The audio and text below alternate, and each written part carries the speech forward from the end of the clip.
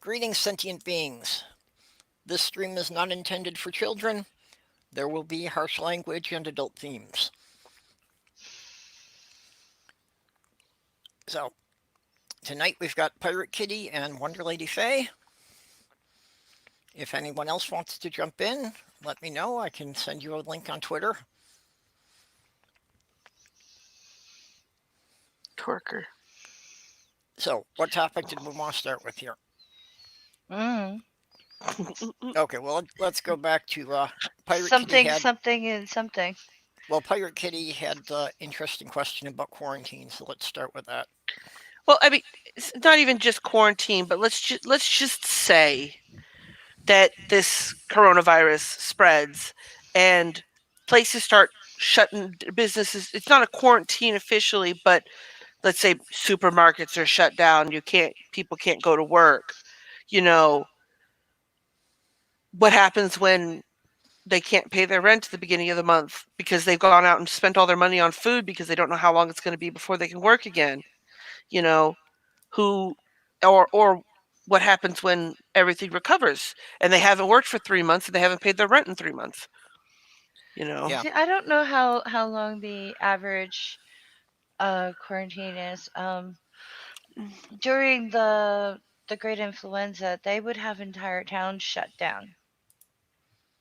There were no groceries open. I don't know if they left food at people's houses or what, but whole towns would shut down for a month or two and they would wait. But I don't know about the financial side of anything when it comes to that. Unfortunately, or fortunately, in the United States, we haven't had to deal with an active quarantine since the early 1900s. Mhm. Yeah. Cuz I know like employers, like my employer, if there's a state of emergency or something where the government mandates stay off the roads or something, like they're not going to count, they're not going to say, well, you missed work so we're going to fire you. They can't do that. But they're obviously not going to say, well, you missed work but we're still going to pay you. Right, but in the case of, say, certain events, people can go and apply for temporary assistance through Mhm. the government for lost wages. And I'm thinking in the instance of quarantine or a health crisis, that would happen because businesses wouldn't be open anyway. If Mhm. there's, I mean, it wouldn't be just sick people in their houses. Whole businesses will, any place where there's social will shut Mhm. down in the case of a quarantine. Mhm. Yeah, Angie just said in the side chat that her kids were, or her grandkids were home from school because there were some people sick, so they shut down the school. Mhm. They're probably cleaning the school. In fact, she and I were talking about that. They're at the teachers and the students. Apparently, at that school, everyone was getting sick, so they're basically decontaminating the building Mhm. Yeah, this that makes week. sense to disinfect everything. Right. But also, you want people, depends on what you're sick with, because after a few days, like, I think for the influenza, it was the first 48 hours of getting sick, but the first 24 hours you presented no symptoms. So every surface area they touched, someone would come along, say if you ate lunch somewhere Hmm. and then another person sat at the table. But that's why it spread so quickly through the military. Yeah. Well, You and a know, lot of viruses actually are more contagious before the symptoms start showing. right. So it all depends on what people are sick with and how long the contagion survives outside on a hard surface area. Because Hmm. some things are airborne, Yeah. like bubonic plague. That's you can get that through a touch of the hands. So any money exchanges, luckily, a lot of us use plastic now and don't even touch a cashier's hands. Yep. With this coronavirus, apparently it can be spread either by physical contact or by being airborne. Hmm. So yeah, if somebody coughs or sneezes, even if they're not aware that they have anything yet, they Mm. can just put it out there in the air, and dozens of other people could be inhaling it. Especially if it's like somebody on an airplane, you know, in the cabin, all the air is in a enclosed space and just winds up being recirculated. Mm. Has anyone checked the World Health Organization on the coronavirus? I do know that the death toll is up to 200 people, if the reporting is correct. Yeah, that's one of those things that I was wondering. I was looking it up earlier today, and the only in China, all of the deaths were from elderly people who had other conditions going up with them. Like there's only been one person under 60 that's died, and they're still looking into, like, he was sick for 3 days before he sought treatment. He had a fever for 3 days. Hmm. Um and I'm trying to find the website that I was on earlier. What are the That symptoms? it's basically a flu from what I understand. Yeah, basically flu symptoms. So, what is getting people like the Well, high fever leading to dehydration, which we leads to we were organ talking shutdown? about it. I think it was Tuesday night in Diana's stream. We were talking about it. And yeah, that's the first thing I was thinking was that was dehydration. But somebody also said that a lot of the cases are leading to pneumonia, and that's what some of the people are dying from. Well, if you're elderly and you are, see, this is why broken hips are a big deal in the elderly. You spend so much time laying down, by the time that you're standing up again, your body's not used to it, or your lungs are weakened and they start filling up with water. And it's usually 6 months after a hip break, someone will die from, pneumonia or something, but it's because they're not moving around. You know what I mean? Like Yeah, your immune system Oh, needs you to move around. here we go. There's been 6 confirmed cases of it, 1 in Washington, 2 in Illinois, 2 in California, and 1 in Arizona in the Mm, United States. yeah, Outside of China, there's less, let's see, 10, 19, yeah. Be mindful to saying, 29, 25, yep, 28 cases outside of China, yeah, according to this map that I've yeah. got here. Be mindful to saying that there's a cruise ship in Italy that can't move with 6,500 people on board because they're suspecting that it's on board. And yeah, I had heard that there were 2 cases detected at a hospital in Germany. be in mind that the area uh, I'm in has more issues and worried about with the current, well, basically the V strain of the flu than the coronavirus. And I can understand that because I've had the flu all week. Oops, this thing I've keeps been playing. very, very ill all week. So, Well, and unfortunately for me, I've got allergies and sinus problems. hmm So I something like a flu, I would have to probably have it for close to a week before I would realize I'm having any symptoms that I wouldn't just be having from the allergies. So, according to Time magazine, the official data suggests that most of the previous victims were between the ages of 65 and 80. Previously, a 48-year-old woman with diabetes was the youngest reported fatality. The oldest were 2 88-year-old men, but now the youngest is a 36-year-old man in the central Chinese city of Wuhan. Uh, yeah, it says this 65 this six, bleh, I can't read. This 36-year-old is an enigma. We know that the majority of people who seem to have died to date have had comorbidity and they were elderly. So, And that's different than the 1918 to 1919 influenza, because that one reacted more with, it was your immune system that would kill you. So if you were very, very healthy, between the ages of like 20 and like 40 something, you were more likely to die than a small child or an elderly person, because you had a stronger immune system. yeah, And you're the so. stronger your body reacted to it, like that's when you bleed out of like your eyes, your nose, Yeah. any pore, you're Oh, the cement left. coughing, your body's rejecting it so badly that you're liquefying on the inside. So corona just sounds like if you are someone with a repressed immune system, it's going to take over. Yeah.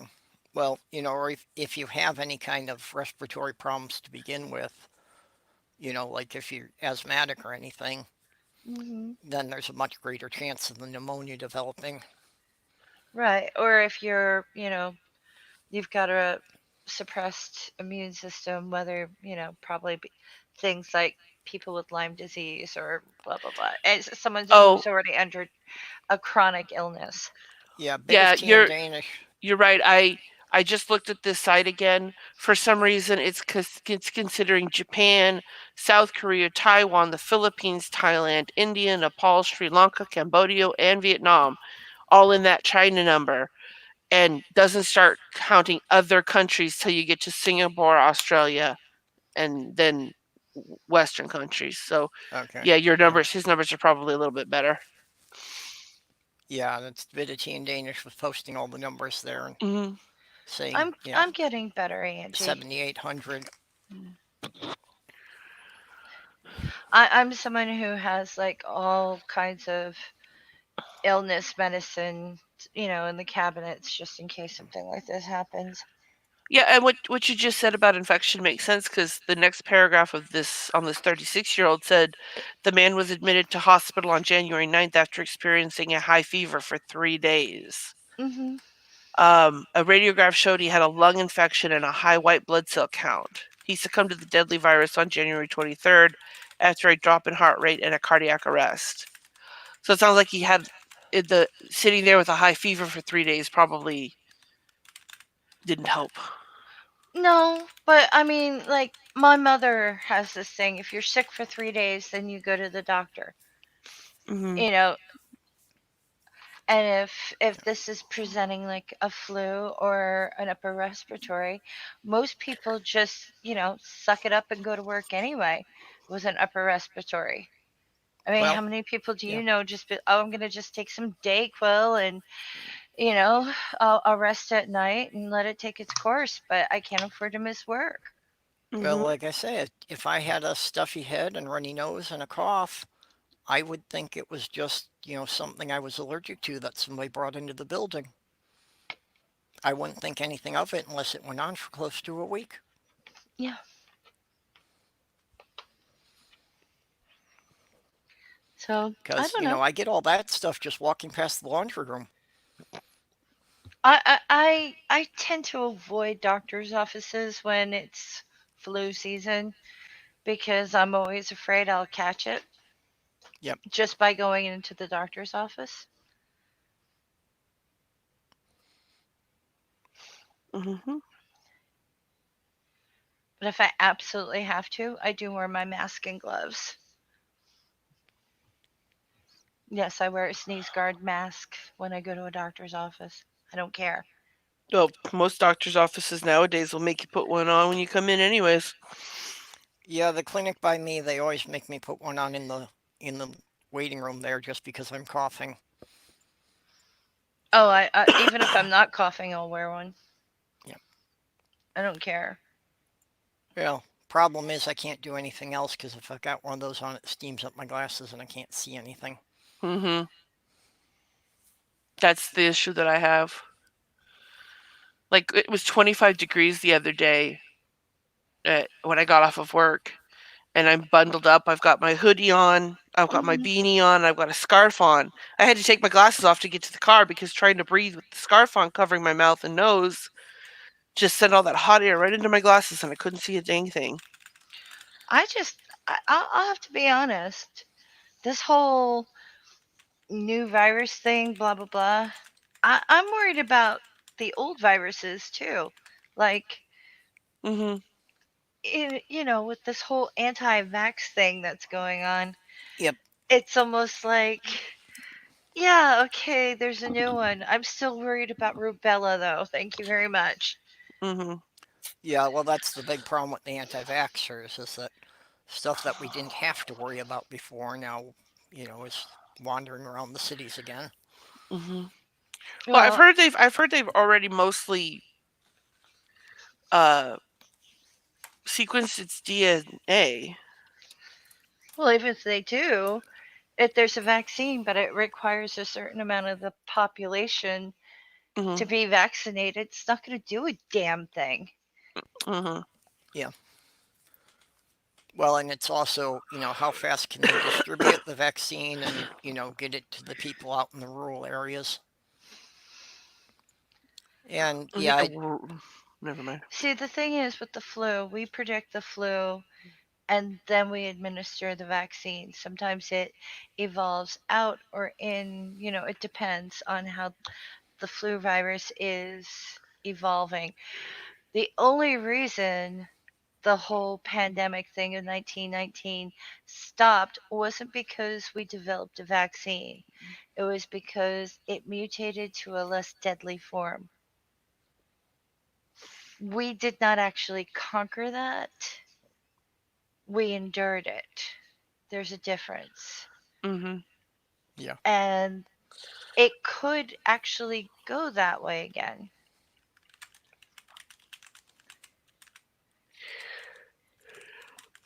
Mm. I'm afraid of the coronavirus, but only to the point where if it does, get to the point where it's vaccinate or else, there's too many anti-vaxxers out there that will prevent us from bringing it down. yeah, You know, when it comes to anti-vaxxers, if you're an adult and you don't want to have your vaccine and you don't want to get your vaccinations, it's fine for the most part. The only person Just that you're never leave the house again, please. right, but like I feel bad for the kids that could end up with, you know, deadly diseases because their parents are idiots. Hmm. yeah, There was a case of a woman who was raised by really, really religious parents who didn't get her vaccinations or take her to the doctor. And she had a lot of childhood issues. So Mhm. now she is a disabled adult, and I think she's suing her parents for neglect now that she's an adult because she has all these complications in her life. Because if she had been taken to the doctor, she wouldn't be suffering now. So yeah, and I hope there's more and more cases like that because then maybe parents will be afraid of their children like surviving their childhood but being damaged. yep, It's I just did. one of those things where I don't feel like religious exemptions should apply to children because that child does not did not choose that religion. You Hmm. know, they're not the ones making the decision based on their religious beliefs. You're making the decision on your religious beliefs regardless of what's best for the child. That's why I think, like in the case of Jehovah's Witnesses and their blood uh, uh, mandate, that the court should be allowed to override that and be like, no, this child needs a blood transfusion and they're going to die and they're going to get one. And Well, damn your religious beliefs. it can't even take the courts because if somebody's brought into an emergency room and they've lost so much blood that they need it, the Hmm. doctors should be able to give it without worrying about any problems. Right. That legitimate.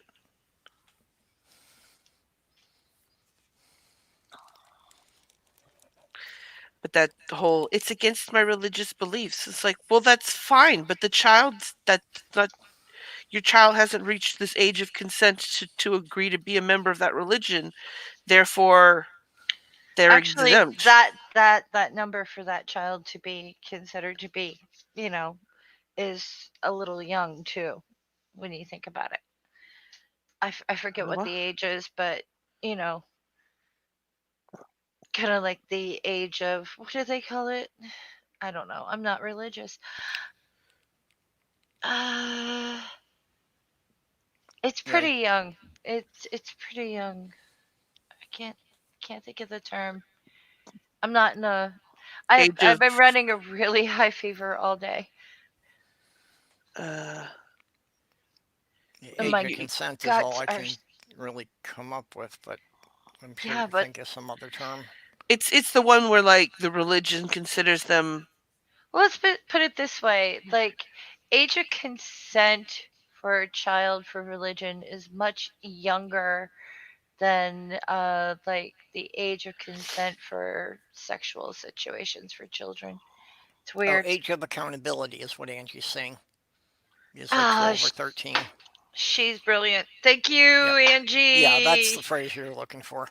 Oh, see, what do I do without her? Well, Angie, why don't you get in here? It's been I know ages you got since a I've link been to on. it. It's been ages since I've been in a stream with Angie. Yeah, well, I posted the link to her group, so I know she's got it. I I I think she's got like a complicated household this week.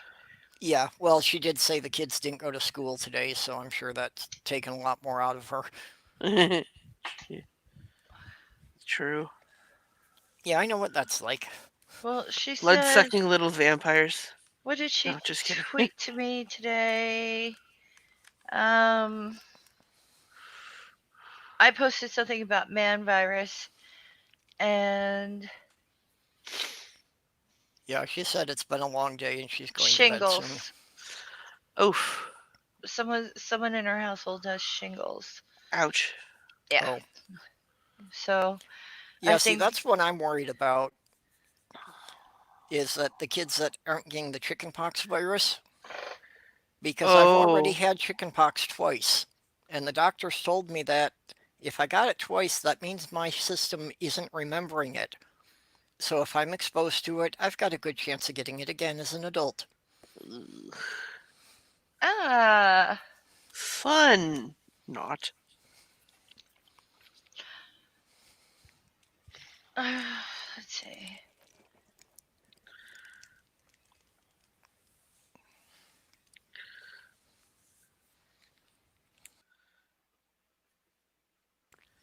Well, I'm also thinking about like these adults that don't these kids that don't get vaccines. I mean, now that there's a vaccine for chickenpox, I don't understand people who still try and do things like the party thing. Like I got that when I was a kid. That's how I ended up with it. Was we had a Hmm. chickenpox party, but that was like 30 years ago or more, and I don't think they had a vaccine then. Well, whether if you if you've had chickenpox, you have the possibility of getting Shingles. shingles Yeah. because it moves from one part of your body into uh, nerve tissue Mhm. Hmm. like spinal cord and brain, and it stays there. Now, whether or not it ever activates is another thing. But Oops. just because you've got, adult chickenpox can be deadly and can be horrible. But shingles sounds absolutely awful because it affects your nerves But and it's you don't get painful. you don't get shingles if you were vaccinated though, right? Or do you? You still get shingles? That you'll have to Google because I don't know if they have a vaccine for shingles. I think that the chickenpox vaccine does protect you from getting the shingles as well. But I, how? basically, it is that basically you have to have gotten the chickenpox virus before you can get the shingles. Was my understanding. Yeah, it says although chickenpox vaccines do contain a weakened version of the live virus, which can reactivate later in life and cause shingles, this is very rare. 99% of children who receive the vaccine will not get chickenpox at all. So, Oh, Andrew says he caught it quick, so maybe the meds will help. I hope they help because I know it can be very um uncomfortable. Yeah, And I'm not gonna ask Jenny about your naked Skype call. Thanks.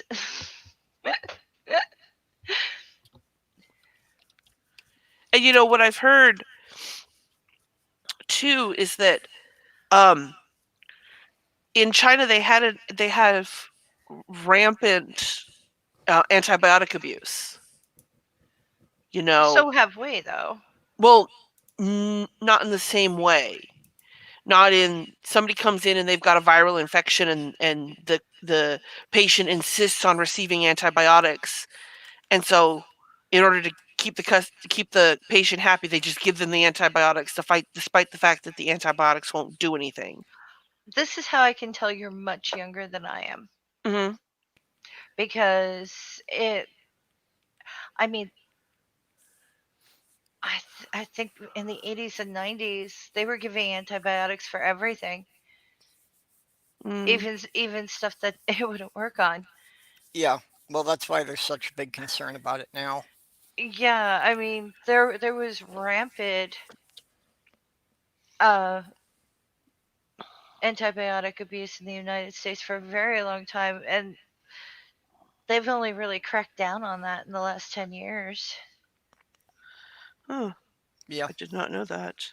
Oh yeah, it was a big problem because I would say, "Oh yeah, doctor gave me antibiotics." My mother would be like, "But what you have doesn't require them, so don't take them." yeah. They were prescribing antibiotics just to kind of shut patients up and make them feel better, even E- if they had a viral infection, which antibiotics won't do anything for. exactly. Hmm. Because my mother was just like, "It's that's gonna destroy your stomach. Don't do that." Like she was more worried about like getting massive yeast infections and things like that. She's just like, no, don't take those. If you don't need them, don't take them. Gonna destroy your inner guts. Yeah, actually, but what really got the anti-vaxxers started was really a crooked Stupidity. research. Um, Sorry. I won't go into it too much, but Bob the Science Guy released a video on that just yesterday I'm sorry. about, I missed what you said. What got them started? Well, the thing is, there was this doctor who basically put out a fraudulent thing Oh, I about know about vaccines. Yeah. yeah, about what's the his link name? between autism and vaccines. Right. Yeah, And did this whole like thing and put out some bullshit paper because he had a money making Wakefield. scheme. There was his name. Yep. Yeah. And yeah, already knew about it, Purple. I didn't see the video you're talking about, but I know about that dude. Yeah, no, I was saying Yeah. that for people in the side chat that, Well, too, yeah, if you it's want to see what started the whole autism with vaccine things, check out Bob the Science Guy. there's He gave a real good explanation of it, and basically it was that this Wakefield guy had a patent on an alternate vaccine. So he wanted to get people to stop using the one that was currently in use so they would start buying the one he would make money off of. mhm. And the anti-vaxxers fell for it, hook, line, and sinker. Well, the thing is, like, people get emotionally attached to ideas. It's like the fact that we think that alpha males exist. That's from a scientist who did a wolf study, Yeah, Mm-hmm. coined the phrase, alpha, and then realized that his research had been biased and there wasn't really an alpha. And even though he corrected it, it had leaked into the culture Yeah, his and second book human. basically said everything I based my first book on was wrong. Exactly, but because people were emotionally attached to the first one, they just sort of, and it leaked into human culture. And they're like, oh well, he's an alpha male. And it's like, what? But yeah, I mean, it kind of make. I mean, if you look at some of the other great apes, they do have dominant males within the groups, don't they? yeah. I don't know enough about ape culture to say that or not. So, Well, you do have that in a lot of mammals that there will be like, one dominant male in the herd that will have a harem, of 10 or 20 females. yeah, but that doesn't mean that the other males are necessarily incapable of being just as dominant. Yeah. I mean, Oh they've yeah, got to win yeah. the fight and everything, but that doesn't mean that they're docile or anything. And that one guy was destined to be aggressive. Yeah. No, they're all Oh fucking no. aggressive.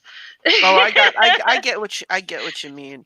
Like Yeah, it's not saying that that doesn't exist. It's saying that you're not born that way. Like right. there's not just inherently alpha male men and beta male men. There's Right. just They're everybody's the all, same. They just yeah, yeah. it's basically whether or not you've got the opportunity to be a dominant, whether or not you won the fight and therefore can display your dominancy and have all the chicks. I gotcha. It's weird, I know. Well, because I was like I could have sworn that I remembered seeing and watching things where they would talk about like in gorilla groups there's the one male that's in charge of everybody, Oh yeah, but lions too. But well it yeah, doesn't mean mhm. that the other males aren't as just as, Right, you right. I know. got what you mean. I got what you mean. Yeah. It doesn't mean they won't challenge him or they won't try to get in there. Or do tricky things to get in there. Yep. I will tricks my way into the Like females. wait I until don't know. somebody else starts a fight and then get sneak up on one of the women behind him. Well, that was one of the things that I was reading. I read once about um gayness and why it actually could be advantageous. If you had a if you and this is ancient like prehistoric, where you have where you had what you do determines where you go. Like if you do women's things you stay with the women, if you do men's things you go with the men. And so was this idea that while the men were off hunting and they thought this male that was no threat to them stayed home with the women, sometimes he'd get in there and take care of things. I don't know. Taking It's been care of it's been a while. business. Well, I do know that there is. I don't know what kind of aquatic creature, but I'll call it an aquatic creature. It pretends to be a female. It will hide whatever, and it'll sneak in closer to the female, and then then it'll be like, "Hey, I'm a guy. Let's fool around." Meanwhile, the dominant one's like, trying to keep all the other males away. Yeah, I think Meanwhile, I've the heard of. sneaky went in and, "Hey, girl, you want to hook up?" And she's like, "Sure." So yeah, like I don't know. The animal kingdom's very interesting, and I I think we I think we need to put more research into that, especially before we lose a Yeah, lot of that them. even within a population, there will be, several males that will use different strategies. hmm Well, some are fine with, hey, let's duke it out. Some of the smaller, like, I'm not going to win the fight. I'll just pretend to be a woman. Hmm. Okay, let's go. Brains over brawn. Yeah, Yeah, basically. Mm. dragonflies are cross-dressing whores. Male dragonflies will sit on a branch, tuck their genitals away, and strike up a pose that a female would do to say she's receptive to mating. And they'll wait for another male to bring them an insect it captured, and they will even let the other male mount them while they're eating it.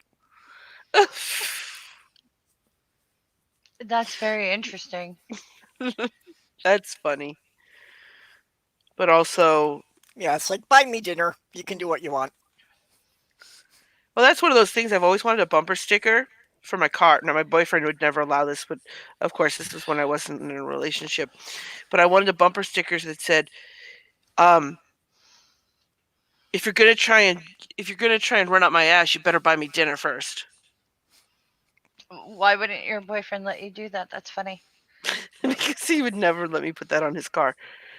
Oh, on his car. Yeah, Okay. yeah, it would be his car that would go on.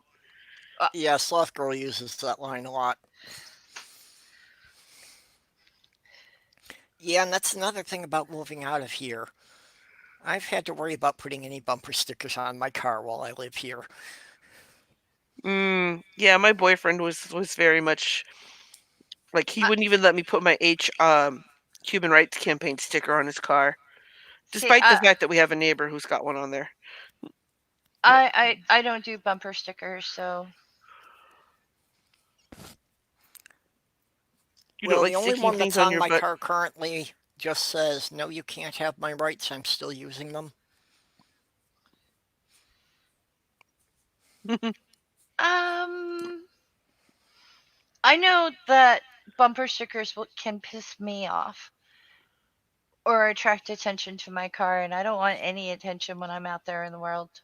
Yeah, well, Fair. and that is something when I was in Minneapolis and in the pagan community, that there were two or three incidents of people who got their cars keyed or windows broken, apparently just because they had pagan bumper stickers.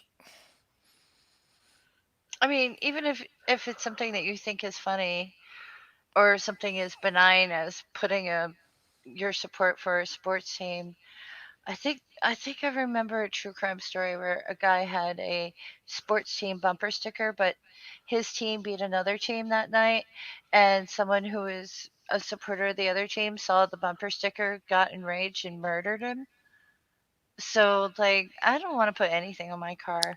Maybe Yeah, Hmm. giant meteor for president, but that's about it. Like, you know how they have like giant meteor thing. Never mind. yep, no, I know what you mean. I've seen that. Yeah. I don't, but Somebody okay. had a meme of it. Yeah, they had it for 2016 too. It's like it when everything becomes like shit stain level politically wise, you just want the giant meteor to come and Oh, yeah. I see. I get it.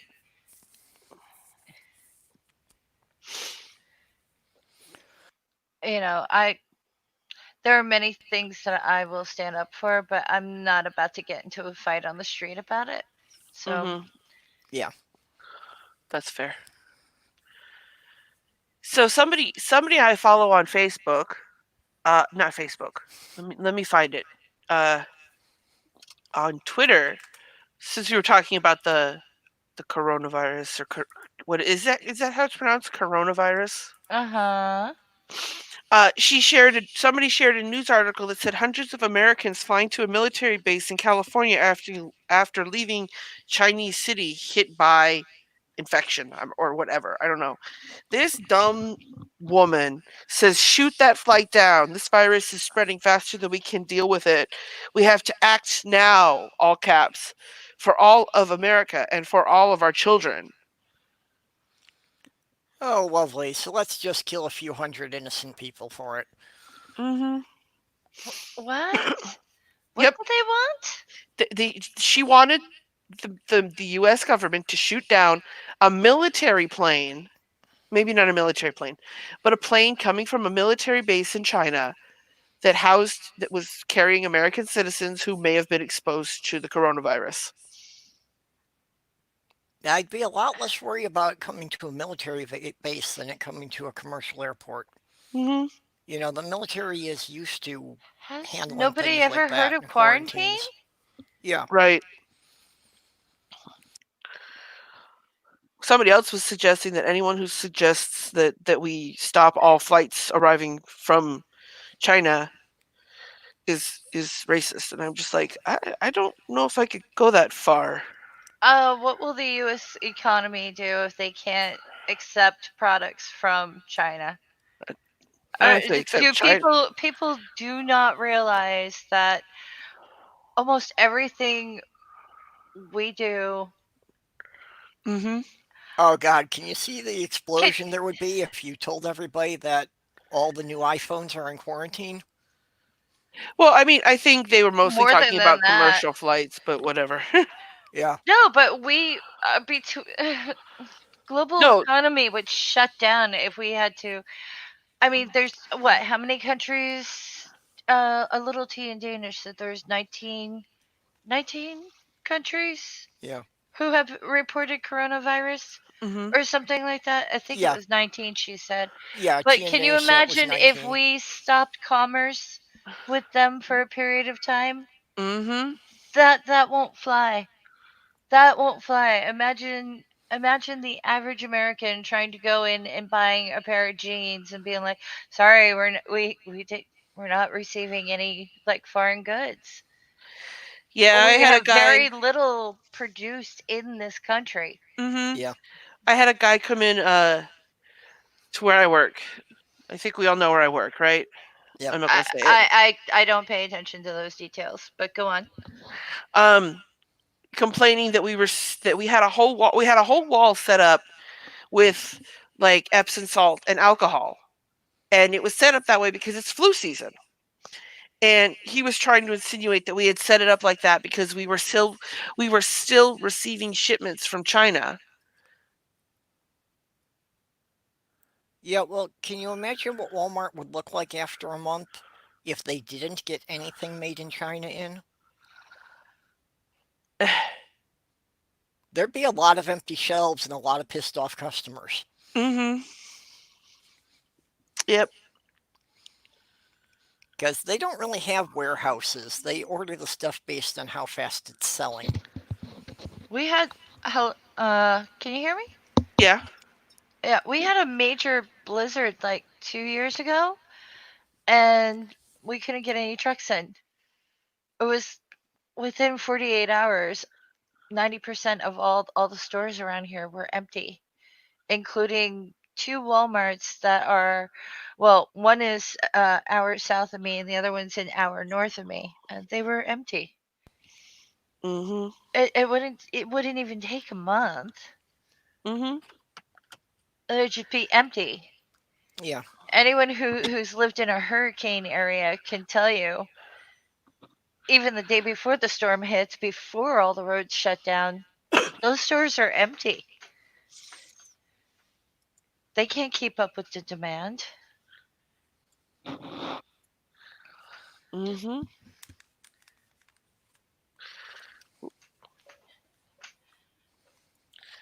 Yeah. I don't know. I went on Amazon trying to order those cutesy um cloth cotton masks. The ones like kawaii faces on them, yep. Mhm. and like they were almost all sold out. That or the prices had jumped up to like $18 a piece, and I'm just like, no thanks. I'll stick with my box of blue ones I bought. Yeah, I've seen that pretty much everywhere I live that if they're predicting a significant snowstorm, people go nuts in the stores. Mhm. And it's like, really, people, just because you might not get your driveway plowed for a day or two, I don't understand They that they level of act like panic, the and I don't understand the idea of somebody who thinks that they're going to have some great hardship if they can't get to the store for 2 days. right. I actually understand that because remember when my refrigerator went? That was because there was an incident with a bird and it blew out almost the entire Adirondack Park. Ah, And some people didn't get their electricity back on for a month. well, yeah, if you Oof. don't have a working refrigerator, that would be a very different situation. Right, but that wasn't the only appliance of mine that died. Yeep. But, like, when they call for a major snowstorm here, some people lose their electric and they don't get it back for like 3 weeks to 4 weeks. So things Yeah, like generators and gasoline and all that. Like, if it happens to their work doesn't open. If it happens to the grocery store, they're not going to get rung up. Yeah, These I've never places lived just south of Chicago, close. so it's been blizzards anywhere I've lived. Yeah, I mean, a lot of places around here will close, and sometimes they won't open up for weeks. So yeah, people go out for, milk and bread and toilet paper, and they prepare to hunker down because if they don't get there, there's not going to be any. Yeah, but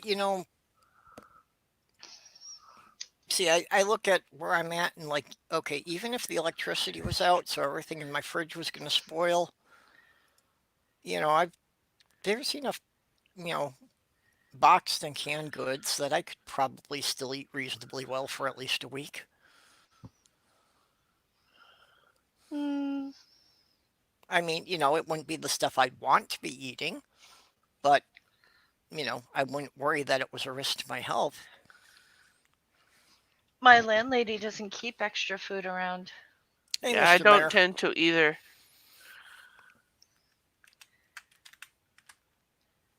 I'm eating out way too much.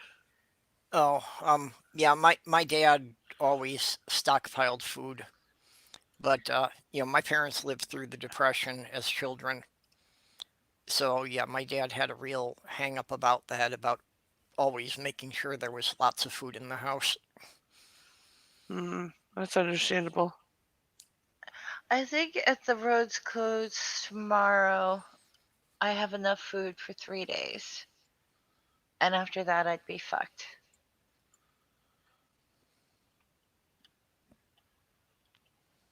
Just saying. Hmm. Well, I think I could go 3 days without even really thinking about it. It would get to be, when it's gone more than a week before I would really feel that I didn't have something I could eat. Hmm. Hurricane Sandy shut down my mother's area for a month.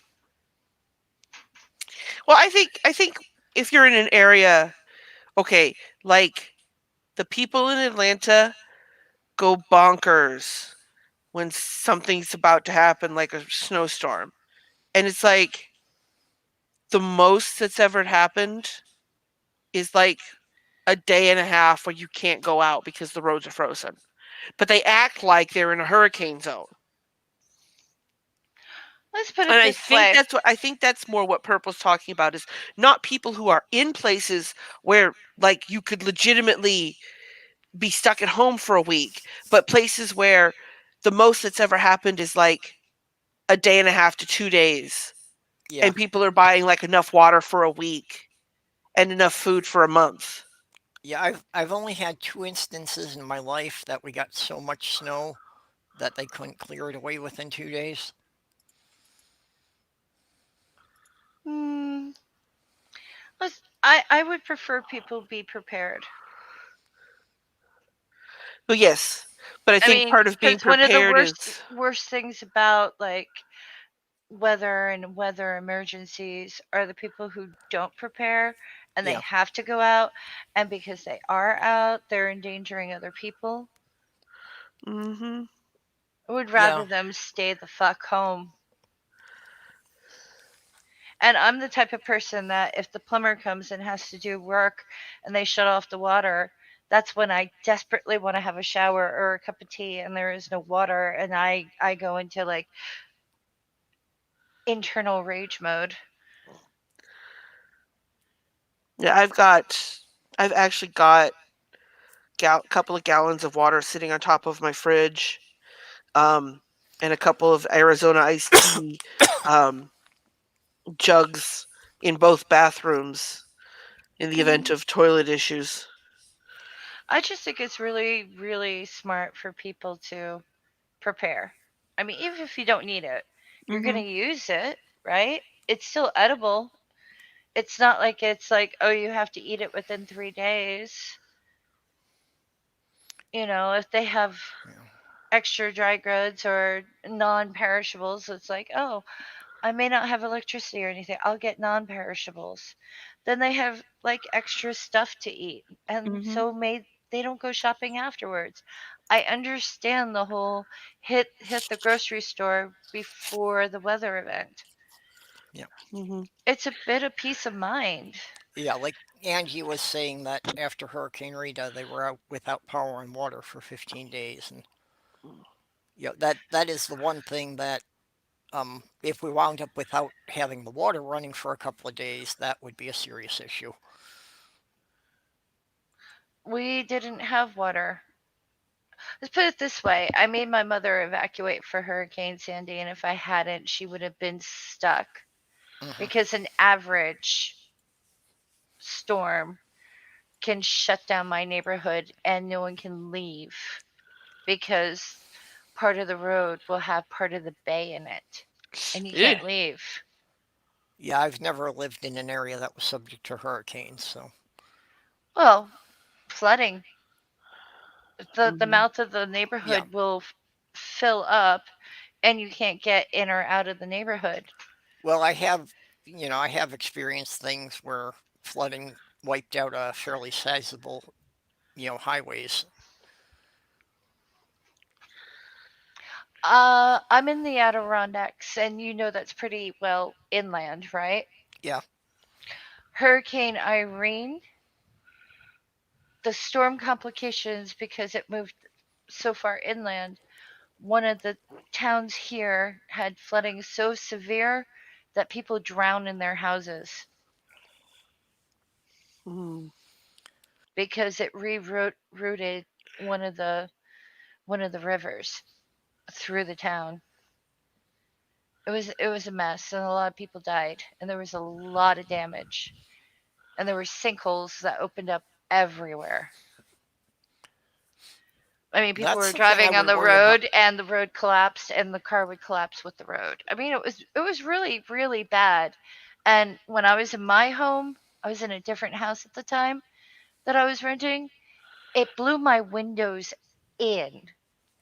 Like my house suddenly was filled with high winds and water because it broke my windows out. That's how strong the winds were. Yikes. I've only lived where the biggest threat was earthquakes. I've Yeah. been in an earthquake So zone. it's the kind of thing where you just don't know what's going to happen, so there's really no way to prepare for it. The thing is, it's always good to have a plan. It's Mhm. always good to. I still have my cat carrier Mhm. and I still have a packed bag. You know, if I ever have to leave because of fire, flood, whatever, I can leave within 3 minutes. I just have to walk across the house, grab my bag, and out the door I go. Hmm. Mm. Because fire is one of the things I worry about in my area. Yeah. I've got an escape route planned, but you know, it's just one of those things you have to have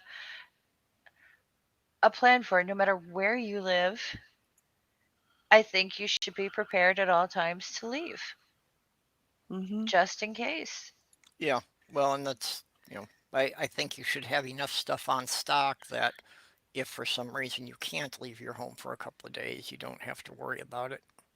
Yeah, well, unfortunately, my landlady doesn't keep food around.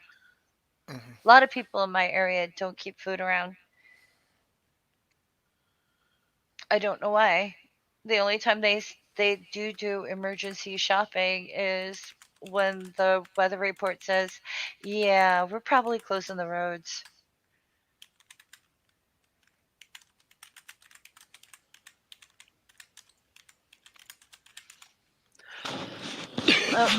My sister has a tornado shelter that they buried in the backyard, and she keeps that pretty well stocked. Good night, Good Angie. night, Angie. Good night. Well, because of having lived through the Depression and my dad was in World War II. Mm-hmm. The house I grew up in the Chicago suburbs. No one who buys that house is ever going to realize this, but the slab that the front porch sits on is 8 inches thick because in the basement underneath that is the pantry, which is a bomb shelter because my dad designed and built the house himself. Cool.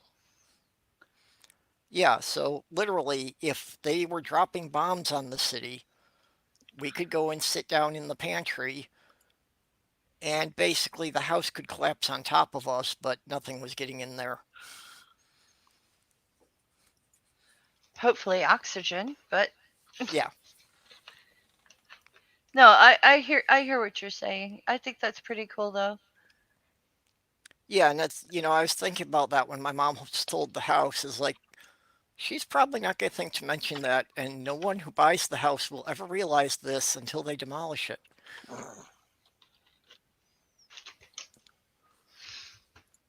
All I know is with worsening weather events, hurricanes, all, etc., fires.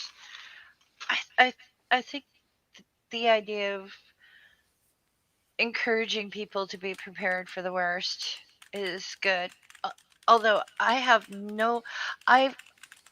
I because I've been sick, I haven't been checking on Puerto Rico lately. Does anyone know if they're still going through earthquakes every day? Mm-mm.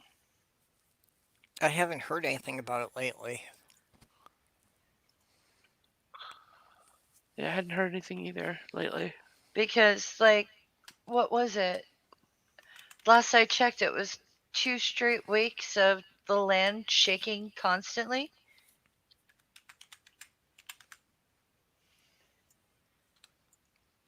Oh, they're still going through it. Mm.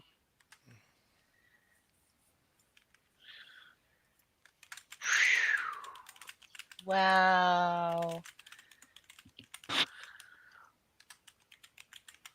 Yeah, I really feel for them.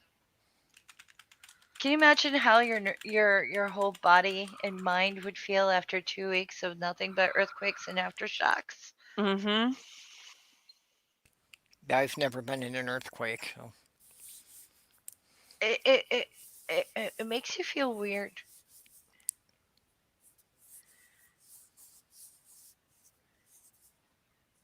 It makes you yeah, feel really, really off. I've always lived in the upper latitudes of the country, so it was just tornadoes and blizzards.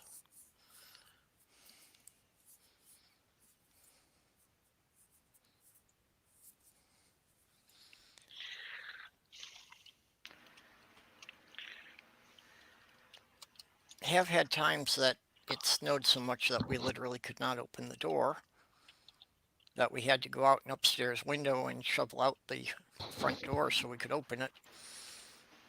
Oh yeah, my cousins have done that.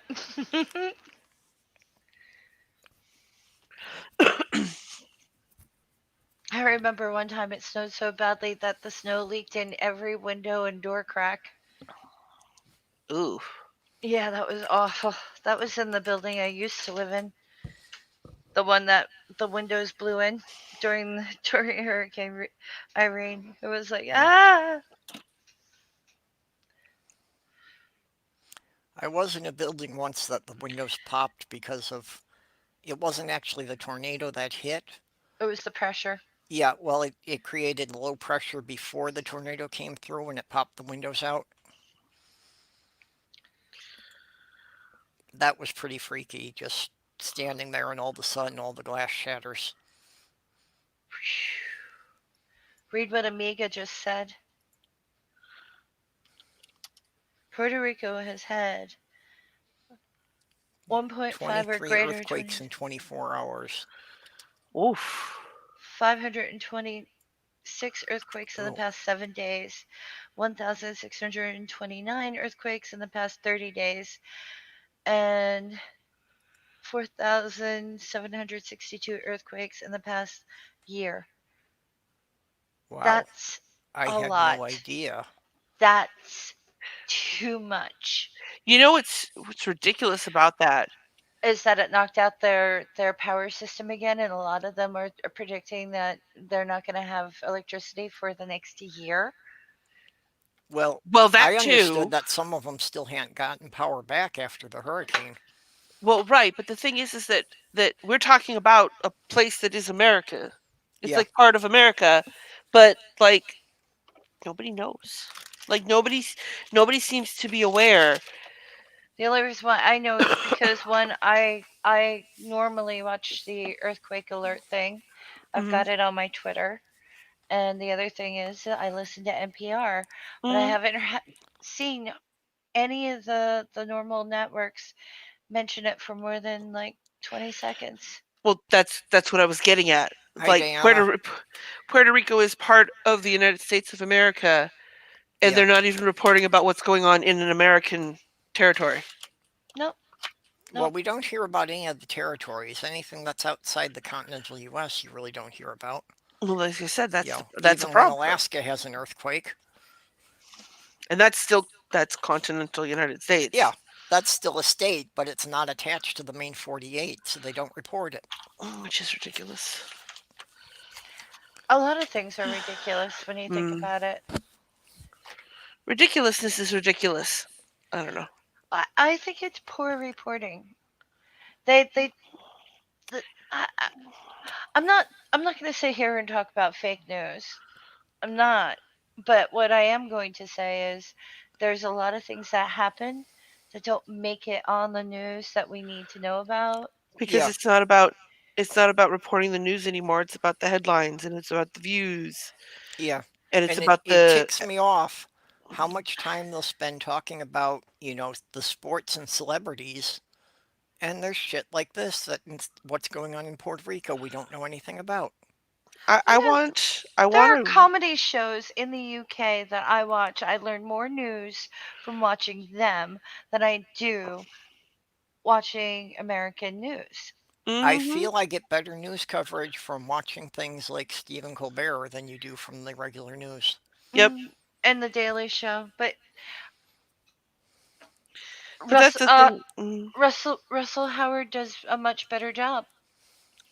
It's one of those things where it's like I would like but here's the thing. It would never make it. But I want a news network, even if it's just a website that is actually just news.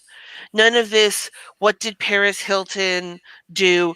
None of We don't this, care. uh, Kobe Bryant died in a plane crash. I'm sorry if you like him. I don't care. That's not newsworthy, except where he's Well, from, Aren't you basically describing NPR? probably. hmm you are describing NPR, but I would like local news. I would like to know if my neighbor's pig was Yeah. found after it broke out. I would like to know how many new chickens so and so has and blah blah blah, or I'd like to know if the local bar down the street is having a wings night. I'd like to know these things. I'd like more local news that actually is my area as well. I mean, Mhm. yeah, I want better global reporting, better national reporting, and then also like better local reporting. We used to have local news when I was a teenager, but it was my high school who did it. They got a little cable, they rented a little cable spot, and they would come on and do the local stuff, and they cover things like there's a oh, so and so repaired their grocery store after the flood, come on in, and stuff like that. Yeah, we've got a local newspaper that comes out once a week here. And we do have one local radio station that you'll get that kind of stuff on. But my area, I think that would be more important. You know, it takes a lot to find out that there's a water ban. They'll have a water ban, no one will know about it.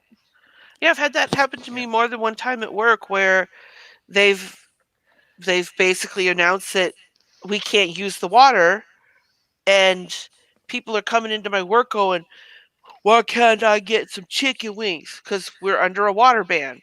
Oh, I didn't know that. Yeah, again, I've always lived right on the Great Lakes, so that's never been an issue either. I live on Lake Champlain, and we had a water ban this summer. The entire town of Ticonderoga didn't have water because our wells went dry. Yeah. Well, or you run into something like the situation that's now been going for 6 years in Flint, Michigan. That just because there's something wrong with the water processing system, that the water might not be safe for a while. Hmm.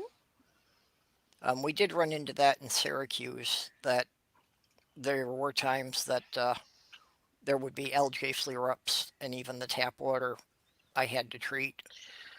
I mean, it's like I could handle it, but my fiance, because she had a number of medical conditions, was much more sensitive to these things.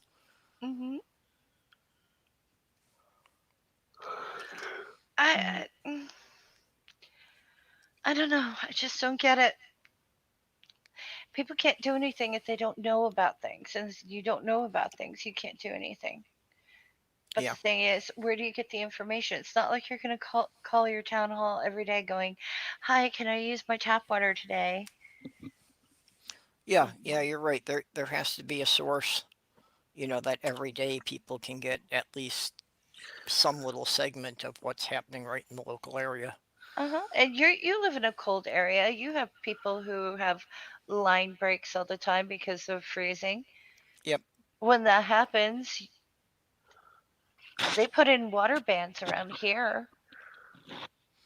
Yeah, But well, the and thing is, like, you don't find out until after you try to turn on the tap and there's no water. yeah, just after a snowstorm a couple of months ago, my mom's 5 miles out of town, and everybody along that road was without power for 2 days.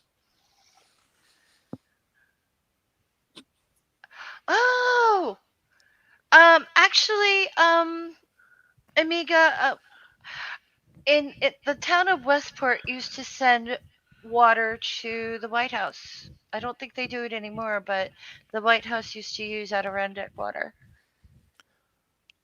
I Yeah, don't I think won't they say do it it by name, anymore. but there is a town less than 20 miles from here that I have actually seen their city name on water bottles that were being sold in grocery stores up to 300 miles away. That's pretty cool.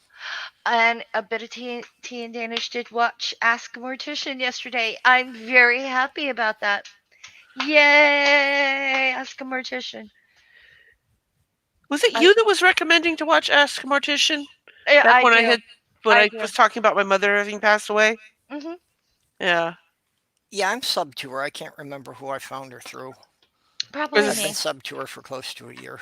I've Probably watched me. a couple of her videos, but yeah, I was actually really impressed with the funeral home Mhm. where my mom was done. Um, Guy talked himself out of so much money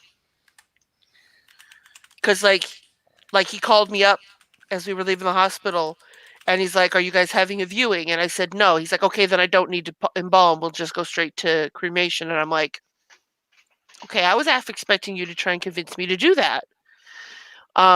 And then while we were having the meeting the next day, while we were giving him all the information, he's like, "Well, here are all of our urns. Go ahead and pick the one you want."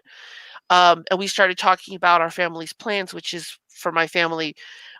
Since my grandparents has been you hold the ashes until both of the couple goes, and then they go into the Pacific Ocean. So Mhm. we were talking that the plan was just to keep mom at the house, and then when dad passed away and he was taken care of, my sister and I would take a flight out to California, and the three of us kids would spread their ashes in the Pacific Ocean. And he was like, "Oh, well, then you don't even need an urn. The packages that we'll give you to her in um, are perfectly acceptable for just general storage and light display." So, and then like the cheapest urn they had was like $250. So, and talked himself out of that too. Excellent. Yeah, water. recently my sister got Caitlin's books on the Audible app, so we have her audiobooks that we can listen to, including the one "Will My Cat Eat My Eyeballs?" I saw that somewhere. Well, what was it like? If you die in a home and it's you and your cat will eat you if they're starving, but your No, dog will not. no, your dog will. Yeah. Oh, Your I, dog I will. I don't understand why people think that. I don't. Your dog will eat you, and sometimes they'll do it because they're nervous because they can't get a response out of you, so they'll Hmm. nip you and they'll just keep biting you. Um, yeah, pets will react to a dead body, um, no matter what your role was in their life. mm-hmm. So you're gonna get eaten if you're alone and you have a pet. It's okay. You won't mind. Yeah, and if it keeps the animal alive long enough for somebody to find them, Yeah. I'm good with that. I I used to joke the last two cats I had. I always said, "Oh, you're preparing me, trying to kill me," because you know how cats will dash in front of your feet and you might trip on them. And Uh, it's like you're trying to kill me so you can eat me. I am But nutritious and unfortunately, delicious. unfortunately, both of them died before I did. So, Mm. yep.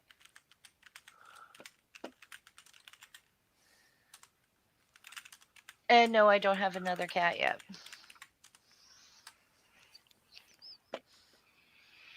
I'm I'm trying to decide, like, if my boyfriend and I do decide to get another pet, whether we want to go with a young one or whether or not we want to adopt an older animal that, you know, most people would probably ignore. Everybody always wants the puppies. Yep. I will always go with adults from a shelter. Yep, me too. They My told me sister's Sammy trying was to talk me into a kitten, and I told her I prefer an adult. And she's like, "Why?" And I'm like, "Because I do. I prefer an adult. I don't like babies. I don't care what species it is. I don't like babies." well when I got Sammy, the shelter told me he was about 6 years old, and he had been there already more than 6 months because nobody wanted to adopt a cat that was that old. Hmm. And my thinking too is that you're more likely to actually see their actual personality, you know? Yeah. Um, Sloth Girl has a hard time with the one she adopted because you know didn't realize before she got her home that the cat has some problems, some mental issues. So Right. I'm we're pretty sure she was abused by somebody previously. And it's like she will do things like when you're petting her, she will decide to turn around and randomly bite you. Mhm. And it's like, okay, I don't know what your history is, but you must have had a hard life, so we'll get through this together. Right. A lot of people just don't want to. Well, yeah, how many Why? people would put up with it if the animal bit them, a couple of times? Mhm. It's like, yeah, it's gotten to the point now that she still bites me, but Mhm. it's been like a year since she's actually left marks or drawn blood, so it's just a reflex warning. And as soon Yeah. as she does it, then she starts licking the spots, so she apologizes right away. It's, well, it's just like anytime I touch her right hip, it happens. So I She think might she's, have. yeah, I think She, she's probably got a bad hip. Hmm. She's letting you know, knock it off. Yeah, My so, friend's cat has a minor skin condition that we discovered because she was reflexively biting too. and it wasn't enough where you could see the skin flare, but you know, Yeah, I suggested it after watching her for 2 weeks in California. So it was like, uh, yeah, seems to be like every time you touch the cat in this area, she will snap at you. And she's like, "Oh, I'm so sorry. Oh, my cat's so bad." I'm like, "No, that's a sign of a problem, honey." yeah, And she's just like, "Oh," I was like, "Medical. Take her to a vet. Tell her about the spot." And we yeah. found Be out that mindful, the it's got it. hair follicles in that area are painful to kitty cat. Oh, poor cat. Yeah, be No, she's mindful's on got it. meds. It's kitty PTSD, and that's Petunia's got the coat of a Maine Coon, Mhm. and well, that's why twice a year we've got to take her to the groomer and just basically have it all buzzed off real short Mhm. because she doesn't seem to know how to clean herself like cats should. So she was probably taken away from her mother too soon. Oh my goodness, someone's phone was just going crazy. Not mine. I don't Yeah, own one. my phone does that. I don't know why, but almost every hour it goes nuts, and Well, I I know Huh. with haven't mine, found out yet. if I don't have the sound shut off several times a day, it'll claim that it can't get the Wi-Fi signal, and then it'll tell me when it comes back, and it's like, I don't really care. And by the way, hi kids. Hello. Hi. Hi. How is everybody? I've been better. I've been sick all week, Oh and I've got a no. fever. Oh no. Uh huh. Okay, I got to find a way to get over there with some chicken soup. I am as sick as a fucking dog. Oh my. Whoa. Mhm. Yeah, when that accent comes out, you're not doing well. Yeah, that's why I said oh my, was because of the dog. Dog. There, are you happy? Dog. Canine. Be nice to have a dog. Oh, that's Oh, the boy, phrase. Sick boy. as a fucking dog.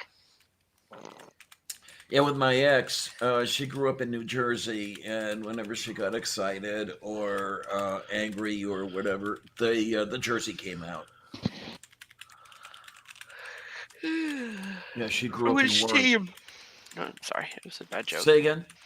I said it was a bad joke. I said for which team? Oh, You okay, said the okay. jersey came out. Yeah, yeah. No, it got buried beneath the yawn there for a little bit, so I didn't quite pick it up. I No, Sorry, I but should mute my mic when I'm typing. I'm really, really ill though, which is fine. I'm used to it. It's been 4 days. I was I It's was just really getting worse sick and over worse and Christmas. worse.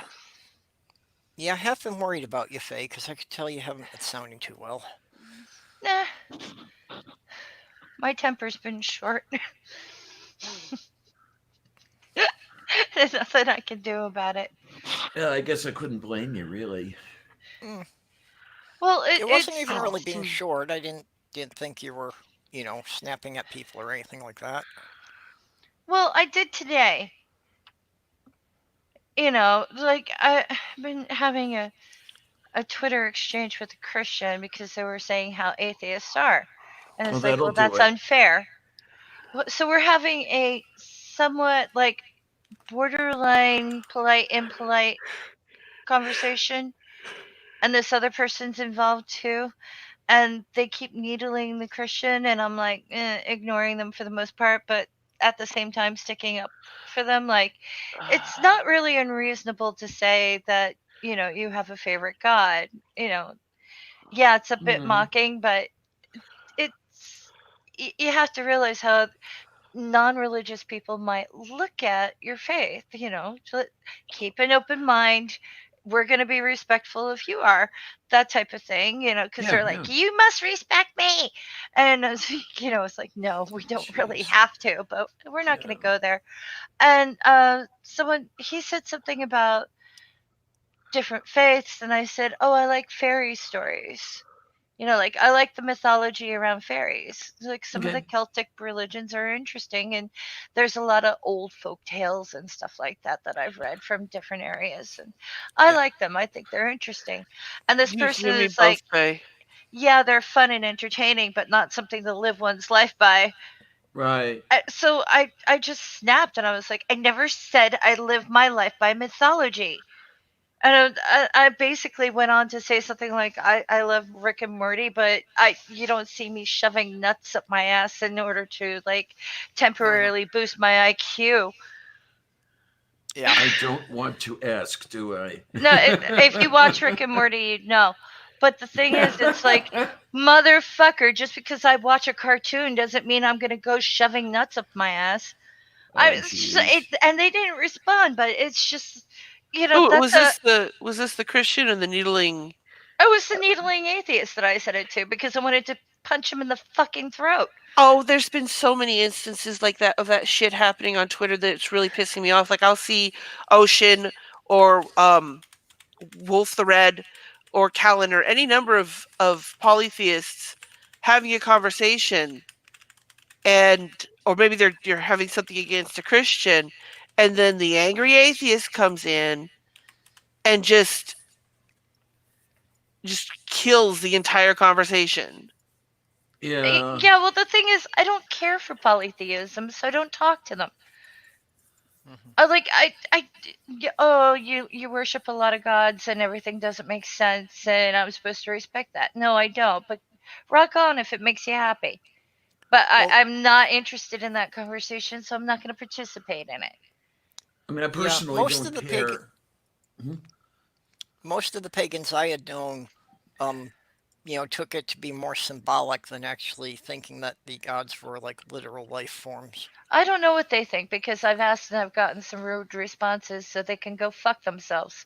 Yeah, I know some of them do take it very seriously, and I just tend to avoid those. I have a friend who's a polytheist in real life, and pre Christmas shopping includes all the religions that she puts on around her little house, and everything is a freaking shrine. And, I'm annoyed with it because I mean, she's broke and she spends hundreds of dollars on this shit.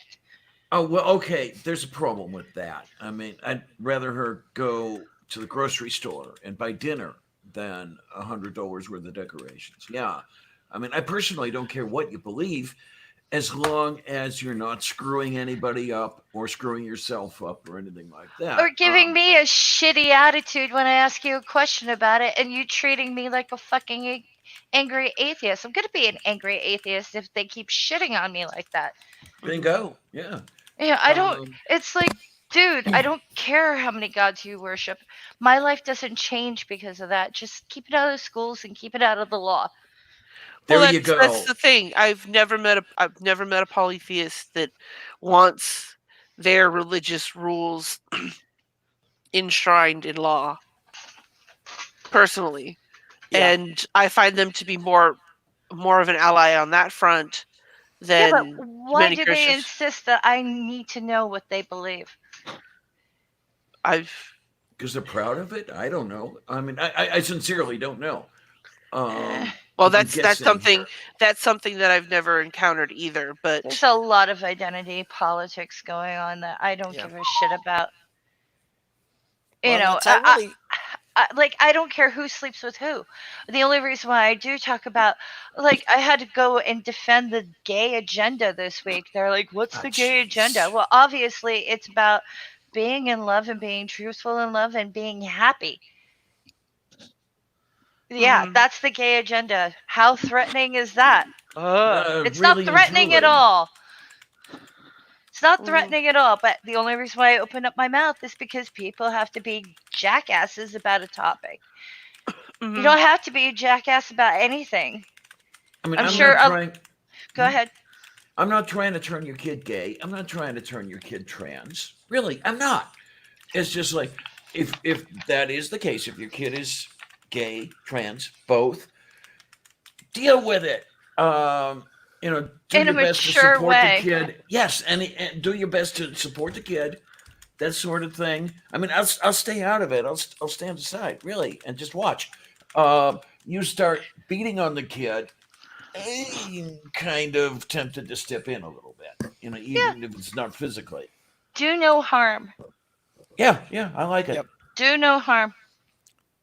You know, um, that's the thing though. It's like there's so much in the world that I would prefer not to be talking about. Like Mhm. I really don't care about other people's sex lives. I Hmm. Mhm. really don't. I don't give a flying squirrel about it. I don't. I don't care. Are you having it? Are you happy? Yes. Are you healthy? Yes. Is your partner or partners happy? Aside from that, I don't give a shit. And this comes from a woman who's going to be selling her sister's underwear online. Oh, okay. Yeah. Yeah, I generally don't care what anyone else believes as long as they're not trying to push their beliefs on other people. Yeah, there you go. Doorknob head. I care about other people's sex lives when they videotape them. Sweetie, I don't know about you. Well, you But you're a have to care sweetie more about other anyway. people's sex lives when you don't have one of your own anymore. Boo! There you go. Jeez, man. I mean, I feel I almost feel personally attacked by that comment. I'm sorry. No, I'm just Doc kidding. Doc Fearsome, I had a cousin who is Wiccan, and she's still Wiccan, and it's really not a subject of contention between the two of us because she doesn't look at me and go, "Well, you're just got a negative attitude about religion."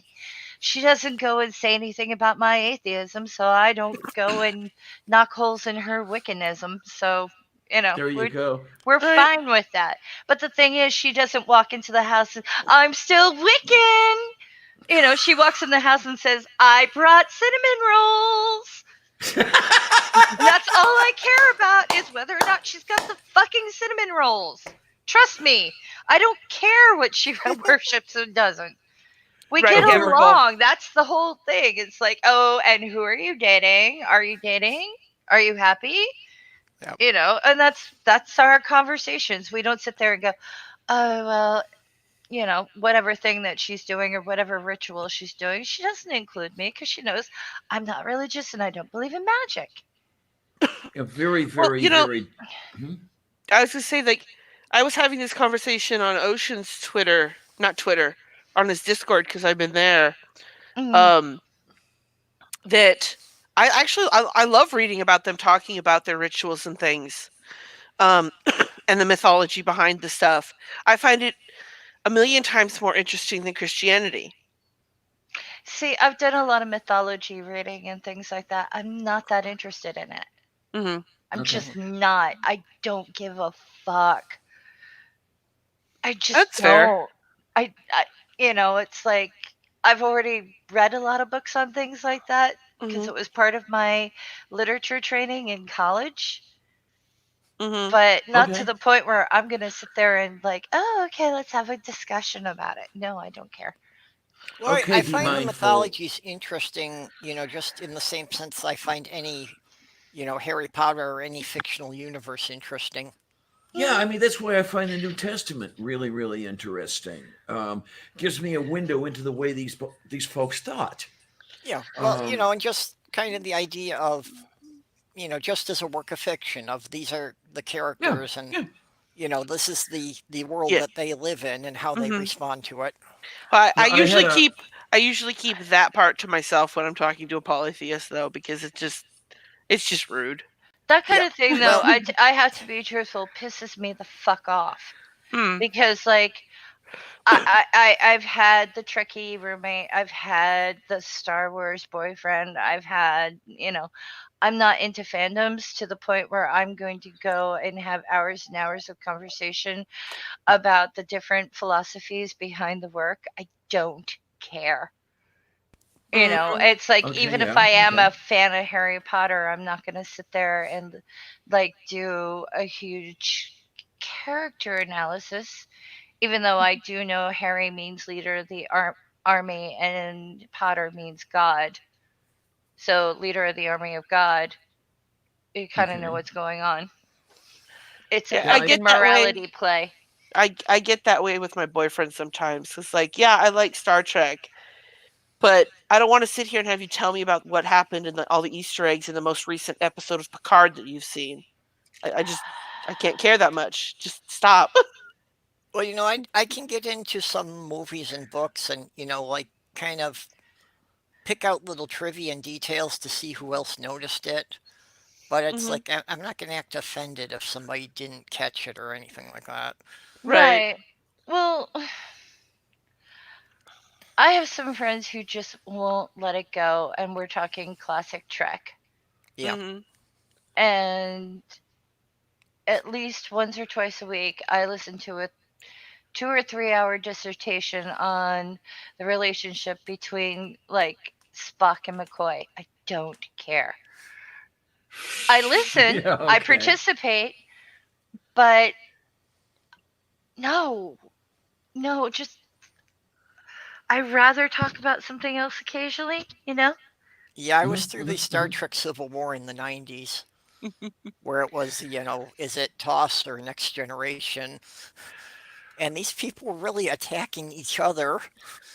And that, Oh that pretty man. much went until the prequels for Star Wars came out, and then they could unite against everybody who likes Star Wars. Yeah, Right. I got a little what's the word for it? A little tired of the next generation because I didn't stick around long enough. You know, what I was seeing was a bunch of original series reruns, Yeah, and it was like, okay, I'm out of here. And I think if I had watched The Next Generation from the beginning, I probably wouldn't have liked it. yeah, But which Yeah. is I exactly what I I kind did. of If skipped the first three seasons and I started like halfway through the fourth season. And by Okay. that time, the writers and the actors had a much better idea who the characters were. Right. Hmm. That's what Hmm. I was gonna Hmm. say. Early on they're just kind of feeling their way in, like what are we? Who are Yeah, we? But by that point, people have got themselves established and they know what they're doing. I have animosity towards the next generation for a completely different reason. Because my dad worked nights and being the oldest child at home, it was my job to record every episode of Star Trek so he could watch it when he got home from work. Do you know what else came on at the same time as Star Trek? No. Xena Warrior Princess and Hercules The Legend Continues. Yeah, And being the Greek mythology general lover that I was at that age, I never got to watch those shows because I Okay, always had to then. record Star Trek for my dad. but they really didn't honor the mythology that much, did they? I don't know. I've not really seen the series. Like I've seen bits and pieces of it, but I've never actually watched the whole thing. And I, I'm not a stickler for for um accuracy? TVs and movies being 100% accurate to the source material because in my opinion, if I've read the Harry Potter book, I don't need to see the Harry Potter book exactly word for word recreated on the screen. I See, want I to Okay, see do. then. I want to see something that is someone else's interpretation. Yeah, I don't. I can't stand that. That's what I don't like most movies, though. And I'm not really that much into television. yeah, So, Well, there like, you go. there's Yeah, a there. I like books. Hmm. yeah. I hardly watch books are TV at good. all.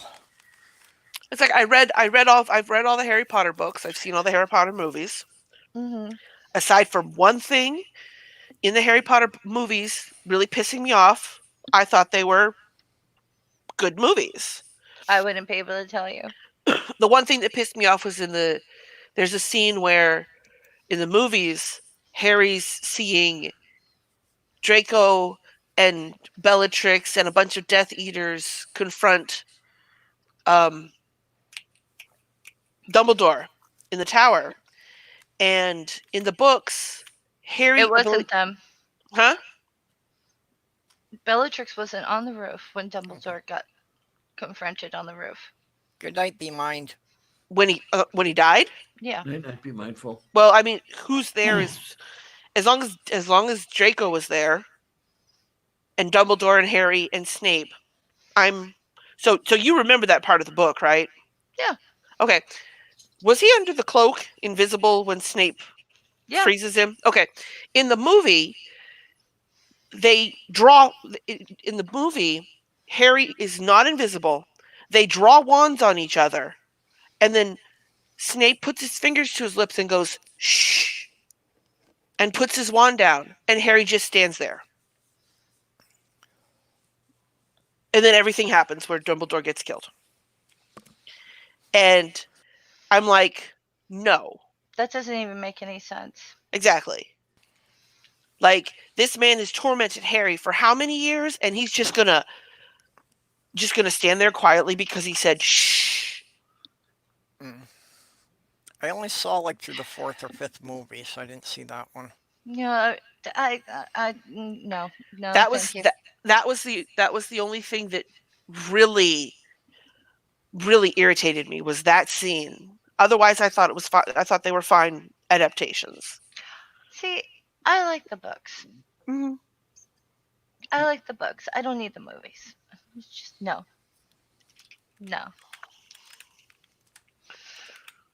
It's the same with Hunger Games. I read all the Hunger Games books. Didn't really see a big deal with the movies.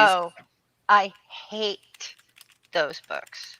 Oh yeah. I think I read maybe 20 pages of Hunger Games book and put it down. Never touched it again. Why? Who did it? I'd explain, but I don't want to. Oh, okay. Okay. I hate it. It's irritating and just wrong. I don't know. I think if you wanted to torture me, just read me that damn book. I have absolutely no fucking interest. My fiance and I tried to watch the first Hunger Games movie, and the whole opening when they're on the train, it's like it was so plotting and such an information dump that we only got about 15 minutes into it, and we just couldn't stand to watch anymore. Okay, Faye. So here's the question: if they're going to tie you to a chair and they're going to read you a book, Hunger Games or 50 Shades, which would be worse? Kill me. Sounds like me and Stephen King. God. Oh, you don't like Stephen King? I do not like most Stephen King. No, I was amazed that I actually did like the Dark Tower series. Oh, what I found, so you've read Popsy? He's a brilliant writer, but I don't like the genre. Popsy? Okay. The one about the guy that kidnaps the kid? Oh, yeah. Yeah. That was my favorite one. That and the one with the hover car. What I don't like about King is, or at least in the stuff that I read, for whatever reason, and I will never understand what that reason is, he throws sex scenes into the book or the movie. It seems just to have them there. Yeah. There is actually the incestual sex thing going on in the Dark Tower series. I forget which book. I don't remember that. The Pet Cemetery. It starts out that way with the kid and his mother. There's the sex scene in Firestarter, I believe. And it's like, why are these there? They're not contributing anything. Why is he putting it there? I've always wondered. I've the only one that I'm. Hello, I just hit my mic. Yeah, The only one that I'm weird. I say I like King. I've seen all of the movies and I've read a couple of the books, but not all of them. But the only one that stands out to me is the sex thing in It. They don't show it. I haven't seen that one. No, it's not. It's not in the movie, but in It. Okay, so have you seen the movies? No, I have not horror. seen movies. I have not read it. Okay, no. So at the end of the first book, it's the end of the book. That's all I'm going to say. And they make a pact that they'll return to Derry in 27 years.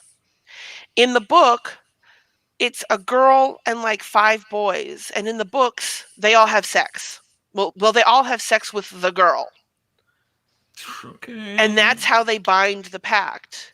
In the movies, they just do a blood oath where they cut their hands and drop their blood on the dirt, and I never understood that. The only other books that I've read from him did not have sex scenes that I can remember.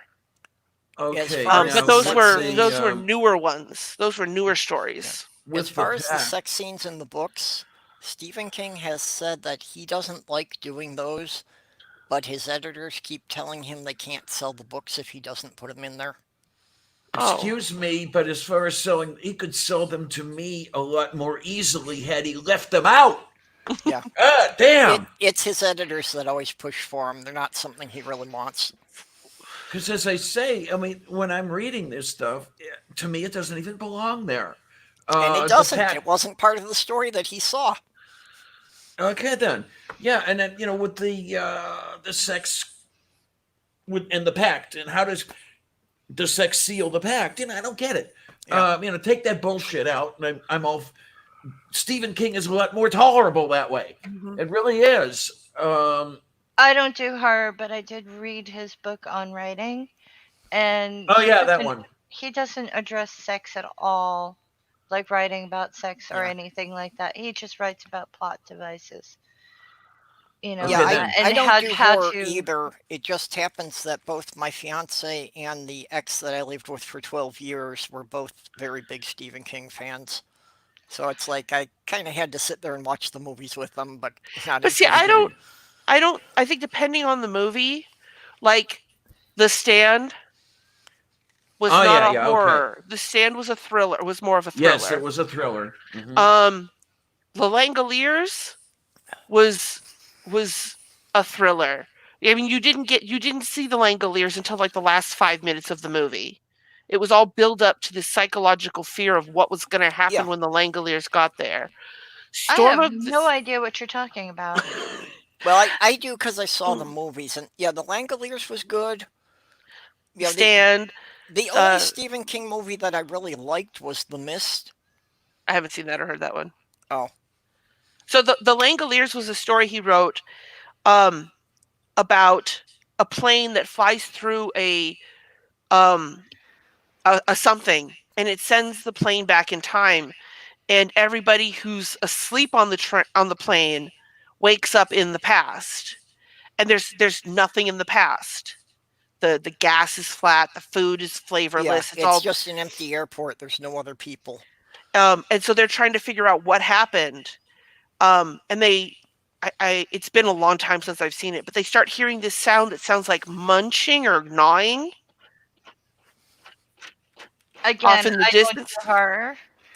Um, and so the whole thing is I'm trying to figure out how to get to the present before the gnawing sound gets too close to them.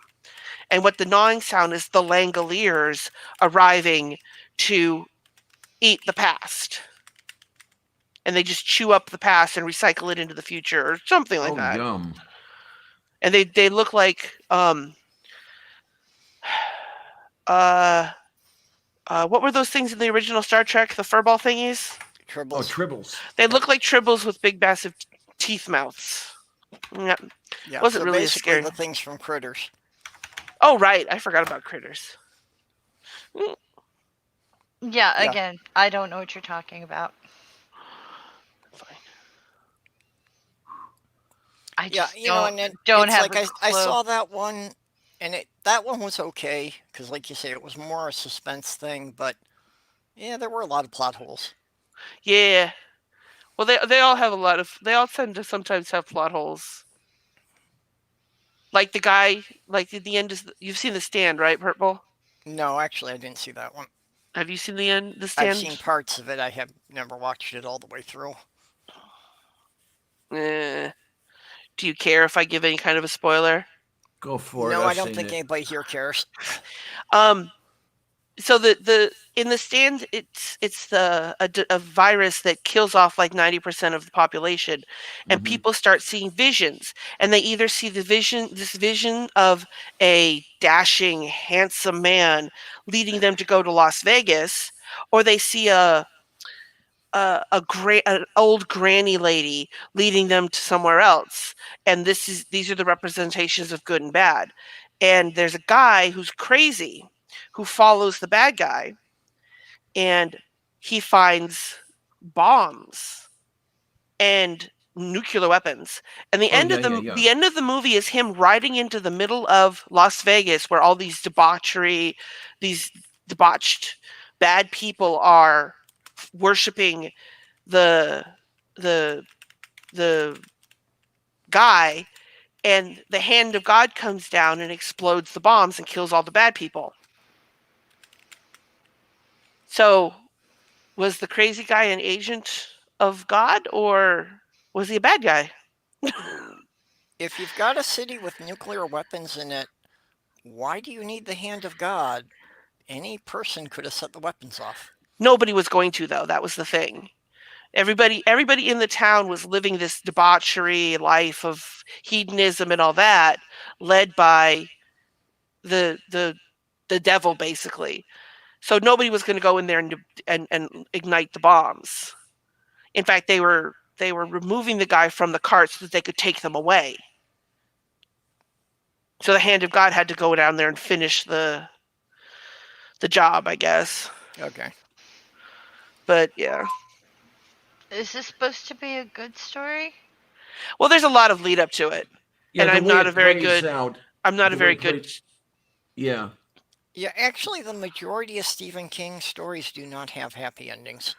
Right. Storm Yeah, of the Century. the way The Stand plays out is a lot better than a quick plot summary. And let me tell you, that movie's the reason why I cannot listen to Blue Oyster Cult's Don't Fear the Reaper anymore. Because that shit scarred me as a kid. Because let me see. Oh my. I don't know. I may have to find that film and see it again because it's been a long time. That was 94. Yeah, That it's a would have long made time. me. That would have made me 14, Let's put maybe it this way. It took me until I was in my mid 30s to be able to watch Doctor Who at 15. night Yeah. Oh, because I really don't do horror or thrillers or anything. For me, if it's not funny, I'm not watching it. Oh, so you're talking about the reincarnation of Doctor Who, the one that started with Eccleston. No, I watched classic Doctor Who. I just watched it on videotape during the day. Oh, I okay. can't watch anything disturbing at night. Well, It and with fucks my okay. head up. the classic Doctor Who, some of the campy, cheesy parts were actually done intentionally to relieve tension. Yeah, There were a yeah. couple of things, like in the episode Planet of the Spiders, the the original mock-up that the prop department did of the giant spiders, the director said that they were too convincing and made them do a cheesier one because they didn't want kids to have nightmares. There you.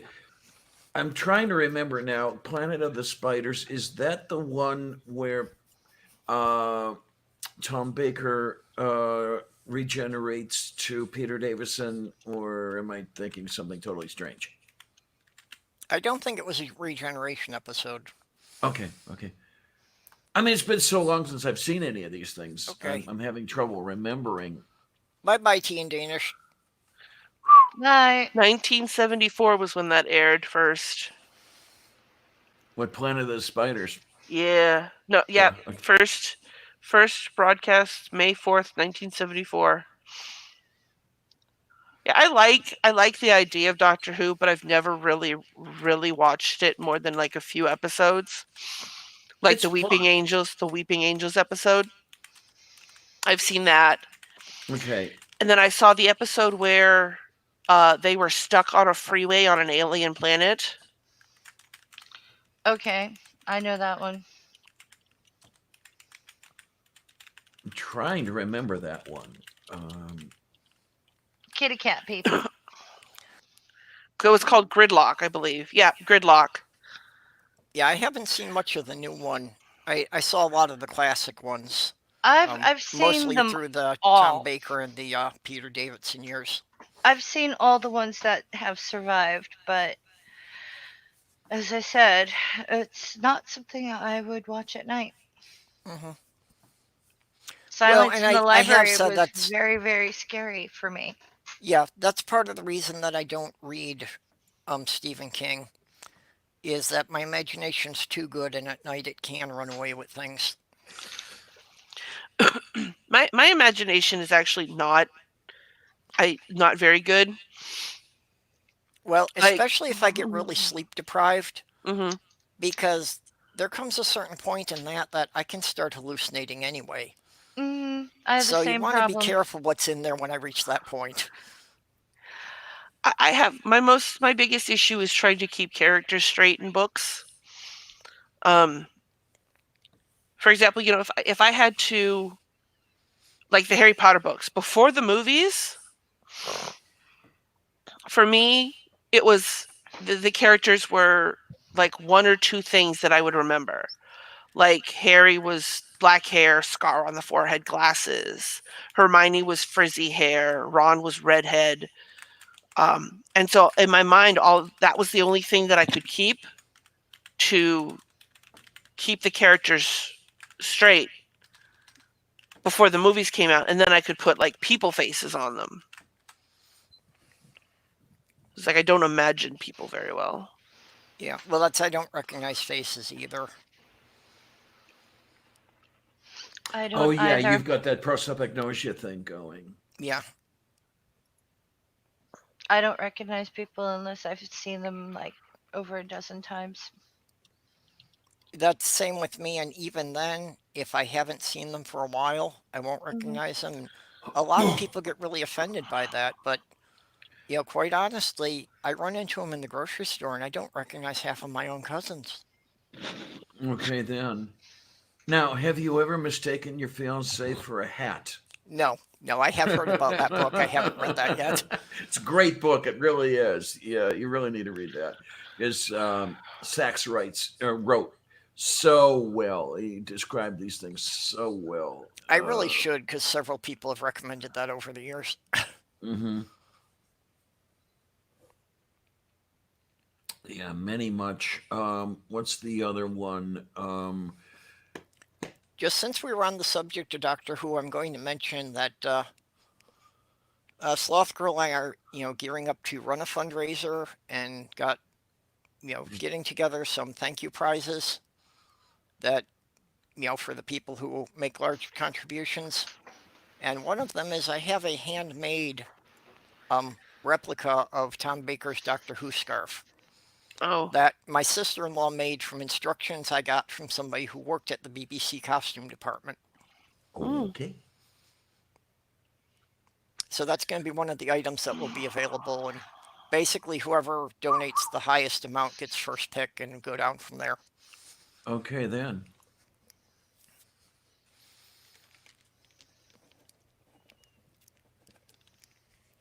Sorry, bit of shilling there, but it was on topic. Yeah, well, it's for a good cause. Let's face it. Hopefully everything works out. Hopefully nothing goes.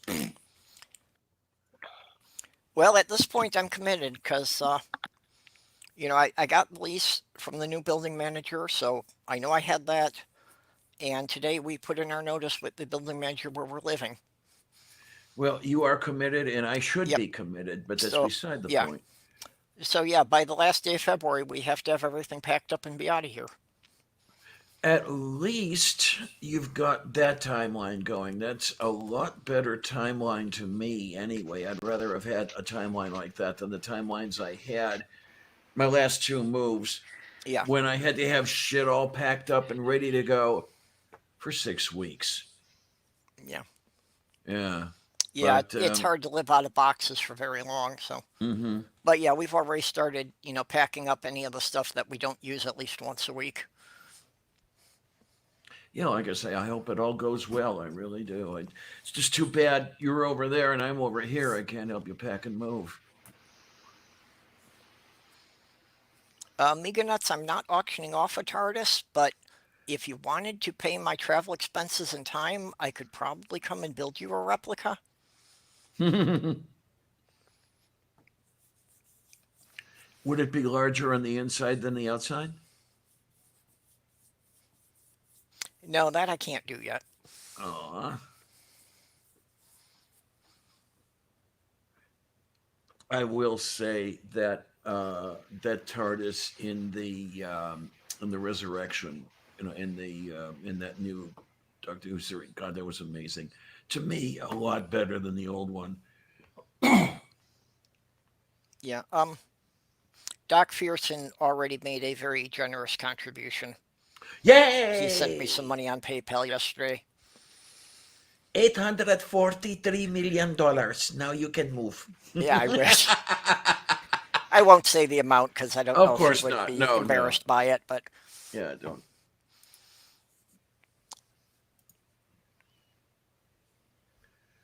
Oh and Doc my, but at Fearson least. also became my second Patreon supporter. Yay! So yeah, in the past week, my number of Patreon supporters doubled. Now I've got two of them. Yay! All right. Man, as you were saying earlier about that, it's really nice to have patrons. I mean, even for a buck, that sort of thing, because you feel appreciated. Yeah. Well, like I said, it's like some weeks I've wondered, is anyone really interested enough for me to keep doing these chats every week? And so Hmm. it's like, yeah, it's only $1 a month, but just the fact that somebody even took notice of what I'm doing. Now, the other thing, though, that goes along with it is you're under a little bit of pressure. You're saying, Yeah. okay, somebody's paying for this stuff, so now I have to come up with the good stuff. And I'm not altogether sure that I do come up with the good stuff, but they keep paying for it, so maybe it is fairly decent. I don't Yeah. know. Well, and that's going to be one good thing about moving into a new place is that before I get the furniture set up, I can kind of scope it out for, like where's going to be the best place I can set up a camera in that to do recorded videos. Uh huh. Hmm. What I will say is if there's any way at Ow! all you could. Oh my, Oh, you okay? what Kitty bite? happened? I just burnt myself. I'm fine. Ow. Oh no, do not do that. It wasn't on purpose. No, So, Well, that's better. we want you to stop at a golden brown. We don't want you burnt. Yes. But no, as far as you're setting stuff up, if you can avoid it at all, please try to avoid setting up against a wall. Because I did that for the longest time, and it was a real pain in the foo-foo for lighting purposes. I mean, it's still not the best now, but it's a lot better now than it was then, because that was so unevenly lighted or lit or whatever you want to call it.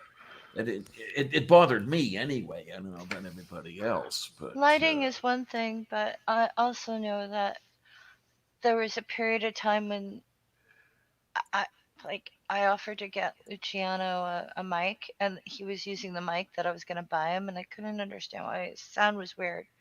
He was too close to a wall, oh, oh, okay, okay. so the microphone was picking up a bit of an echo off the wall, and Yeah. it was Uh-huh. coming through weird. Okay So then. that's the Yeah. other reason not to be too close to a wall. Yep. Well, one of the other things I'm looking forward to is that I'll be able to set things up so that I'll be able to have two screens. hmm Yeah, that's where I want to go. I will get there before the year is over, but I Well, really even want to like have. this, it would be nice if I could like have the StreamYards on one screen and have the YouTube thing on the other screen. Because there's really, even with the pop-out chat, there's no way I can put the pop-out chat on the StreamYards without covering something up. Yeah, right. This is similar I to the stuff I've encountered.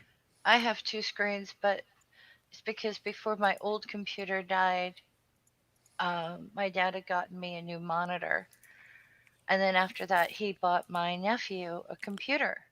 I was like, "Yay, great for him!" And then I thought everything was normal, and he said, "Okay, now it's time for you to get a computer."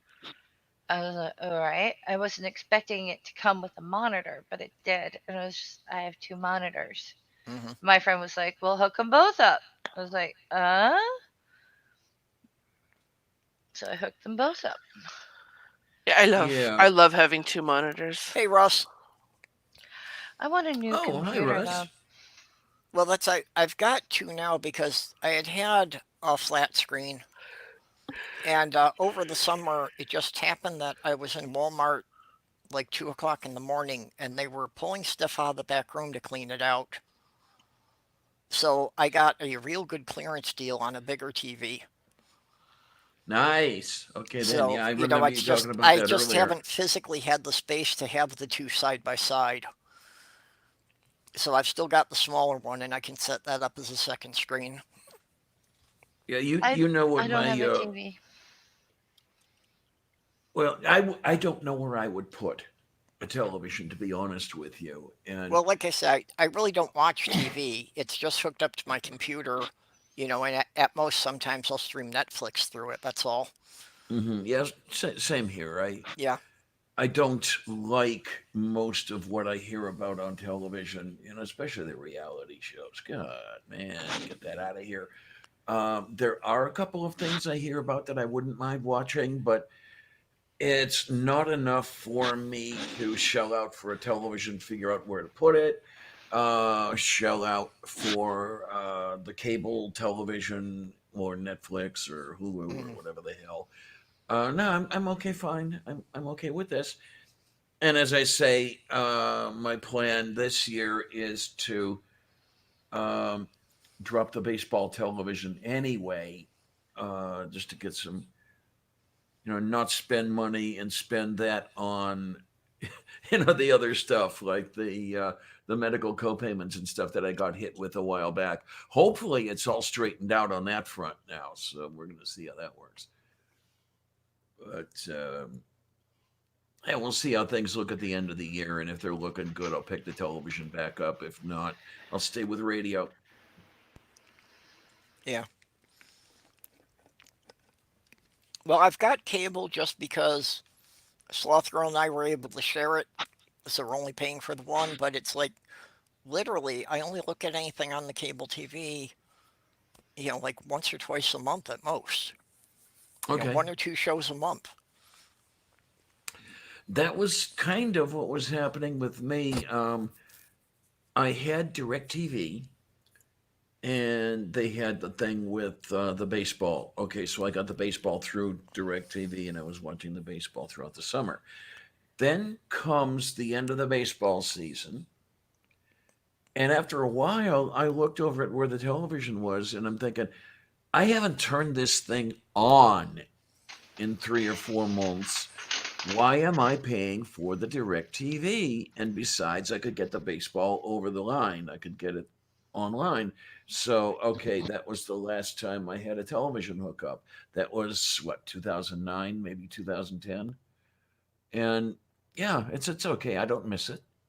So, and then there's my ex who last I talked to her, which was unfortunately a while ago because she quit talking to me, but um, she was so happy about dropping the television because she wasn't screaming at the screen, which she was very good at while we That's were one of the things together. I found that actually not having the TV on, my stress level's a bit lower.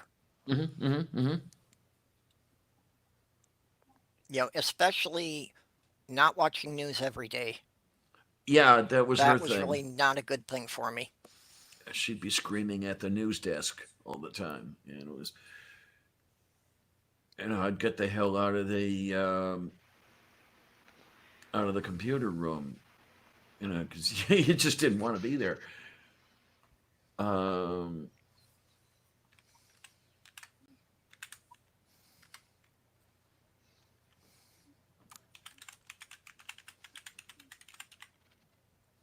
oh my. My landlady has Roku, and they put an antenna back on the house, and that's how they watch TV. Roku, what's that? It's like a USB thing. Oh, okay. Yeah, it's like a wireless connection that you can use for Netflix and streaming services like that. Oh, Mhm. okay, fine. Um, And they'll switch. Some months they do Hulu, they'll turn it off. The next month they'll do Netflix and turn it off, and all depends on what they feel like watching. She marathon watches the show she likes, and then she'll switch. Hmm. Okay, I'm kind of looking at, yeah, okay. It looks like one of those USB sticks, the memory sticks. Yeah, okay. And they want what, $30 for it at Target. Mm, no, I think the stick itself costs 30 a month. I mean $30, and then they pay like $7.50 for like Netflix. But they're not paying Okay. $30 a month for Roku. Yeah, that's kind of the idea I got, where you Yeah, paid, a one-time payment of $30 for the stick, and then whatever happened after that. yeah. That's once you buy the Roku device, then it's just paying for the Netflix or whatever service is providing Or the the Amazon stream. Fire Stick or whatever it Yeah, is you're paying for. Hmm.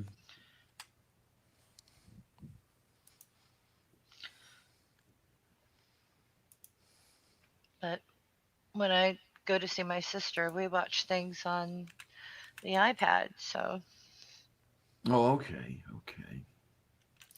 she'll just buy something from Amazon Prime, and we'll watch whatever we want to watch. Now I have had the thought of getting one of the cheap televisions you could get at Squalmart, and a cheap DVD player, and watching some of my DVDs that way, so I'm not taking up one of the computers. But it's like, no, yeah, I really don't need that. Um, so at least for the moment, and as I say, I don't know where I would put a television. God, this place is so dense with stuff. well, fortunately, with the flat screens now, they're not nearly as bulky or heavy as they were, so hanging it on the wall is a realistic thing. Yeah, it's just that I would have to drill into that, into that brick, um, which I'd rather not. But I mean, I already did drill into the brick to hang the curtains, so I guess it wouldn't be all that bad. I mean, I know how to fill in the holes that would be left behind. So, Yeah, we put some holes in the walls here, but when Sloth Girl first moved in, the building manager said that small holes in the wall were okay. She did not define what a small hole is. well, the way I understand it, small holes are usually a quarter inch or less in diameter. Yeah, then for the most part, as long as she doesn't yank out the shelf that's over the kitchen sink, we're okay. But I was just gonna leave that there. Well, I was going to say, with something like that, you install shelves or something. That's usually considered a permanent part of the apartment once you've Yeah, done that. I mean, just like the curtain rods I put up, those I suppose would be considered permanent yeah. fixtures now, which Well, is, I had to put anchors into the concrete block for that, mm-hmm. I mean, because which this there is was no counter space in the kitchen, so we put up a shelf over the sink and put the microwave on it. okay then. Okay then, yeah, I did that a couple apartments ago. As far as that went, oh jeez, man, all the stuff I did over there. I put in a new floor in the kitchen, extended the wiring, new cabinets, shelf, all that stuff. And the landlord was very appreciative. I got a discount on the rent for all the money I put into the place. So hey, what the hell? And I stayed there long enough for it to be useful. I mean, I lived in that apartment 15 years. Yep. And when I gave them my notice, I reminded them that before I moved in, they were going to delay my move for a couple of days to replace the carpet in the bedroom, and I told them not to. So Okay, don't get me then. on the fact that the cat pulled up a corner of the carpet, because I already saved you the cost of doing that. Mm-hmm. Yeah, I'd almost like it better to not have the carpeting here, because that's that much less that they could hit me for on a security deposit, say I move or something like that. Hey, Russ. But Heyo. Haven't seen hey, you being sweetness. interactive for a while. Oh yes, I've been doing everything and anything and everything to be off of line because, well, I get I it. I get tired of you people sometimes. Oh no, you I gotta could take a see break that from the internet happening. from time to time. You hate me, I Yeah. know it. Oh yeah, yes, that's exactly what it is. Just and nobody else in particular. Just Wonder Lady. That's what it is. Yep, yep, it's Mhm, me. You're mhm, allergic to Yeah. me. mhm. Of course, as a matter of fact, just being on with you right now, I'm starting to feel a little nose itch and feel like I'm about to start sneezing here. Yeah, yeah. So if anyone asks you, you just say it's because I fucking hate Wonder Lady, and they'll be like, "Yeah, I get it. Yeah, I get it. Yeah, Because we're all always so nice to you right when you're there. The very second you leave, it's like, oh my god, why was she here? exactly. Oh my. Uh, Exactly. yes, Well, but Because that no, was but because of those rare occasions where I call somebody pathetic or an interesting yeah. argument we got into, Russ, a couple days ago. The guy who, what was it that he didn't like? Something involving kids somehow. Oh, there was a birth of a kid somewhere along the Oh line, and yeah, somebody started complaining about that. Yeah, no, that was yeah. interesting. So what pretty much happened was this guy who just so happens to be religious is over here um made a post on Twitter about how his kid was just born or whatever, and he says something along the lines of praise the Lord or praise God or whatever. Hmm. And I have no issue with that. That's he just had his child. Let him celebrate. And of course, the angry atheist type Yes. of people get on and was wanting to be like this is the guy that literally is like the death of all parties type of guy. The guy sit there and you're over here drinking alcohol, and he's the one that pop in out of nowhere and says, alcohol kills X amount of people every year. It's like, God damn it, dude. Let me Are have you some fucking fun.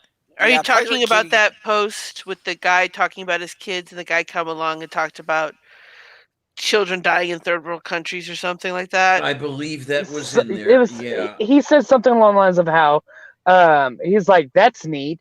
And then he goes, what about all the kids that aren't born, and what about the kids that die of yada yada yada yada?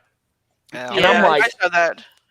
it's I kind was of. like, I just pretty much retweeted his and said, dude, chill the fuck out. You don't have to be so hostile all the time. And yeah, then, but there's nothing ugh, you can really do about it. yeah, I but mean, I know I wrote to you a little bit about it, hun, but yeah, I like, read it. I I I just people are just gonna go through their stages, and Yeah, they'll eventually burn out. And I feel bad for the guy that he was giving a hard time to, but like the angry atheist thing, like I've watched a lot of people go through different stages. It's just gonna happen no matter what you do. yeah. You're Yeah, and gonna then there are burn the. out telling them off, and then because you have new people all the time, and they'll just do that, and yeah, just it gotta is common. Most people go you're through gonna that burn stage right out on after that. deconverting. Mhm. Now, I'm not exactly pleased when I see somebody announcing a birth or anything like that because, okay, my idea is that the world is already so overpopulated. Why are we making more people? But okay, I'll try to keep my mouth shut on that. I don't know if I do a good job or not. But the complaining also reminds me a little bit of the people who shall remain nameless who go on about eating meat is immoral while I'm trying to have dinner, which consists of a chicken. Yeah. I just ignore things like that. Mhm. Well, But the thing is when it comes to veganism, that the reason why they go off on the moral argument is because really, in That's all all they've honesty, got. that is well, it's not the fact that that's all they got. Mhm. It's the fact that that is their best argument, and to be honest, it is a really good argument. It really is. Well, it I does have its yeah, it does have its points. Yeah, and so but and just like with every other group of people, including meat eaters, there are bad arguments, and they tend to like.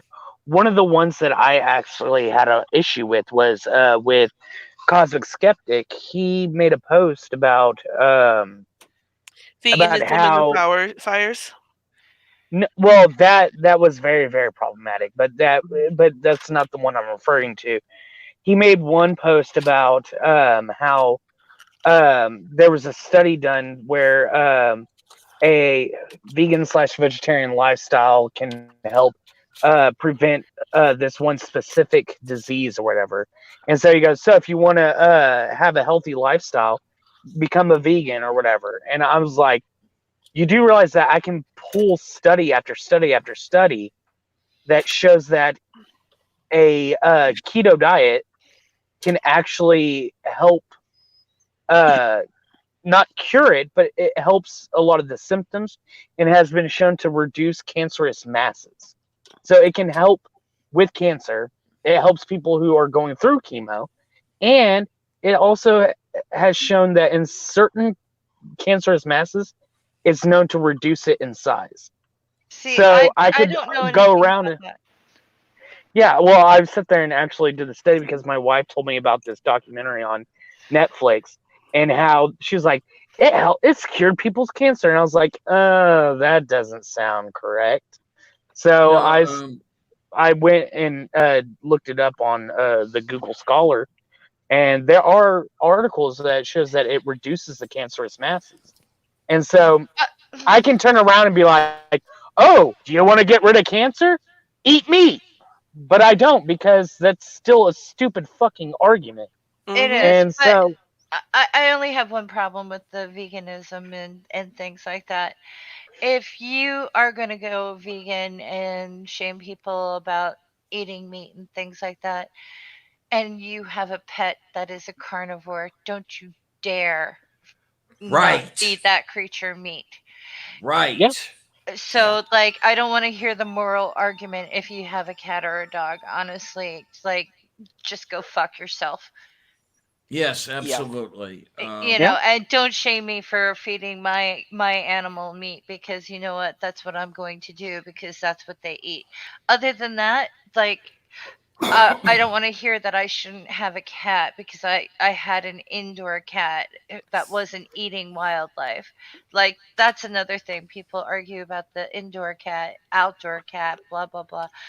yeah, Do whatever it is that you're going to do.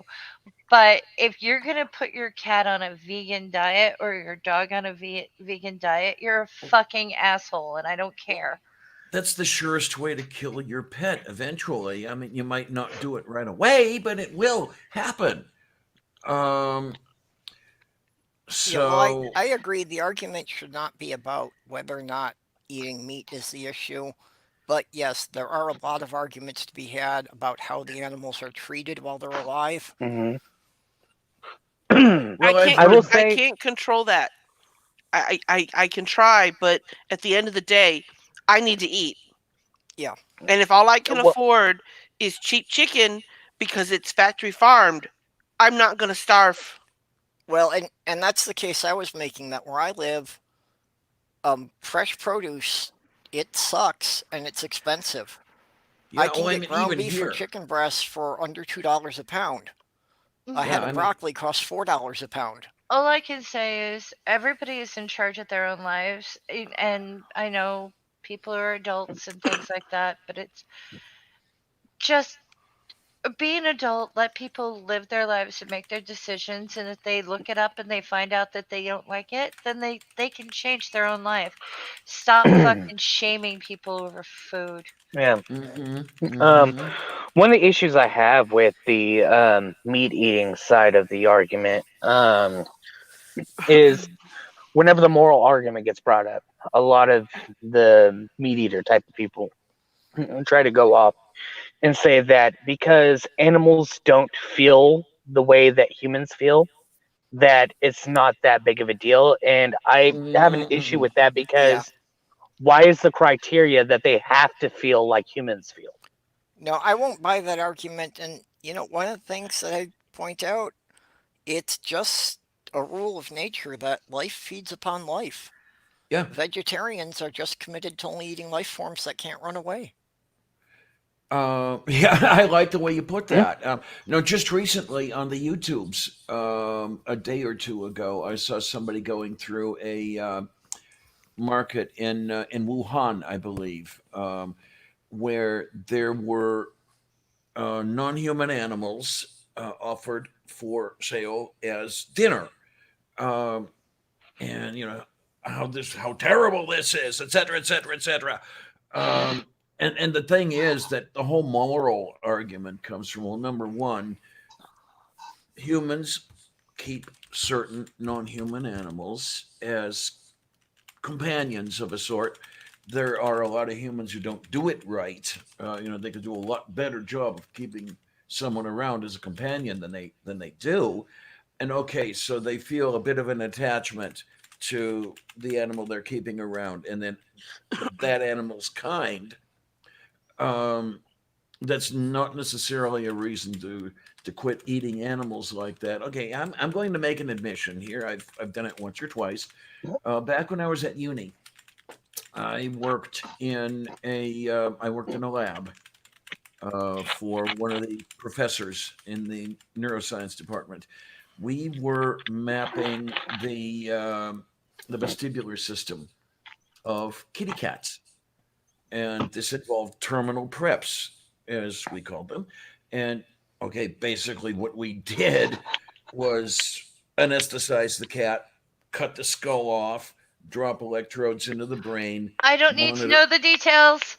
Okay, Don't. um, Seriously. Yeah. No. No. No. No. No. Okay, yeah, we're I'll gonna we're stop gonna make now. that general rule here. If it gets into, cutting of any kind of animal, yeah, we're not going into that. So just Okay, skip over that and get to it. what amazed me about the whole thing is that I was able to distinguish between that piece of laboratory equipment that had fur on it and the two friends I had when I got home. Yeah, Um, I I would have trouble may, with that. yeah, I know there are a lot of people who do have trouble with that.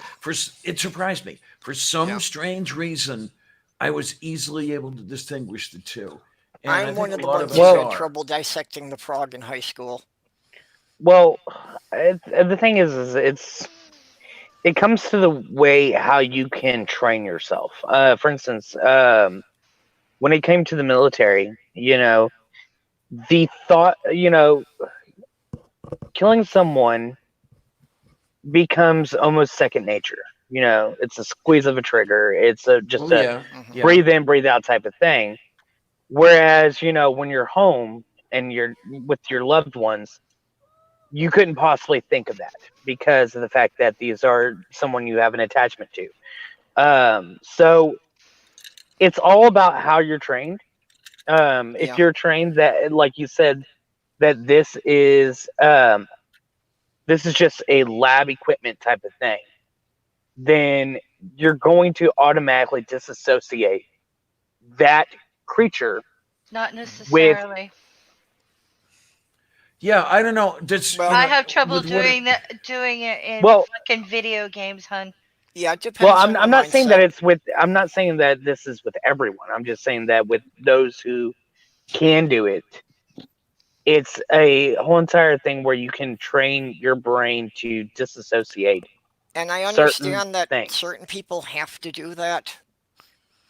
Yeah, know, I mean, for example, in like the you say, that military, yeah, for military and maybe even police officers have had to adjust to the idea that they had to shoot someone. yeah, I mean, in the military, it's all about depersonalizing the enemy. This is why there's no Mhm. fraternization. You can't necessarily, or you have a harder time anyway, killing the guy you just had dinner with. I Um, had no trouble watching a human autopsy, but I cannot talk about disarc animals that way. I Yeah. that's just interesting. That's Well, Yeah. really, So really well, I don't interesting. give a fuck about people. I was yeah, going to say that might be agreed. part of it right there. And I was okay, I don't know about myself. Am I cold and evil and everything else because I was able to work at that lab in eye and ear? Um, yeah, because no. I think um, I I think it's a part of it is about thinking about the role the animal plays. Yeah. Like that animal was not someone's pet. It wasn't something that was bred to be someone's pet, likely. It was bred. right, it wasn't. It's like I've had pet rats before. I've had pet mice before. But I understand the difference between a mouse or a rat that's bred to be a pet that was my pet and the rats that are bred specifically for the testing that goes on in a medical lab. I Yeah, can we I put can in. differentiate between dogs that are bred and born and raised as pets and dogs that are bred and born and raised as food. Let's put it this way: Yeah, when I had yeah, mice, I had the live traps, and I released them back into the wild. I Oh yeah. can't Yeah. deal with it. Mhm. okay. I did the same thing. I used the live traps and I'd release them in the park a couple blocks away. Yeah. Mhm. Yeah, Hmm. at Eye and Ear, we put the order into Carolina Biological, and I forget how many we got at a time. It might have been two or something like I that. think Doorknob had put it well. There's the empathy for the helpless factor. And yeah, that's, Probably. yeah. I am very protective of animals because they cannot speak for themselves. Yeah. And honestly, if it came to it, I think I would have less problem with cannibalism than I would with having an animal that had lived with me. Even Okay, if now it that's didn't live with me, I couldn't do it. I know I know I buy meat and I know I've eaten meat, but I could not make an animal dead in order to eat it.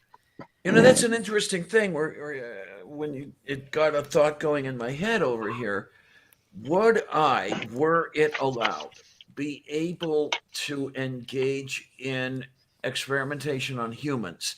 Let's say that you had human experimentation that ended up in a terminal prep. Would I be able to do? Could I make the distinction? I don't know. I really do not know. I mean, well, some people I'd gladly, I was gladly going to say it would experiment. depend on the person. I've I got a can think list of here two of of people that killing them would be considered a public service. them.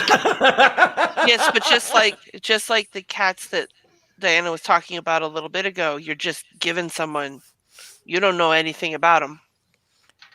Yeah, I'm well, like I care about Yeah. animals, but I cannot under any circumstance, except maybe my own personal pets, value a non-human animal over a human. I just can't. I yeah. I can. mean, this one over here. Yeah. I would not be able. I know that I would not be able to put Sylvia on the table and have at it.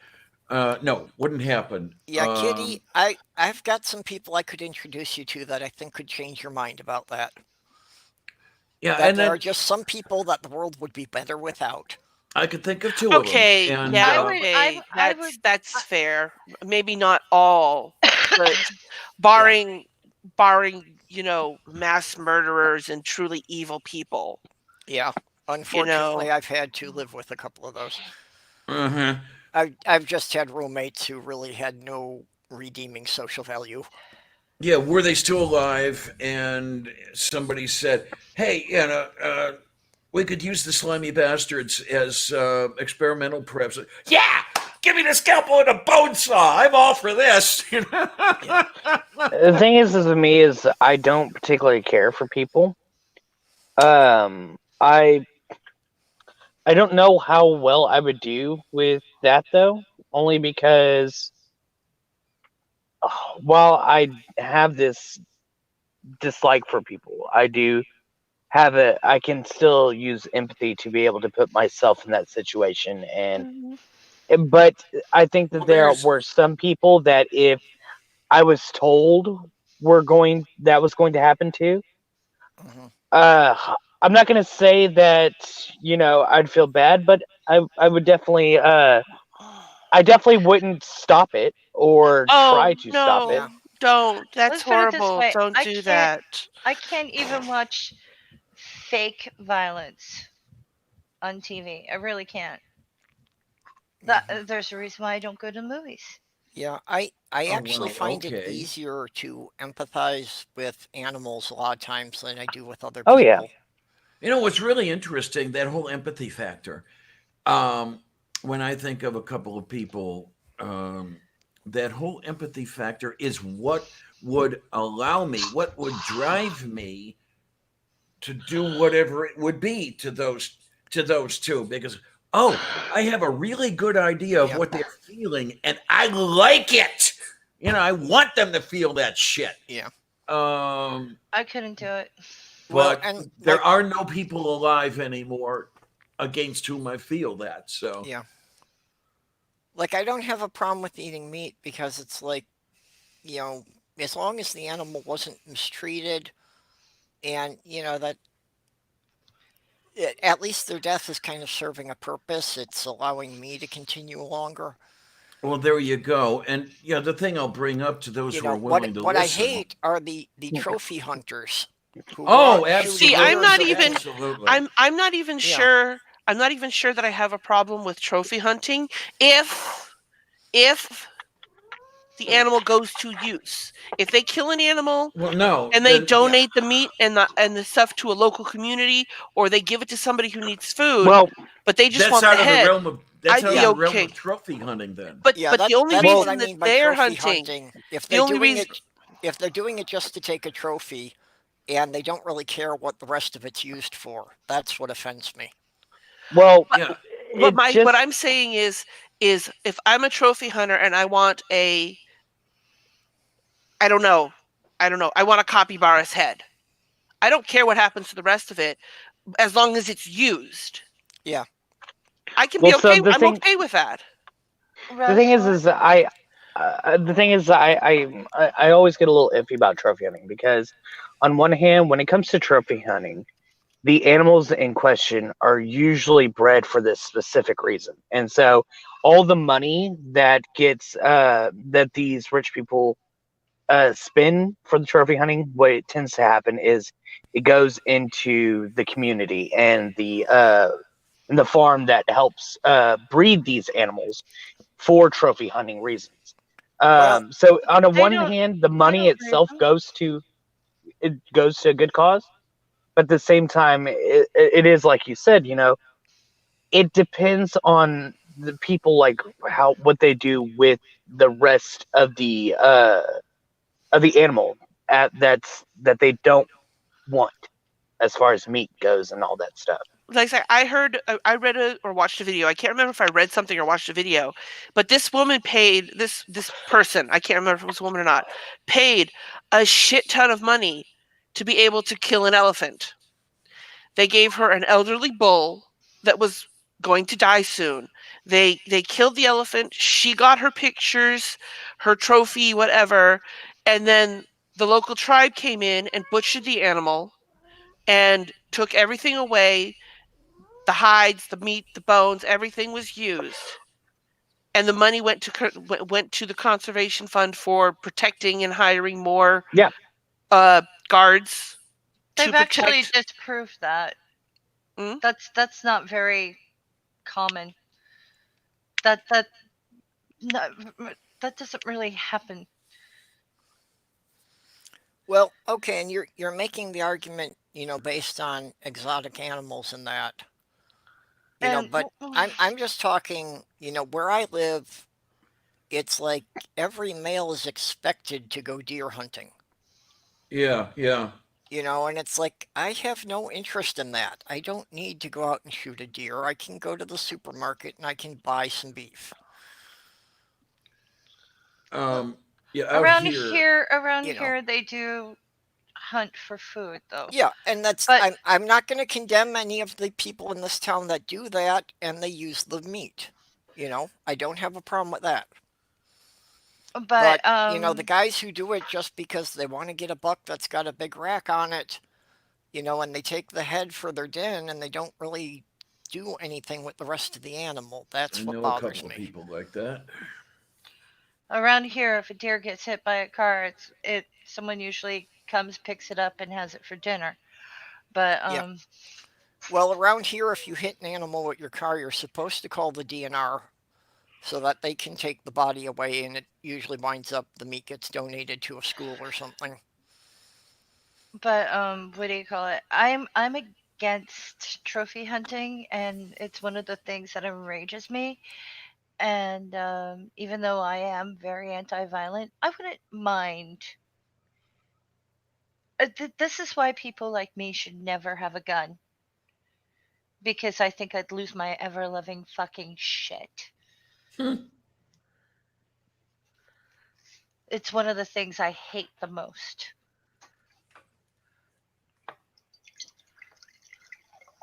I think it's absolutely stupid and wasteful.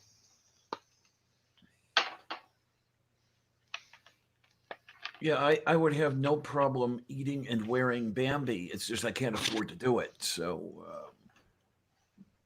Well, there's I know that. that just in the course of growing up, I know at some point I have eaten virtually everything that lives in the forest up here. Oh, Because my grandfather and my uncles, and sometimes there were, you know, there were porcupines in the woodshed. He had to get them out of there. If people eat it, that's Yeah, so fine. he shot it. My grandmother cooked it. But I think booking a plane, going down to another country, and killing their wildlife is the most stupid and aggravating thing I've ever heard of. okay. I can see that. One of And the I know it kids, one sounds. of the kids I've tutored, they were learning how to shoot an arrow, and they decided she'd like to try to shoot a squirrel. And I said, "Are you gonna eat it?" She said, "No." And I said, "Well, then don't fucking kill it." I said, Okay. "Unless you're gonna go and have a barbecue and eat squirrel tonight, Yeah. don't kill it." I wonder how squirrel tastes. I don't. I don't care. I don't care if it's a Yeah. rat. If you don't eat it, I don't want to hear about it. That's why I Oh, have no right, problem right. feeding my animal meat. I will eat meat, but I mean, if you're just killing things for the sake of killing things, No, no. no, no.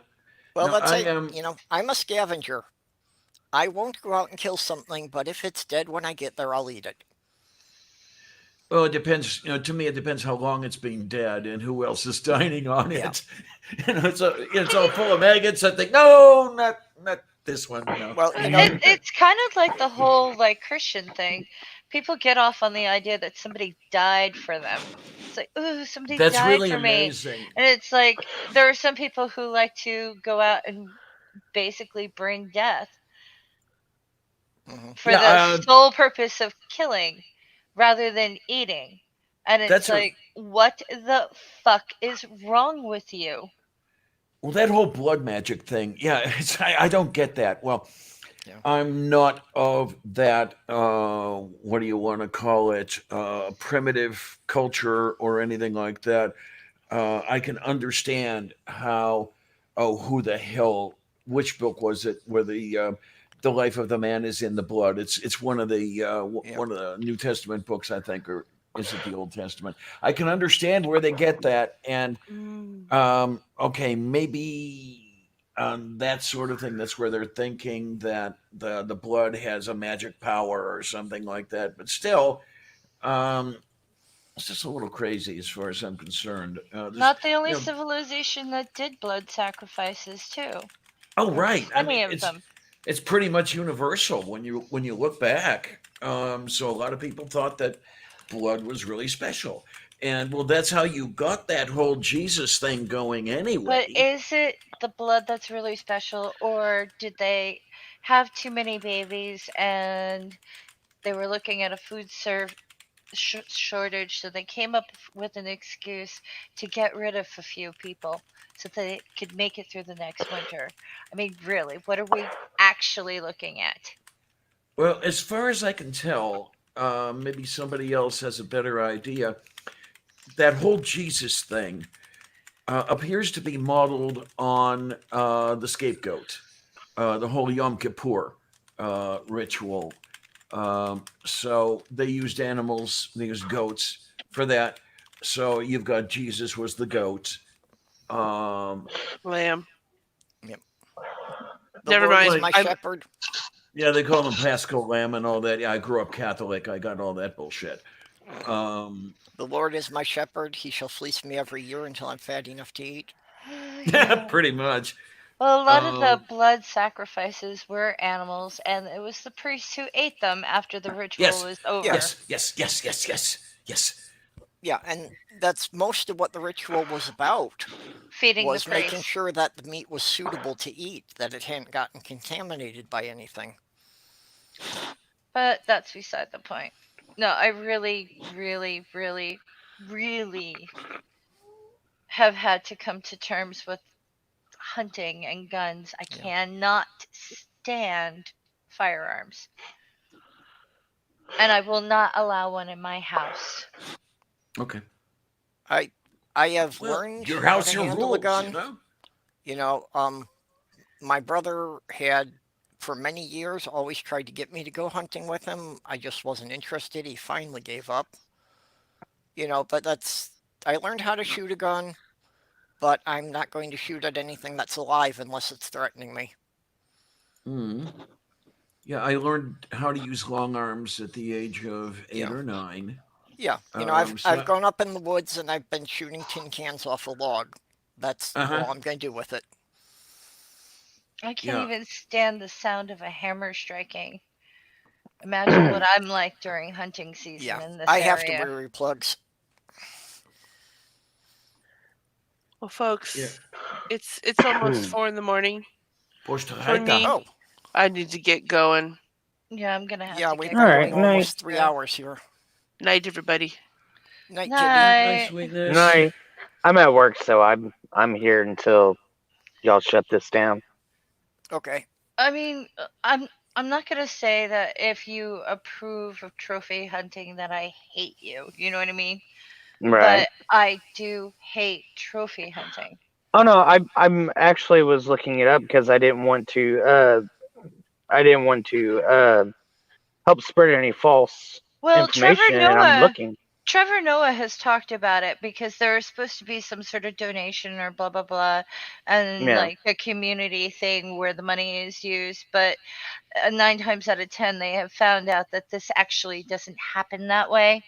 Well, yeah, because I'm looking at it and it says that what it is a lot of the pro hunters hunting lobby is relying on is this trust and a trickle down theory of local economy that if these big game hunters are spending all these money on these places that these uh, lodges or whatever that people are going to go hunt at are going to take that money that they get and trickle it down throughout the rest of the community.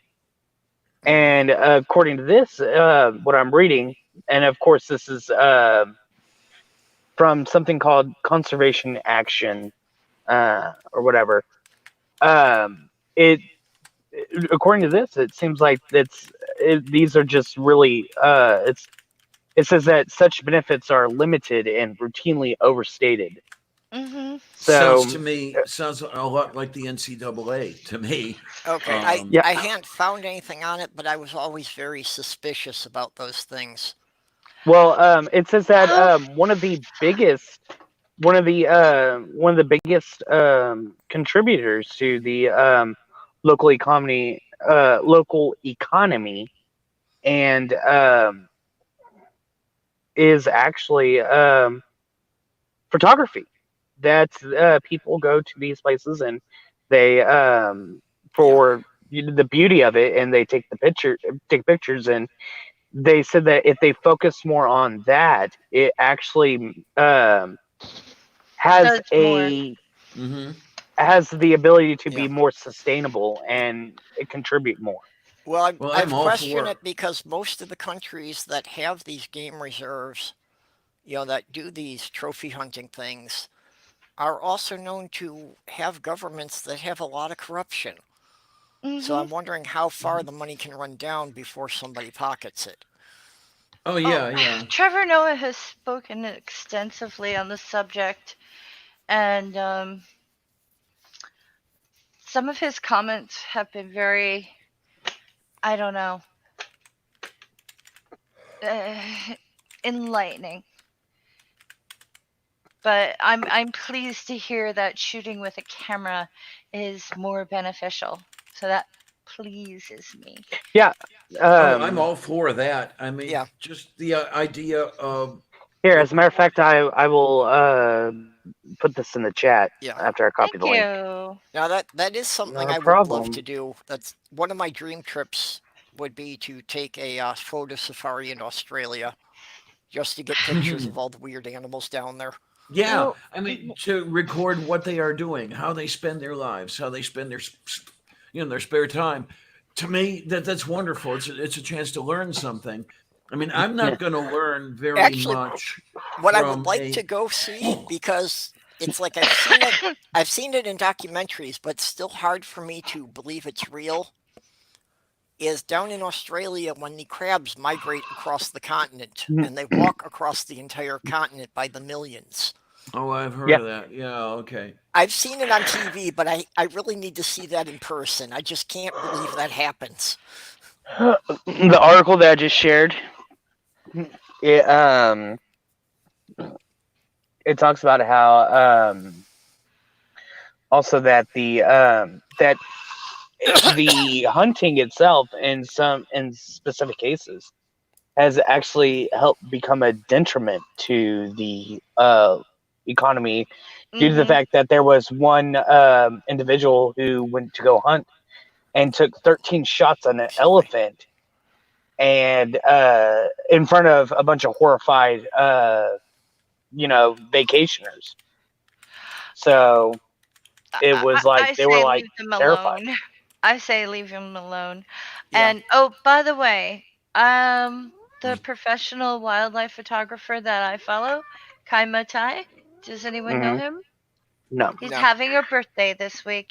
He is brilliant. He has traveled the world, photographing animals. Um, he does have a day job, but yeah, he's amazing, and you should check him out. Really, I'll put Yep.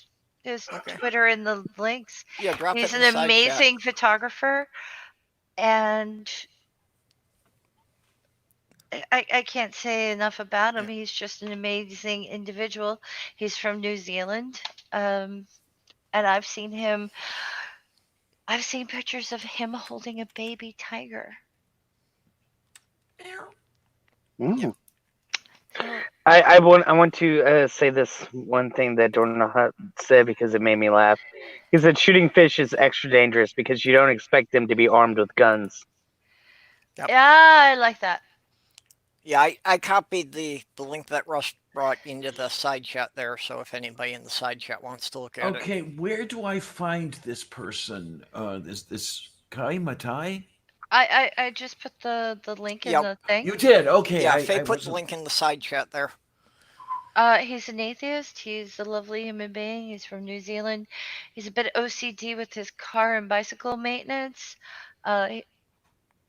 He's fun, but Um, he is a yeah, professional photographer.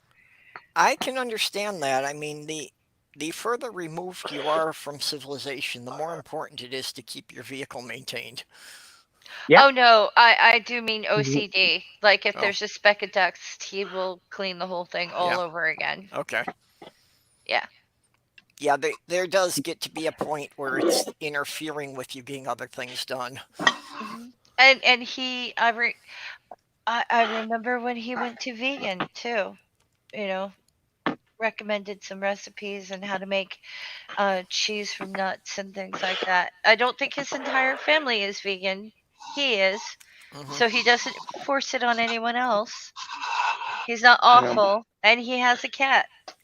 Hell, I told Godless Cranium that if you were ever in Texas and coming my way, I would definitely like. I like making potato soup, and I Oh, usually add yum! some kind of chunk of meat like ham or whatever. And I told him that if you ever come down my way, I would definitely make a vegan option if I made potato soup. Hmm. Wonder Lady Greg says that the link you posted it didn't work. Ah, It okay. got me there. Oh, It really okay. did. Okay. Well, it worked for Diana Greg, so I guess try it again. I don't know. I'll just give you the name because it's at that Diana whistling. Okay. No. Anyway.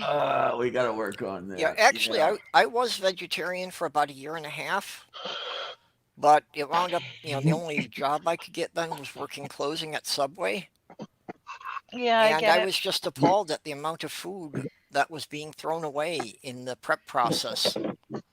Yeah, So it's like instead of throwing it away, I was taking it home at night, and I hardly had to buy any groceries.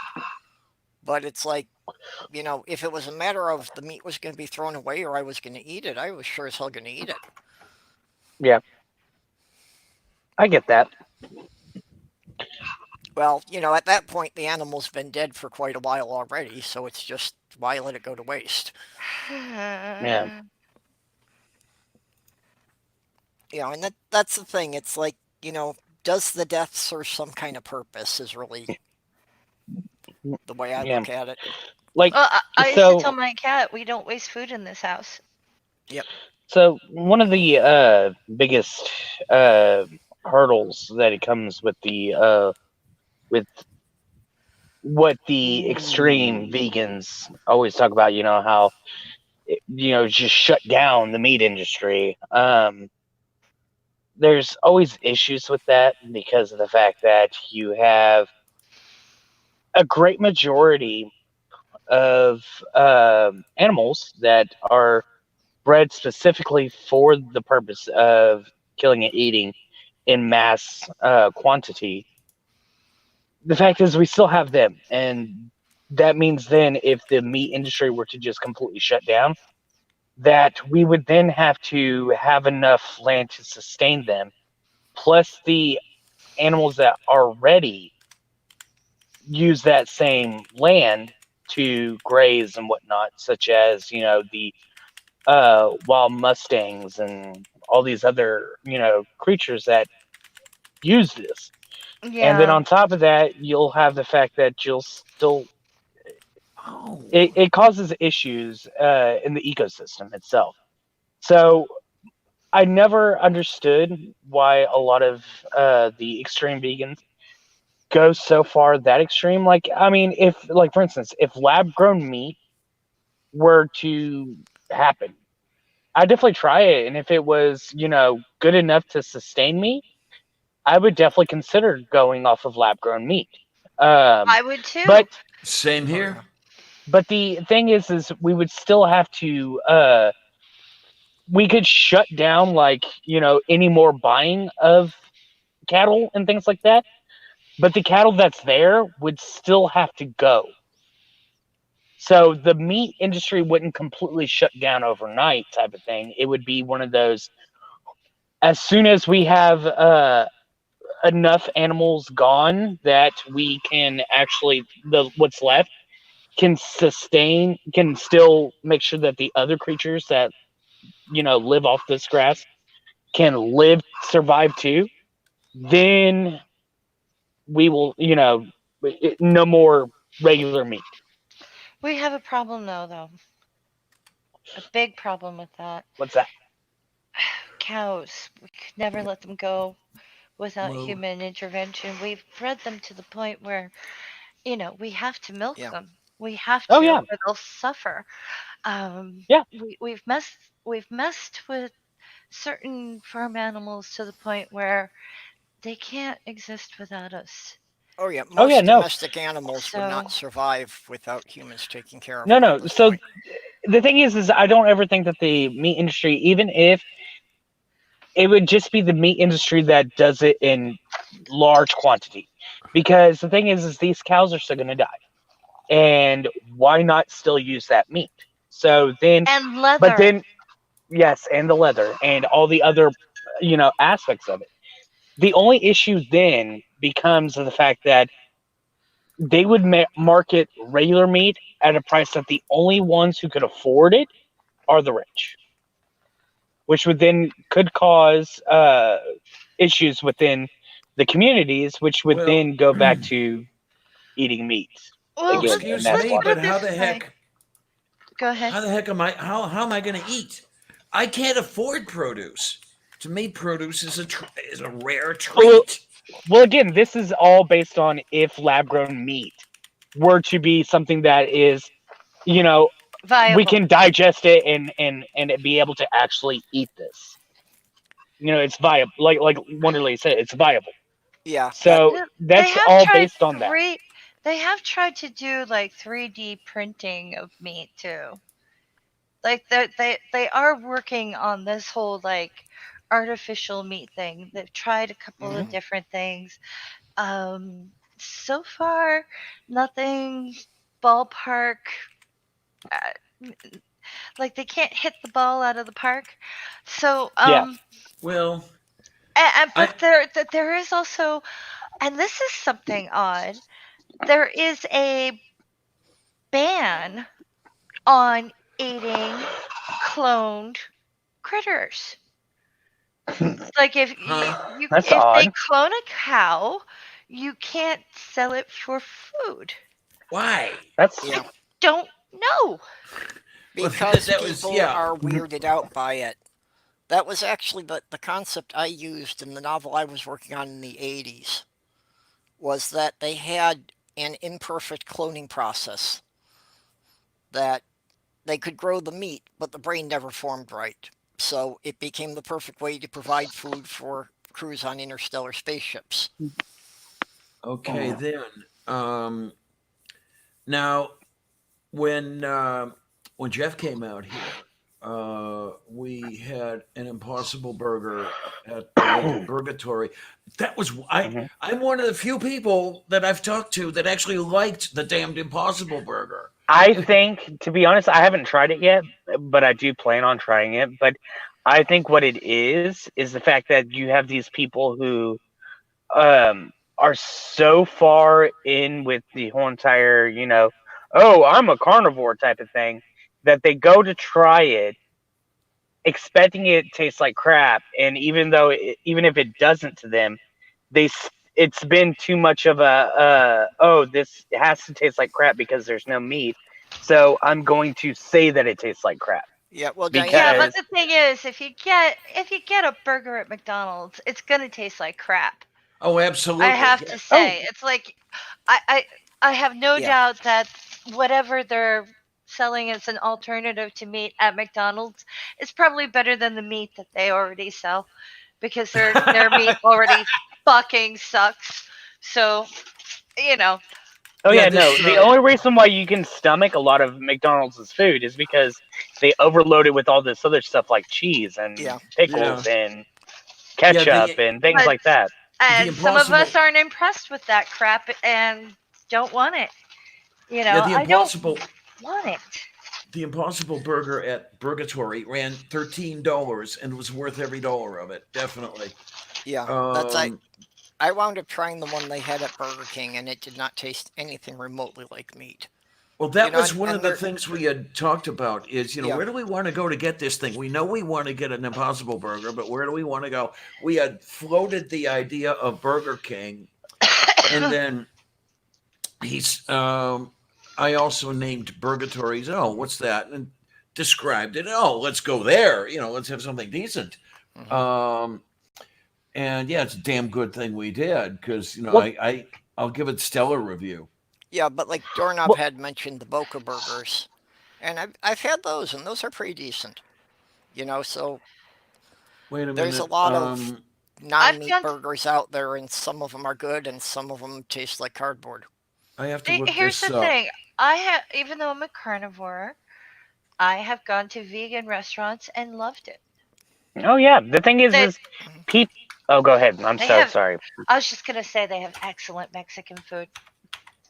Now it's your turn. Well, well, the thing is, well, the thing is people automatically, once they hear there's no meat in this dish, they automatically do the cool thing where you're like, what? There's no meat. This must taste like absolute garbage. And the thing is there's been a lot of meals that you can make that taste amazing and they don't have food. Like I made a vegetable soup once that was fucking delicious, at least according to my wife. She sat there and said that this was really good. And so we didn't have any meat at the time. So we're just like, fuck it. We're just going to put in a bunch of vegetables. And so that's what we did. And it, I was like, okay, yeah, this is good. It's edible. It's gonna do what food is supposed to do. So we're Yeah, good. I And she make was like, vegetable this is soup all the amazing. time. Hmm. Yeah.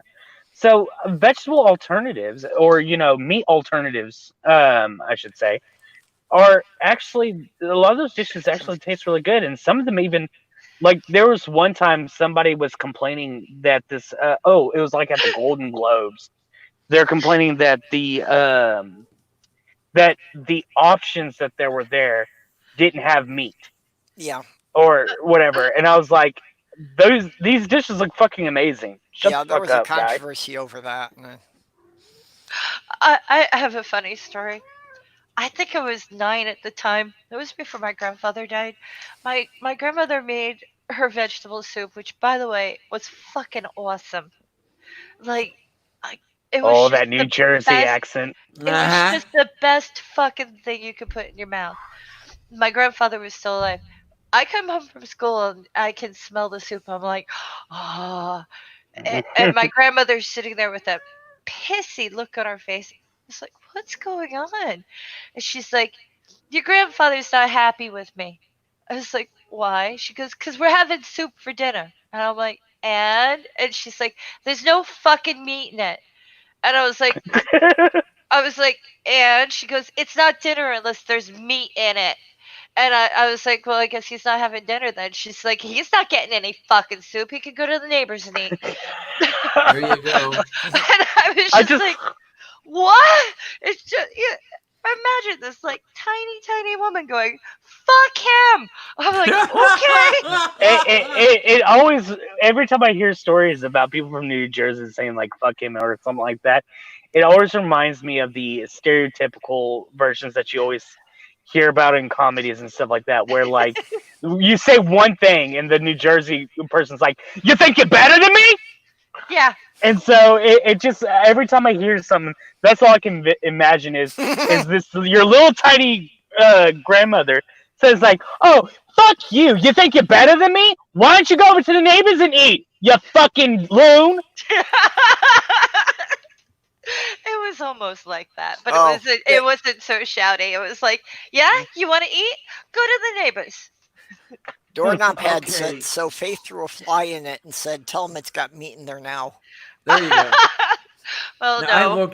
I looked up the Boca burgers. Okay, I would have a little bit of a problem with it because I'm seeing here at Walmart, all American veggie burgers floor count 10-ounce box. It appears that the entire contents of the box is 10 ounces for 322.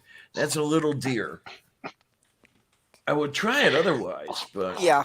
Well, Orla, it varies. I have to say that Orla, if you're judging McDonald's versus Burger King, of course Burger King is always going to taste better, hands down.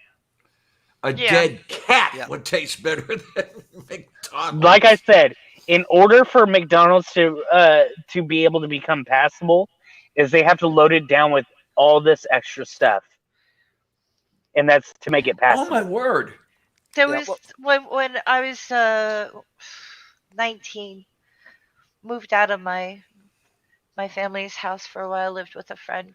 One of our favorite things to do is go to the health food store and pick up tofu burgers, but they were lemon flavored, and Mm. they weren't trying to taste like meat, but they were incredible. But we had to add like oil and fat to our diet from other sources Yes, because yes. Hmm. our calorie count went so low, our clothes started not fitting anymore. And it was like every time I went home, my grandmother's like, "Are you fucking eating?" It's like, "Yeah, Oh, I'm eating good." And she's like, "No, you're too skinny. The Eat." fuck you are. She's like, "You gotta eat. You gotta eat." But the thing is, we were buying them not because they were vegetarian or whatever. We were buying them because we loved them. They We tasted wanted good. to eat them. They were just so good, especially if you put a lot of lettuce on them and onions. So it was just like, ooh, happy. Yeah, oh and man, I could use something like that. Oh Faye, yeah. you had mentioned about the Mexican made from vegetarian stuff, Oh and that's yeah. a The cheese. Oh yeah. my goodness.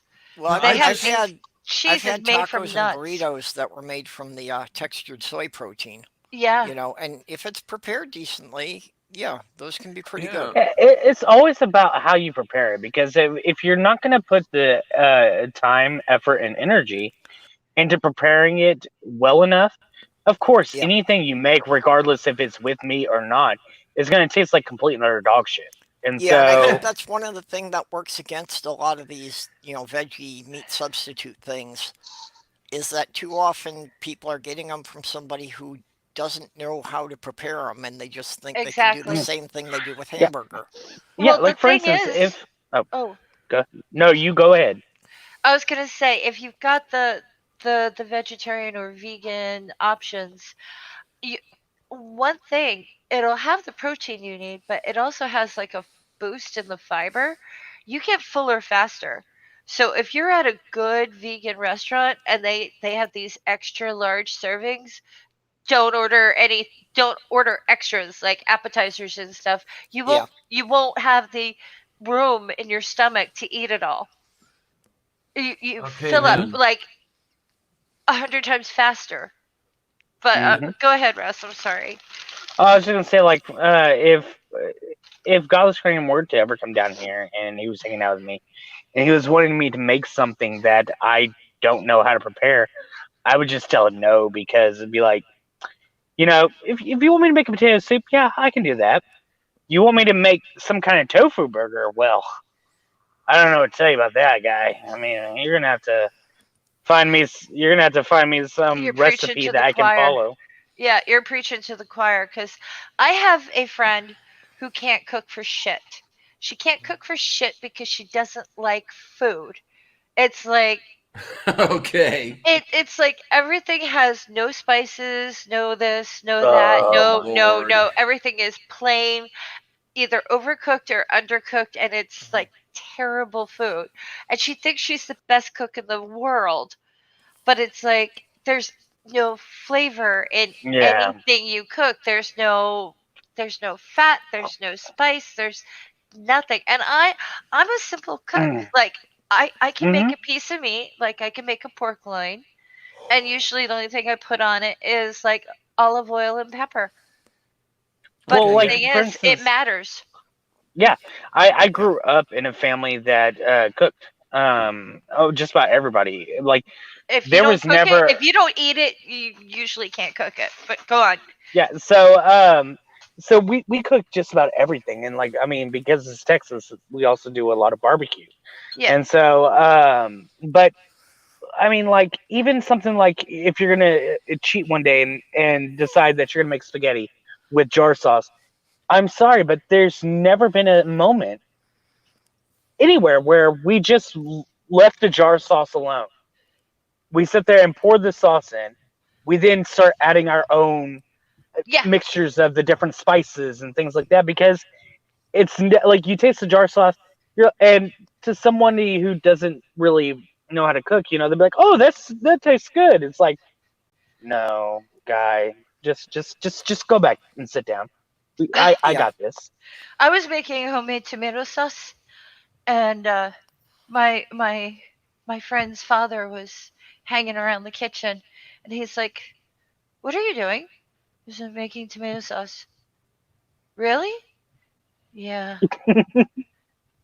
But like you, if I'm going to have jarred tomato sauce, I'm gonna put my own shit in there. Yeah, Yeah. I mean it's inevitable because like there's several times that my wife is like, are you gonna make some spaghetti? I was like, yeah, but we'd have to go to buy somewhere and get some seasonings real quick because we're out. And she's like, well, can't we just use the jar? Don't even, woman. That's Ha- fighting words. have you ever like baked sausage just to put it in the jar sauce and Oh then add yeah, all your yeah, stuff to it just because Yeah. you're like, no, it's not gonna have the right flavor? yeah. Well, I that's what. haven't, only because whenever I go to cook, it's usually just I'm cooking right at that moment because I just got off of work, and so I'm just like, let me go ahead and heat up my meat, get it all nice and good. And while I'm doing that, I'm also doing the sauce, and then I'm also getting the water ready for the noodles. So I'm Mhm. doing everything at once, real quick, so that way I can just eat and then go to bed, so I can get up and go to work the next I morning. keep meatballs in the freezer so I can crumble them into to spaghetti sauce Mm-hmm. There you go. Yeah. Well, that's what we do. Is just to make it quick. yeah, we'll buy like the 5 pound thing of hamburger, and brown it up and then freeze it so that yeah, then you can just pop it out of the container into things. Yeah. It's One Soft thing's Girl is a good cook. It's not like Master Chef level, but she's a good cook. And she does the same kind of thing because we're on a budget. Yeah, we've got to get the jar sauce, but she always adds some stuff to it. oh yeah. There are amazing things that you could do with stuff out of a jar. Really, there are, hmm and it doesn't take all that much effort. Well, and it's also knowing that, yeah, there are certain brands that we will not buy no matter how much it goes on sale. Oh my! Oh my! Well, if it's food wise, no matter what jar wise you get, like as far as like if it's like tomato sauce or whatever, you can always doctor it up yourself, and that's always. But like if you're like, it depends on what it is. Like there's some things like I agree with you. Like for instance, if I'm being cheap and I know I need something cheap to eat, like ramen noodles, I only get a specific type of ramen noodles because everything else I've had of that same flavor and the same everything else just doesn't taste right. And so I Right. always get this Texture one specific. matters. Yes. Texture So matters. yeah, Yeah, so I get the like I think it's pronounced Manchurin or something like that. Oh Um yeah, yeah, yeah. I know the one yeah, you're talking about. yep. Yes. yeah. I get that brand because that's the only one that's ever tastes right. So I'm like, that's it. Now I have a question for you. You What's went up? down the ramen noodle thing. Do you add things to your ramen? Now that Oh always sure. depends. That depends on the day, the times. Like for instance, when I'm sick, what I love to do is I love adding Tony Sacharins to it, Uh huh. so that way I get some spices to like help decongest my nose and nasal passage. Uh huh. Um, there's other times where I'll add different things, like I'll add like some onion powder and some garlic powder and things like that to bring out some flavors. I haven't gone as far as Heathen. adding like a egg and things like that, but I'm not against it at all because I've been to an actual ramen shop and oh my god, the Yeah. ramen there is Yeah. fucking delicious.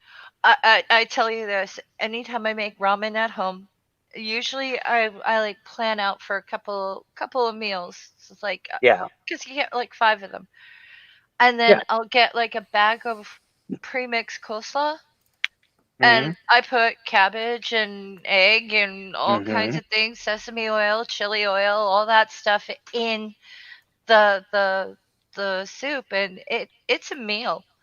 I, I just can't have just plain noodles and broth. I want the Yeah. whole treatment. Oh Yeah. yeah. Well, Well, usually the thing is if I eat it at the ramen shop, I usually keep the broth in. But if it's at the house, I drain the broth only because I'm just gonna eat this noodle. Oh no, And I leave it in Oh. and I have all the good stuff. I may have to try what you just said with the coleslaw and all that stuff. Oh, it's so good. I It mean, at the really is. It's very like a pinch of this, a bit of this, a bit of that, and just put everything in there, and Hmm. it's at the awesome. very at the very least, I'll chop an onion into it for Christ's sake. Well, Well, one the of the thing budget is, put the stretchers I noodles learned. in last. Oh yeah. Texture wise, yeah, that's the way it works. Yeah, one of the budget stretchers I learned during my starving student period was you take some of the ramen and just a pack of the frozen veggies and a leftover chicken breast, and yeah, a little bit of seasoning, you can get a really good soup out of that. You really Hmm. can. And it's just a couple of bucks for a pot of soup that would be good for 2 or 3 meals. hmm Yeah, this has become the best hangout right here because of the fact that it has gone to food and how to prepare food when you're broke folk like we are. hmm I love it. And it was so funny because I talk about this because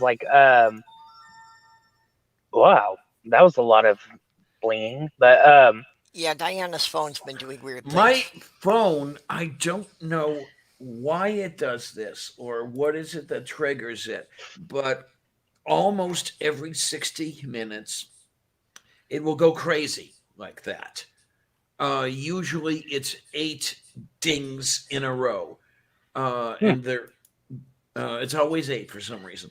And why it does this, I don't know. I haven't figured it out yet. So let's see.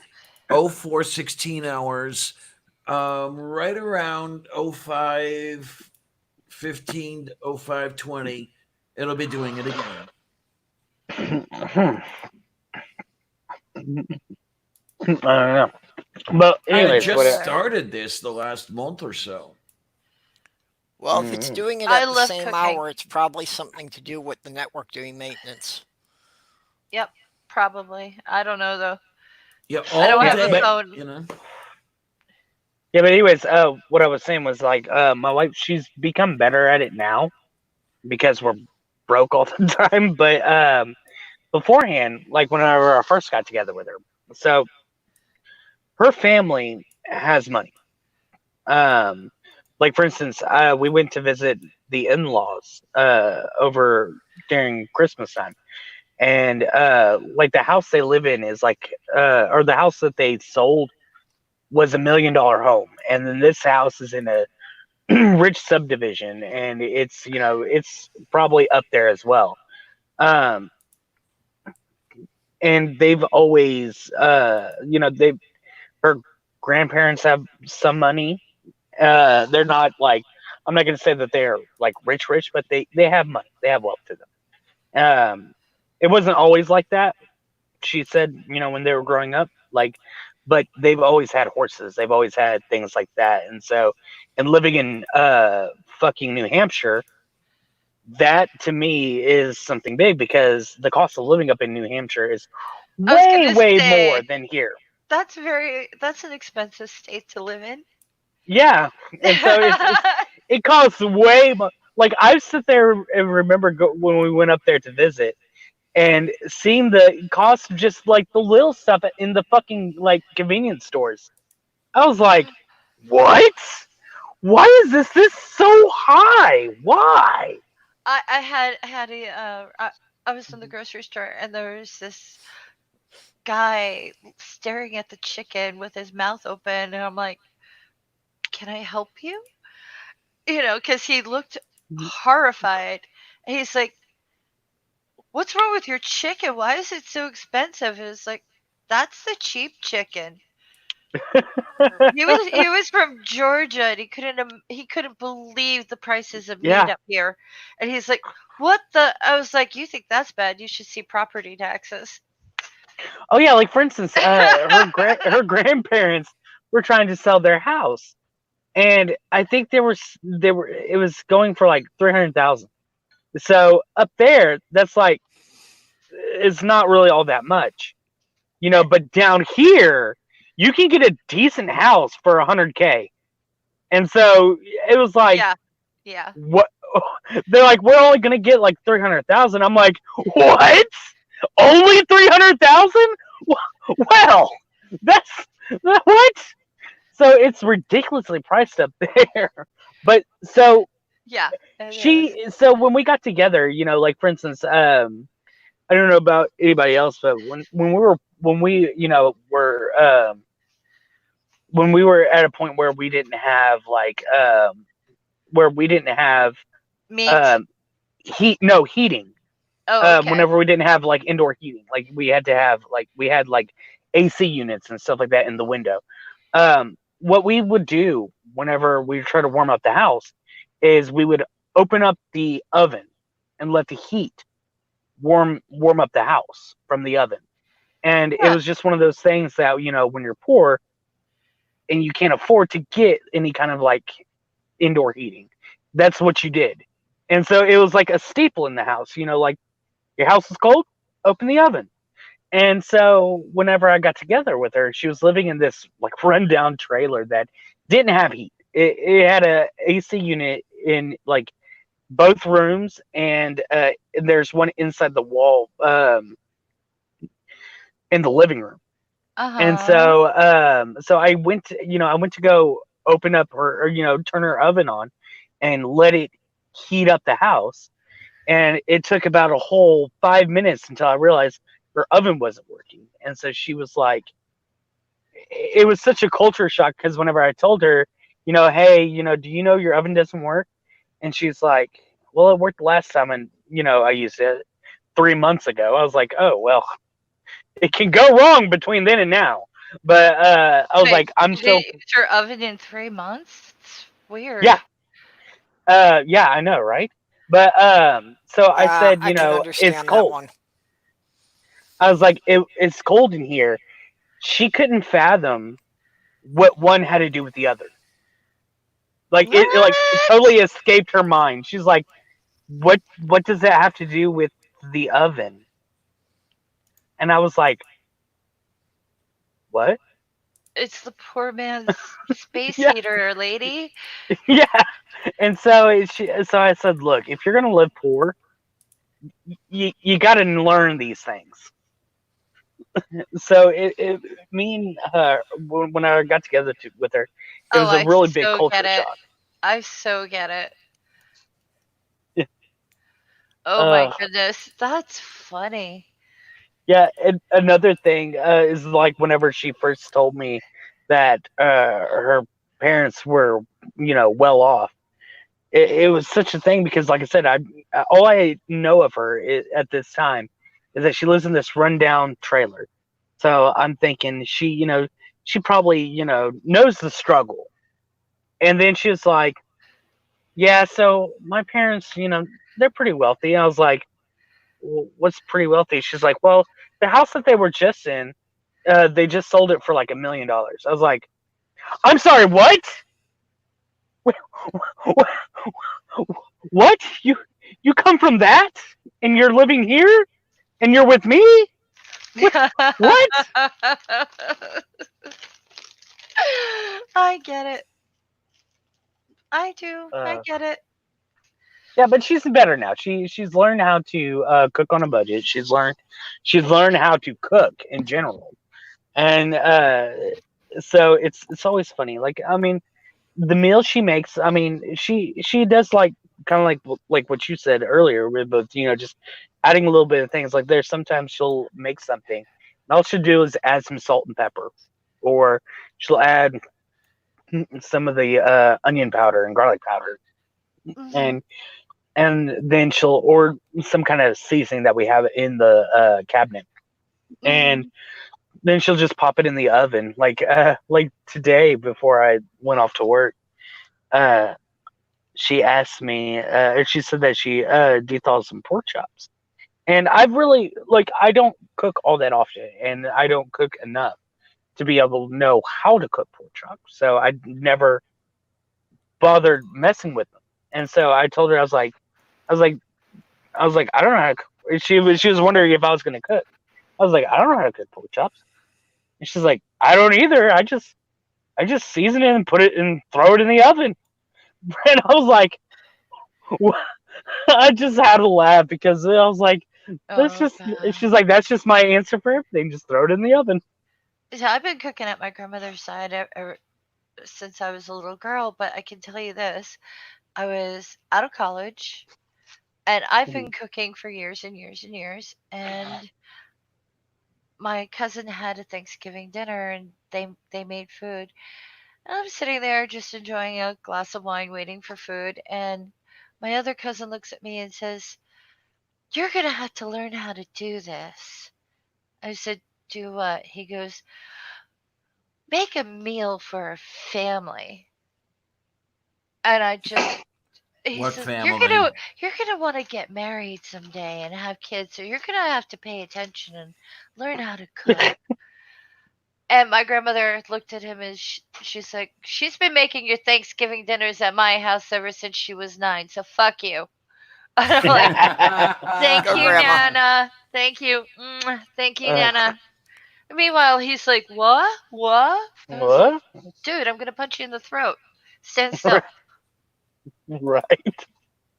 Oh No, lordy. Look. seriously, that's what you want to do when people do the whole like uh thing. Mm, You yeah. know? Yeah. The thing Yeah, is that what cracks me up the most is the fact that he assumes that that's what you want in life. Yeah. Is like your automatic goal in life is to be like, I think I want to get married and just pop out kids. Well, no, it's not that he's assuming that that is what Faye wants in life. He wants someone who wants that, and of course, every woman wants that. Yeah, that's There is that just always baffles me. yeah, You got to admit though, it's hysterical. Oh yeah, absolutely. It's like, what? What? I'm gonna do what? And it's throat punch worthy. Yes, definitely. Yeah, yes, it definitely is. Like it always baffles me whenever people just assume automatically that this and like I can completely I do it from time to time too, and then whenever I sit there and realize that I just assumed something, I'm like, oh shit, why did I do that? But just to automatically assume that this is what someone's going to do or what somebody wants or Oh, there what was the all women want, it's just like, what? Why? there was the Christmas whatever it is that the slimy bastards had at their house. She takes Sandra, my wife at the time, and I aside and tells us, it's your duty to have kids. Both looked at her and said absolutely nothing, but I think our expressions said it all. And I'm thinking, wait a minute, is that what Anne Marie and I were? We were Right? a duty? Is that why you hate me so much and weren't too happy with her either? Um, I could just see it. I mean, if we were a duty Mm-hmm. to her, that's why she would resent us. Yeah, definitely. yeah. Well, I'm at my friend's house. Her daughter's there. Blah blah blah. And her brother says something to her. "Well, when you have kids," and she goes, "I'd rather be sterilized." She's and he's like, "What?" And she says, "I'm not having kids. I I don't like the idea of having children." And he's, "Well, you could adopt." And she goes, "No." There And are I'm some like, people who love kids as long as they're other people's kids. "Yeah, I don't even like those." Well, no, I do love kids if they're cooked correctly. Yeah, Yeah, yeah. lightly seasoned, not too heavily cooked or anything like that. Yeah, they're delicious. Um, no, but as far as I'm Yeah. concerned, it's something very, very, very, very special to be a parent. Not a sire, not a dam, but a parent. I didn't have it. I knew it. So I wasn't going to fuck some kid up like two people I could name. Um, and that's just you're selfish for not having it. No, I would have been selfish to have kids. One of those deals. I'm doing it for what I want, not for what's going to happen to the fucking kid. God damn. I've been called an unnatural woman all my life because didn't want to have kids. Some of my Well, coworkers at one of my jobs, they're, "You're terrible. What are you doing to your mother not having children?" It's like, um, my mom can have another kid if she wants. right? Why does my There you mom have to live go. vicariously through me? Yeah, Mm-hmm. why do I have to be tortured in order to, make mom happy? Oh, you'll change your No. mind once you have them. I don't think so. Oh. Ah! You What ever hear happened, that one? Diana? You'll change your What? mind once you have kids. I have That's Oh my heard that gosh. and variations on it so often that no, I want to throw up when I hear that. yeah, It, Um, it, it, it's oh my rude. god, this is the thing is are there some people who that happens to where like they don't want kids and then the very second they have one, they absolutely love it. Sure, I'm not gonna deny that those people exist. But to just think that automatically that's every person who says I don't want kids is another stupid thing because it's like no, there are some people who end up end up not wanting kids, end up having kids, and then treat their kids like shit because they didn't want them in the first place. well, there Or you Yeah. they go. think they want them because they're cute and whatever, and then Yeah, they no, go and have if their own, and then they find out, I don't even like children. And yeah, I will, I will make that argument to the people who want to ban abortion. That it is better for a mhm. child to not be born than to be born into a home where they will be resented. How many times have I dearly wished that that 23-year-old student nurse would have gone to New York and obtained an abortion? It would have saved me a shitload of trouble.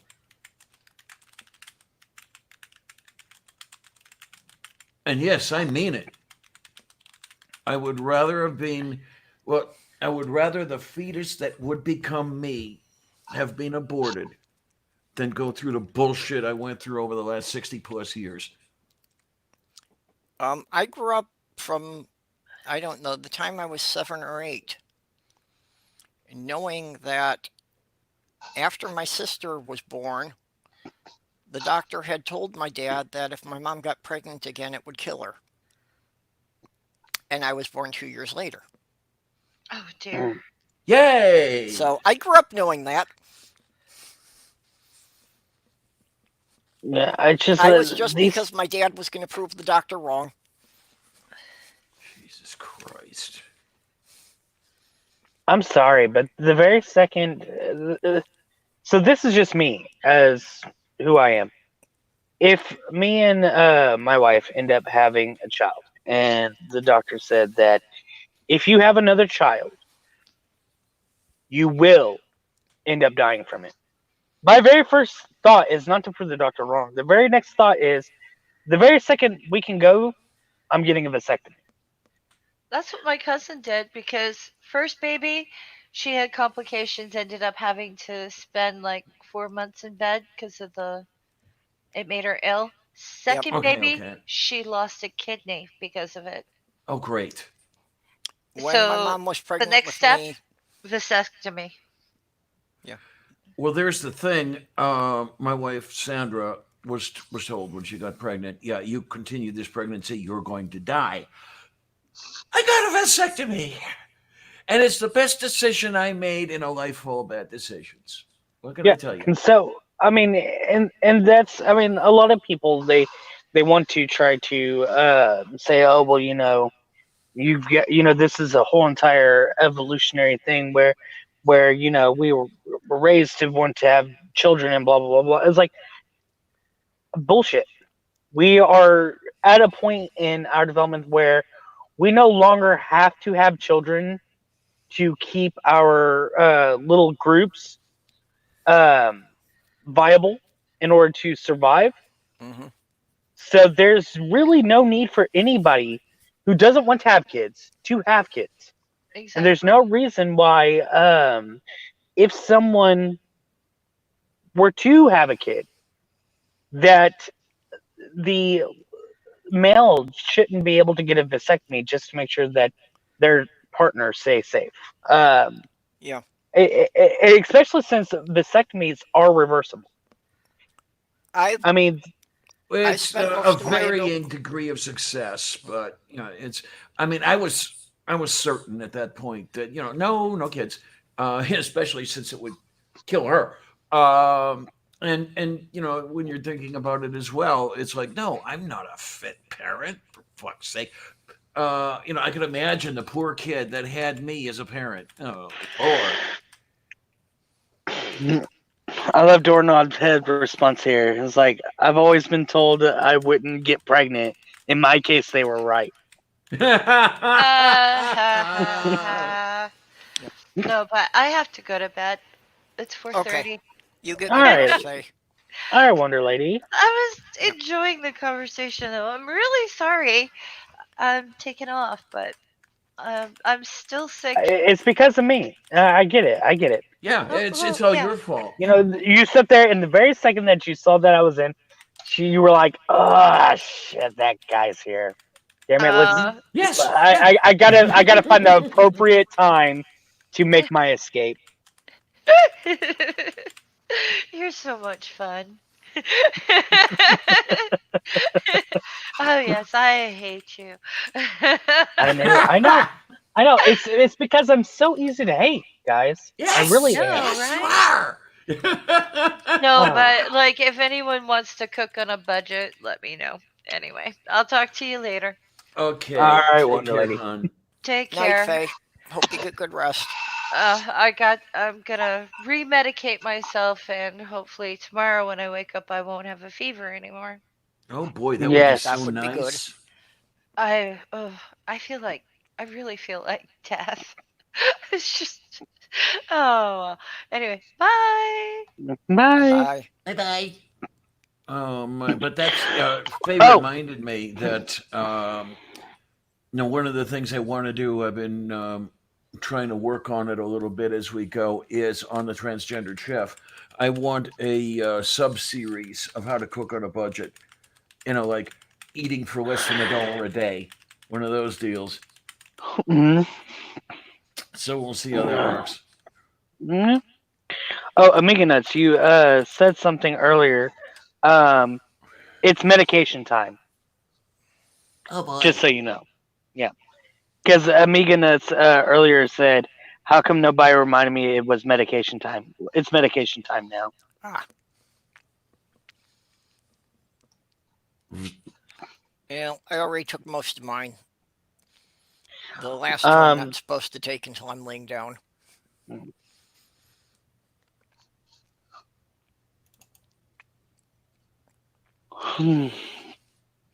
Yeah, I spent most of my adult life raising children whose fathers could not be bothered to do it.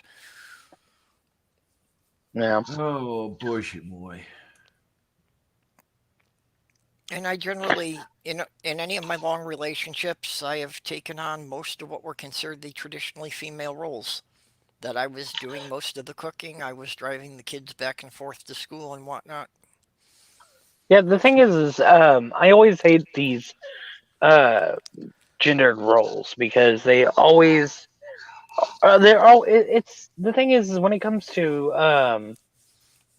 parenting, it's always like people always like well relationships regardless. People always say it's a 50-50 thing. Well, no, Mhm. because both sides have to put in the 100% into everything they do together. If you have children, both y'all have to It's do okay. whatever it takes to make sure that the children are raised right, that they go to school, that they get ready for school, and all these other things.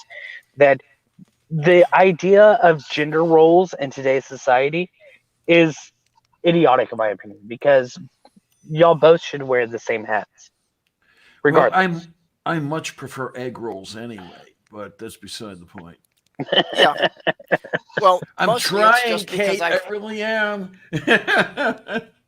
mostly it's just because I've been self-employed, so I've been able to set my own schedule, and I could schedule around the times when the kids got out of school.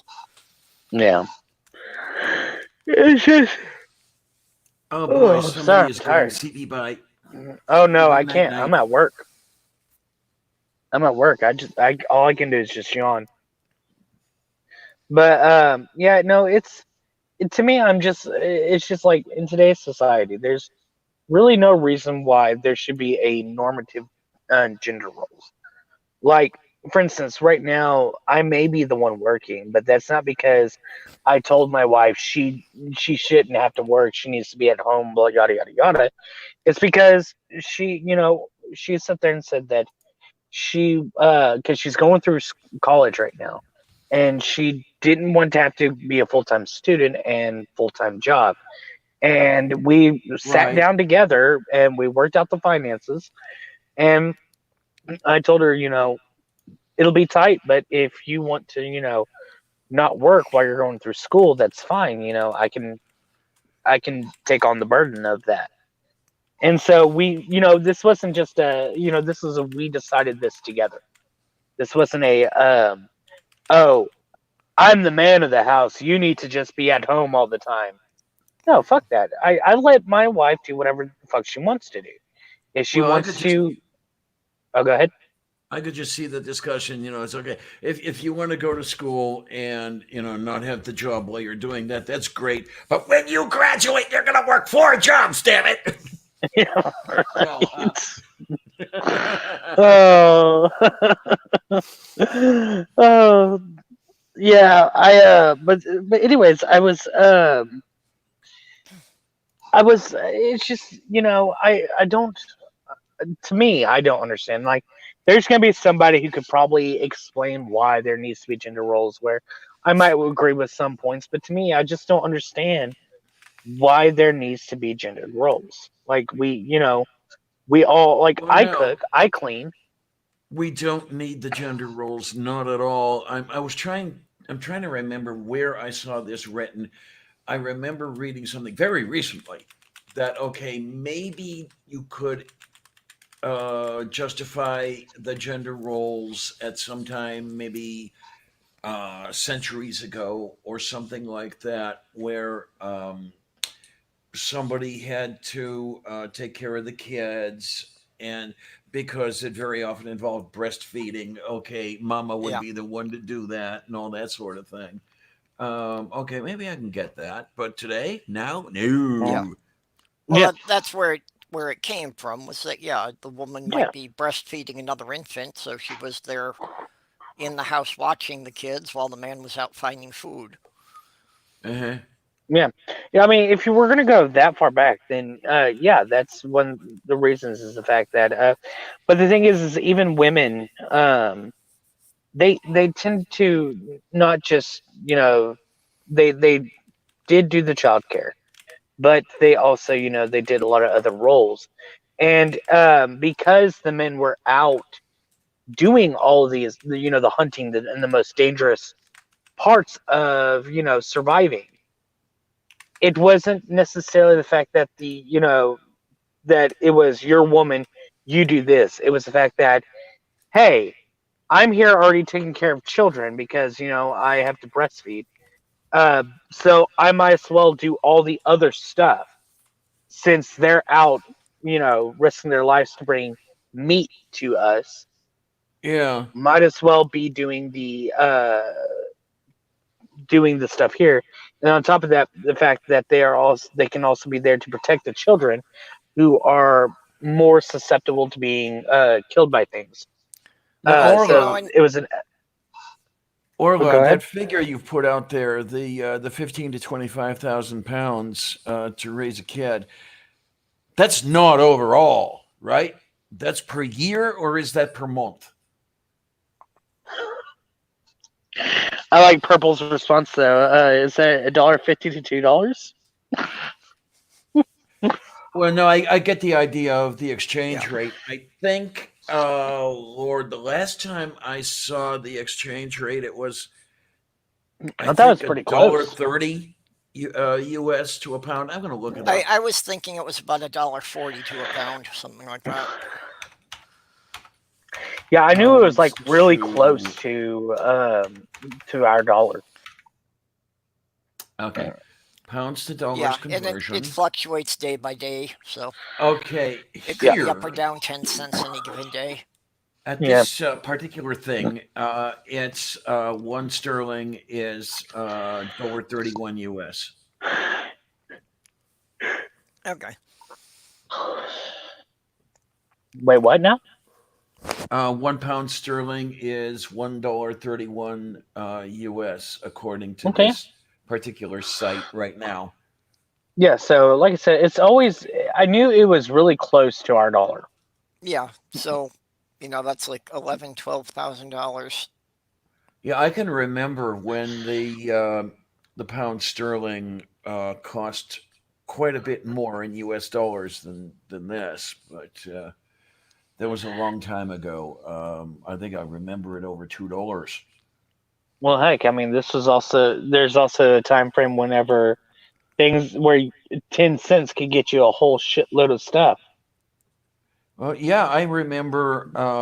I remember penny candy. Yep.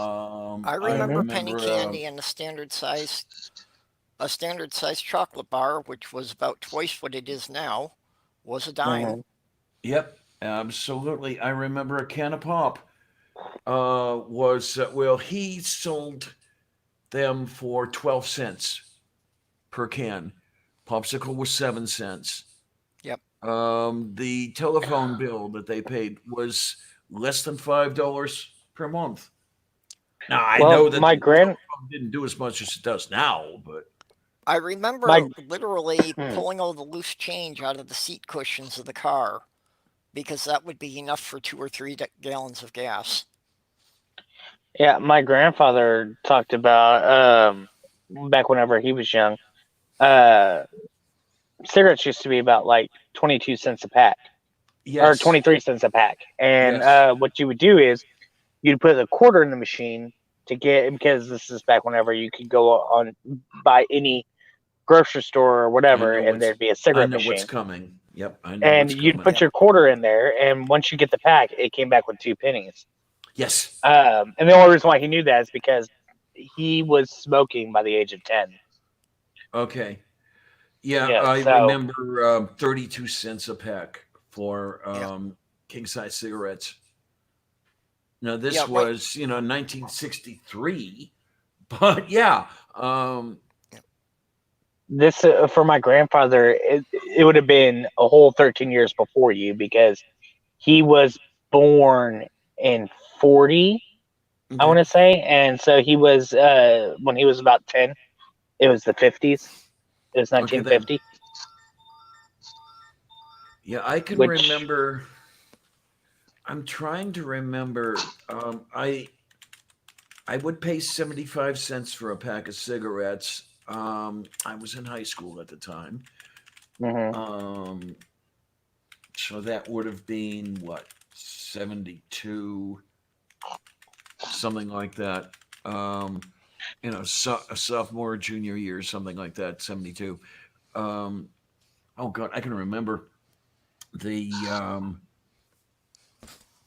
choir tour in which I Mhm. participated when we toured New England, and then we ended up in New York. This was, let me think now, 77, and I was appalled when I bought a pack of cigarettes. It cost 99 cents. Yeah, there was. I can't tell you how many times I've heard the stories of people throughout the generations where they said, if cigarettes went up to 50 cents a pack, I'd quit. It goes up to And 50 of cents. course, Like they don't. if cigarettes hits up to $1 a pack, I'm gonna quit. And it continuously because once you're addicted to it, which I'm Yeah. sorry, but if you're someone like me and you smoke cigarettes regularly like I do, you are addicted. I mean, you can try to sit there and say, "Oh no, I can quit whenever I want." But if you are, if there's times whenever you sit there and you're just sitting there doing nothing and you're watching TV or whatever, or you're having a conversation with someone and you have the overwhelming desire to smoke a cigarette, you're addicted. I'm sorry. You can try to say you're not all you like. You are. But Oh yeah, yeah. so and that's one of the things is I when I was younger I was like, "Oh, I would never get addicted to things like that." And then as I got older, I was like, wow, my younger self was an idiot. But Yeah. Now I did not quit over money. Because what I was always doing was finding cheaper alternatives. So, I mean, when I was smoking yeah, the pipe, that was because it was a lot cheaper than cigarettes and all that bullshit. I will admit that, okay, not necessarily for this instance of it, mhm, but one of the things that got me thinking about quitting was one of the reasons I was given by a young lady for turning me down was that I was a smoker. And that kind of just tipped it over the edge. I was already thinking I really should quit. I really should quit, especially because my voice was like Kenny Rogers with an extra helping of gravel. And I knew that, okay, I'm going to be running into problems here. I'm already having problems. I'm going to run into worse problems. mhm. So it finally got to the point where I said, okay, Clarion, that's it. You don't want to smoke anymore. And I did not want to smoke. Oh yeah, So the 5th of August, 5th of August, 2018, put the pipe down for the last time. I will not say I do not have cravings. Oh, I do have oh no, cravings. Even a year and a half out, a year and a half on. oh no, yeah, But every time I have one, it's like, hey, Clarion, you remember when you said you didn't want to smoke? You meant it. yeah. This The thing is, so far. yeah. So there's always two misconceptions when it comes to quitting. A lot of people, uh, in order to quit, you have to want to quit. Yeah, You can't sit there and say, "Oh, I'm gonna quit," and in the back of your mind, be thinking, "No, I'm not. I'm gonna keep smoking," because it's not going to work. It just right. won't. And It's that kind of happened like with with me more than once. yeah, and it's kind of like with hypnosis. You can only be hypnotized if you are willing and wanting to be hypnotized. Yes, it is Otherwise, it impossible to won't work. hypnotize me. Yeah. Yeah. So I can't So use that as any treatment for anything. yeah, so already that's one misconception is that or that's one thing that people need to realize is like in order to quit and be successful at it, you have to deep down want to quit and you have Yeah. to Mhm. actually mean to do it. The other thing is the fact that people say, you always hear people say, "Oh, it gets easier over time." No, the No. fuck it doesn't. No, it really There's doesn't. been times whenever I quit, and I was like, "Oh yeah, I'm quitting for good this time." That situational things occurred where I just needed a fucking cigarette because I could not handle it. And so the craving came, and then I was like, and then the situations happened to Yeah, where I picked up a cigarette again. I get the cravings when I'm under stress. And for the life of me, I do not know why I did not go back to smoking when Jeff died. Um, but I didn't, and it's a good thing. Yeah, I'm glad you Yeah. didn't. But yeah, whenever I'm under stress, I can actually feel the hand moving to the side of the keyboard where I used to keep the pipe. And it's like, Hmm. Clarion, goddamn you. Yeah. One of the things that I always did was whenever I was whenever I was quitting and something happened to where I was getting stressed out, my fingers would start twitching and I'd be overly aware of people smoking. When beforehand I wouldn't be. Like if I was, doing good, oh, this day is great, I might see somebody smoking and then I just keep going. But whenever the stress kept building up and building up and building up, my fingers would start twitching and I'd be overly aware of smokers. Like they'd be like almost everywhere whenever I was, getting that craving because of the stress. And I'd just be like, what the fuck? Why are there always smokers around me now? Well, here in Pittsburgh, there are always smokers around me now. The rate of smoking is very high, even among the younger folks. But what's really amazing with me, I can find a smoker at 100 yards now, even outdoors, because I'll be walking to the grocery store and somebody's smoking, and Yep. way over there, it's somebody with a cigarette. God damn, man. Oh yeah, just if they walk past me in a store, I can tell you who smokes because their clothes always smells like it. Yeah, well, that too. I was years and years ago. I was told that I could be detected approaching at 100 yards because I was so thoroughly soaked in cigarette smoke that yeah, it was obvious. Well, oh God, I was constantly smoking, Yeah, I literally. remember when I borrowed my brother-in-law's car. I was having trouble seeing, so I tried to clean the windows, and it didn't help. And I realized they were coated with a yellow film from the inside Uh huh. Uh huh. because he was a chronic smoker. Just, Yeah. he was Yeah. like 2 packs a day, so every time he was in the car, he was smoking. Yeah. I don't know what you would call it by the time I quit because I was smoking a pipe at the time. I can tell you that I would go to the tobacco store, buy a pound bag of tobacco, and it would last me 6 weeks. What that translates to in packs per day, I don't know.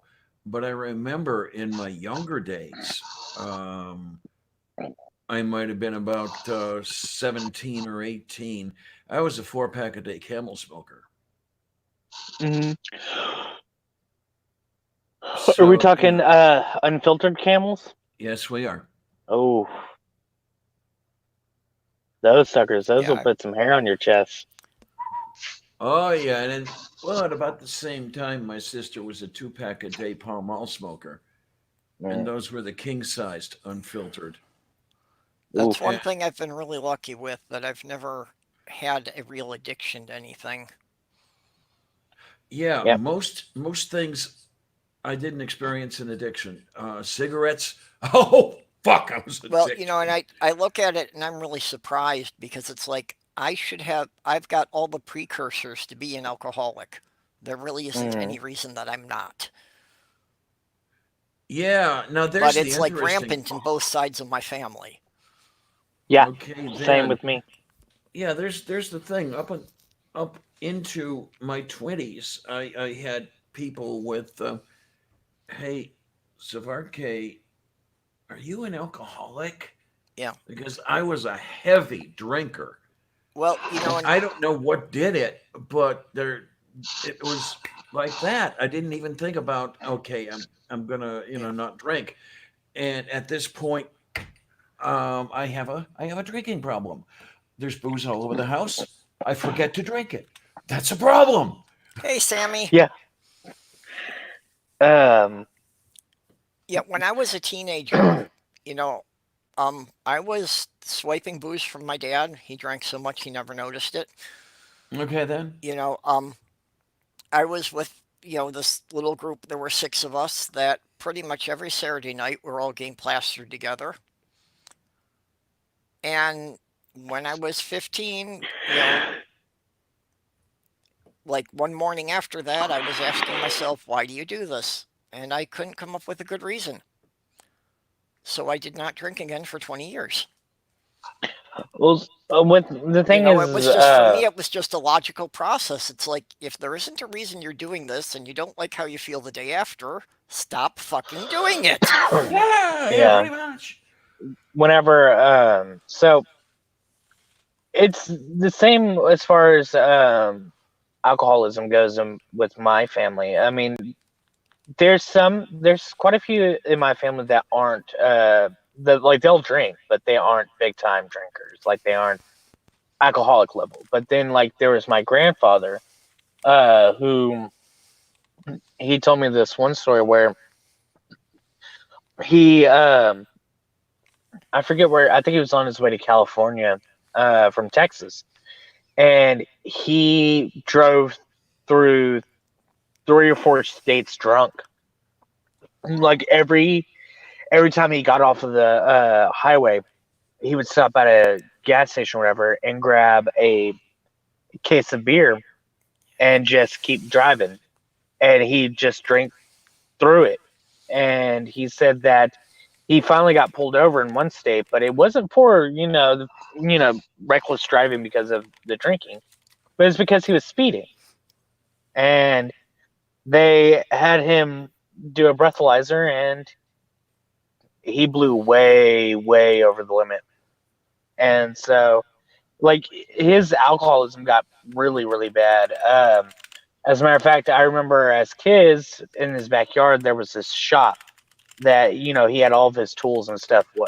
And and behind it was sheer a big mountain of beer cans from all of his years of excessive drinking. And it was funny because he had like a bottle of Malibu or something like that in this cabinet where they were saving that for a special occasion. Well, when my grandmother passed, we decided to break it out and drink on it. Well, after he had quote unquote quit drinking, he was just finding more creative ways to drink. And one of the ways was that he'd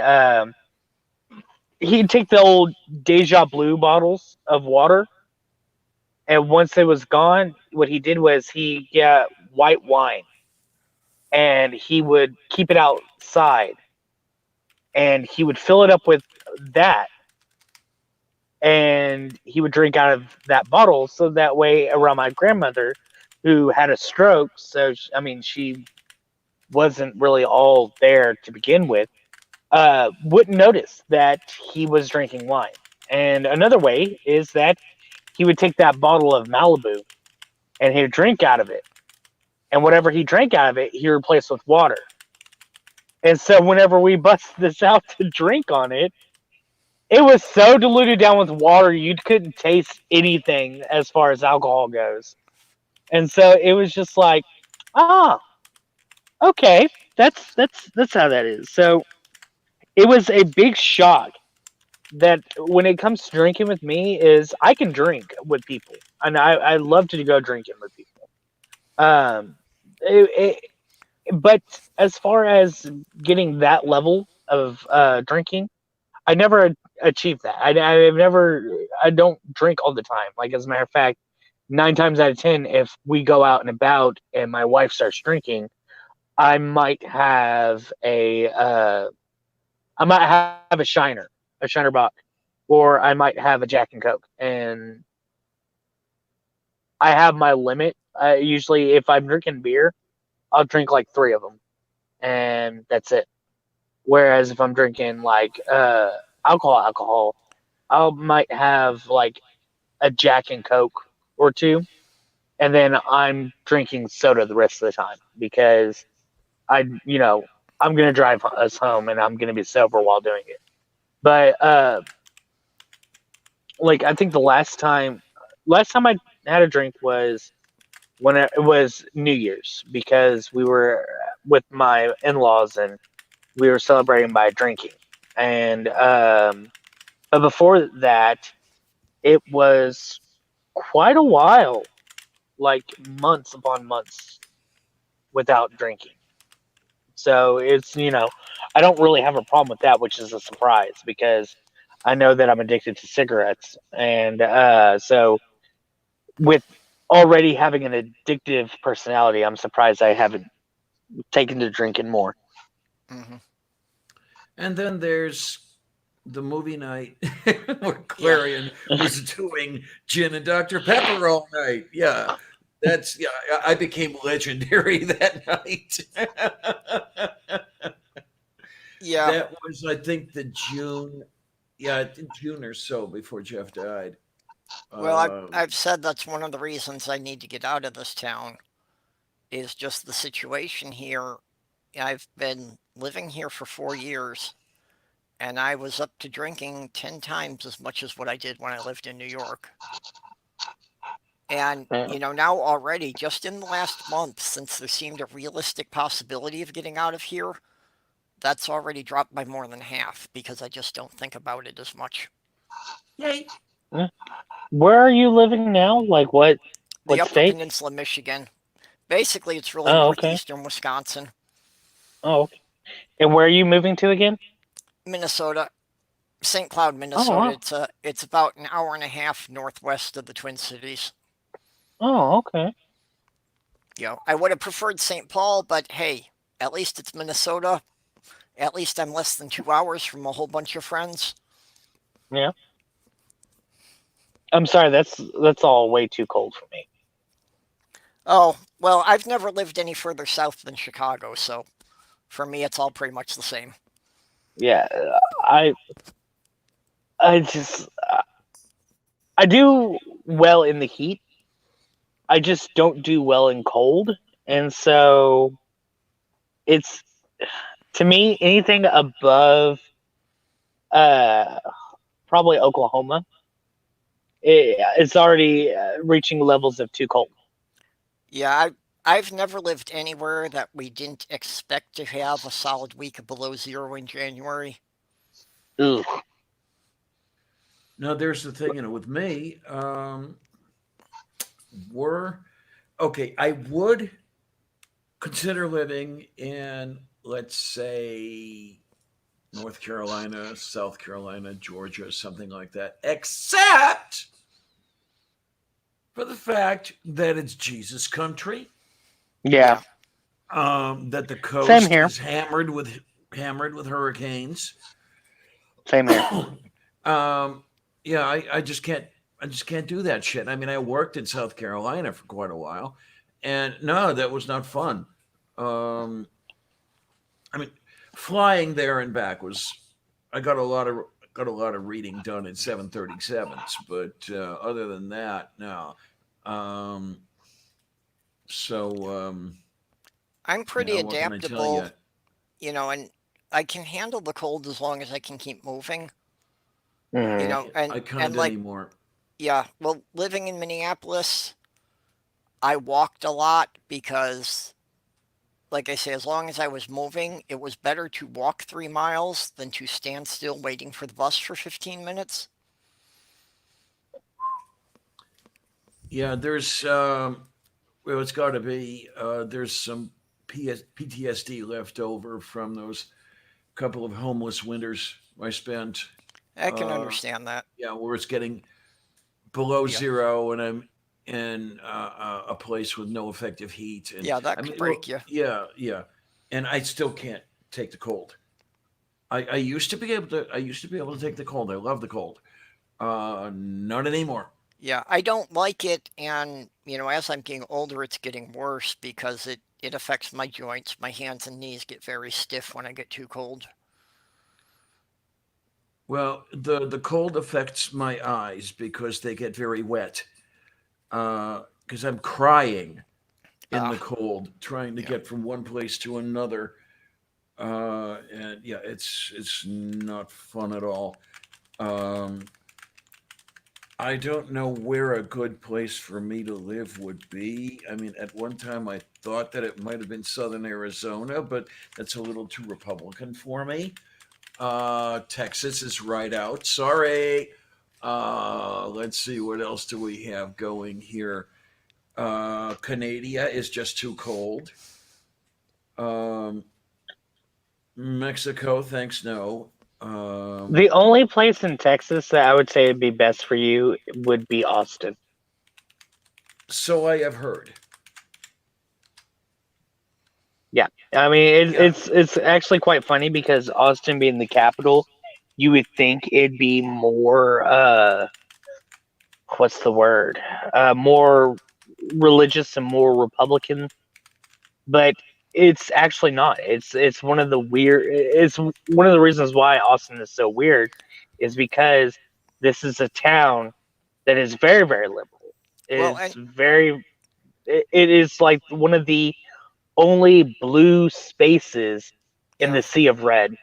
actually, I don't think that's that rare even in the southern states. Because, like, if you looked at the map of the last election broken down not by state but by county, Hmm. you would see that Trump took the rural areas, but the Democrats got most of the big cities, even Mm-hmm. in the mostly Republican states. Well, that's how it worked here. Um, Here in Pennsylvania, there were a couple of islands of sanity, blue. Let's see, Pittsburgh, Philadelphia, Harrisburg, of all things. Uh, and as I've said many times before, the rest of the state was as red as a used tampon on a heavy flow day. It's God, it's bad out here, especially in southern Pennsylvania, in the Amish country. Um, yeah, it's almost as bad as Ohio here. Um, and well, the one thing about Texas, though, is I don't know that I could be in the same state as Ted Cruz. That would be really Yeah, problematic. I get that. Um, there's some days where I'm just like, I get reminded that Ted Cruz is here, and I'm just like, ugh. I mean, that's But the problem with Florida. In the same state as Marco Rubio, for Christ's sake. but one of the best things about it is the fact that you're also in the same state as me, Matt Dillahunty, Aaron Ra. Yeah, that would be kind of interesting. Yeah, especially if I had a vehicle to get around and say hi to everybody and everything, which is Yeah. not the case. But You'd move out there just to hang out with Aaron Ra once a month. oh hell yeah, he's a sweetie. I love him dearly. Oh man, I'm kind of disappointed that I'm going to be staying home this year, but Yeah, um, I'm sorry let's about that too. I really you wanted to get know down for the Faithless Forum, but since I got to move, there's no way I'll have money for that. let's see what happens in 2021 because I Yep. had thought of okay, what happens if I don't go to the Faithless Forum, but I do get to Kentucky, and it's like no, I don't have the extra cash for that either. Yeah, it's kind of what I'm So thinking. Get settled into the new place and, just try to see how much I can squirrel away over the course of a year and see if that's enough to get down there next year. because Well, were I to do it my by myself, if I were to rent a car and do the hotel and everything else, Kentucky would cost me between $600 and $700, and that's not cheap either. no, Not for the for the weekend. Jesus Christ. yeah. Well, one of my issues with being here is the fact that I'm so far south from everybody else that it's not like something I can make a day trip out of to go and see them. The closest one I have to me is Dragnot Silvas.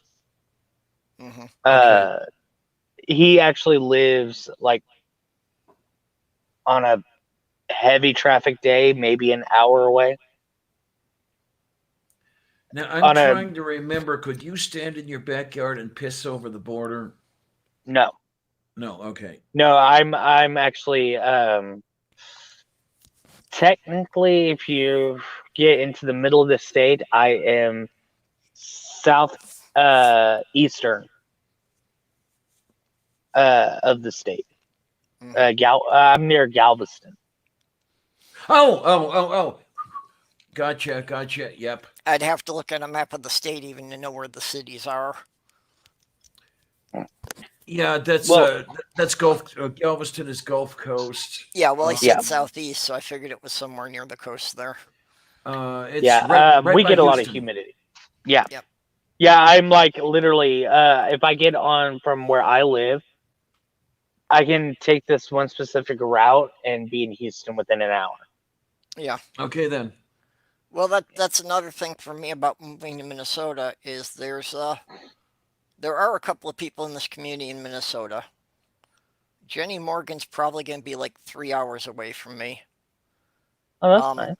I know Johnny Drive-By's in southern Minnesota somewhere. I'm not sure which city he's in.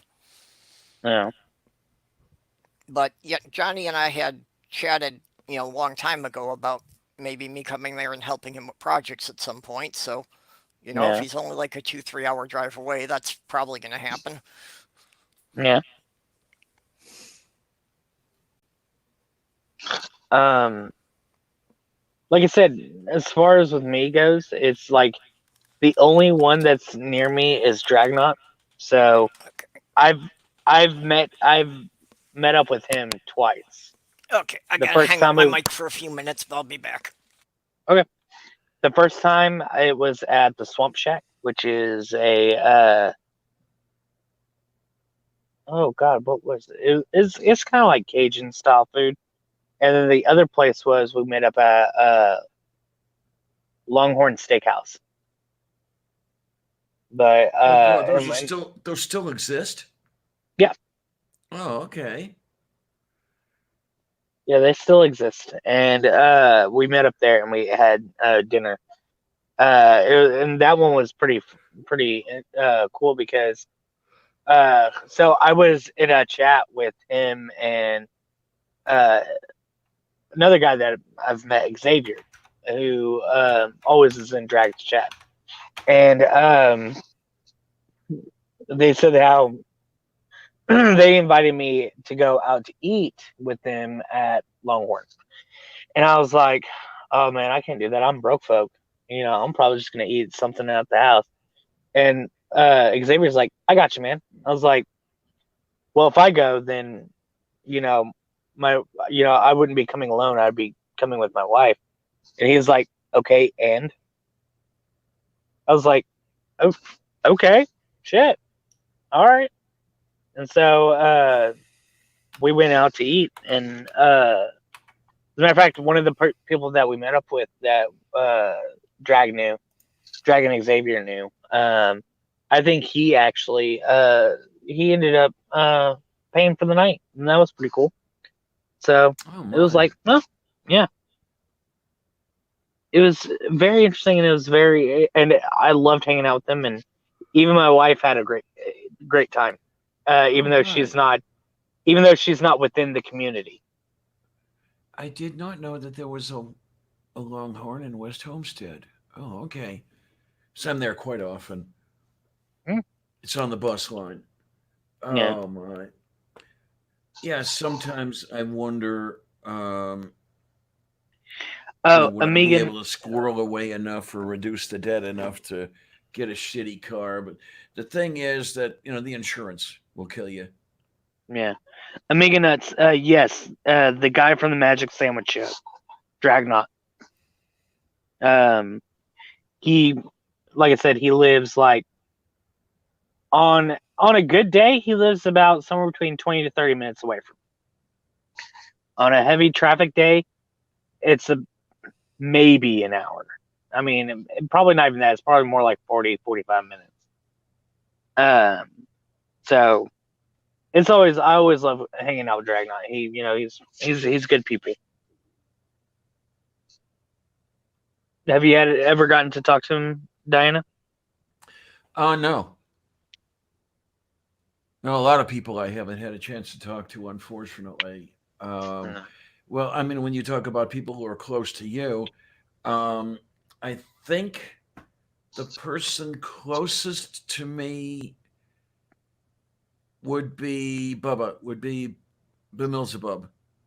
Okay. And he's on the other side of Columbus, Ohio. Yeah.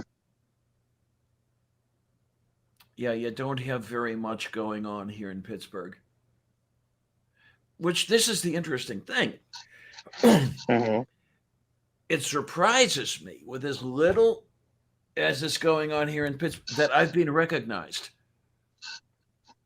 Oh, you have? It's only a couple of times, but here in Pittsburgh, somebody, I know you from the internet, and I said, yeah, that's me. Um, Oh, wow. one of the people here in this neighborhood said something to the effect of, I've seen you on the internet. I said, yep, that's me. And then as far as not being on the internet goes, for whatever reason, everybody knows me. Because I'm in Target, for example, and I'm shopping, I'm looking for stuff. And then over my shoulder, I hear, I know you. have I slept with you recently or what here? And it turns out that this person remembered me from a protest in the college district about a month earlier. Oh wow. And so I guess I'm one of those people you really would like to forget, but just can't. It's like, Well, it's funny because I was somewhat of a I don't want to say local celebrity, but I was locally known for by a decent amount of people, enough to where I wasn't at work and they were still recognizing me because I worked at Walmart for so long, and I always held conversations with people, and I'll sit there and chit chat with them as I'm checking them out.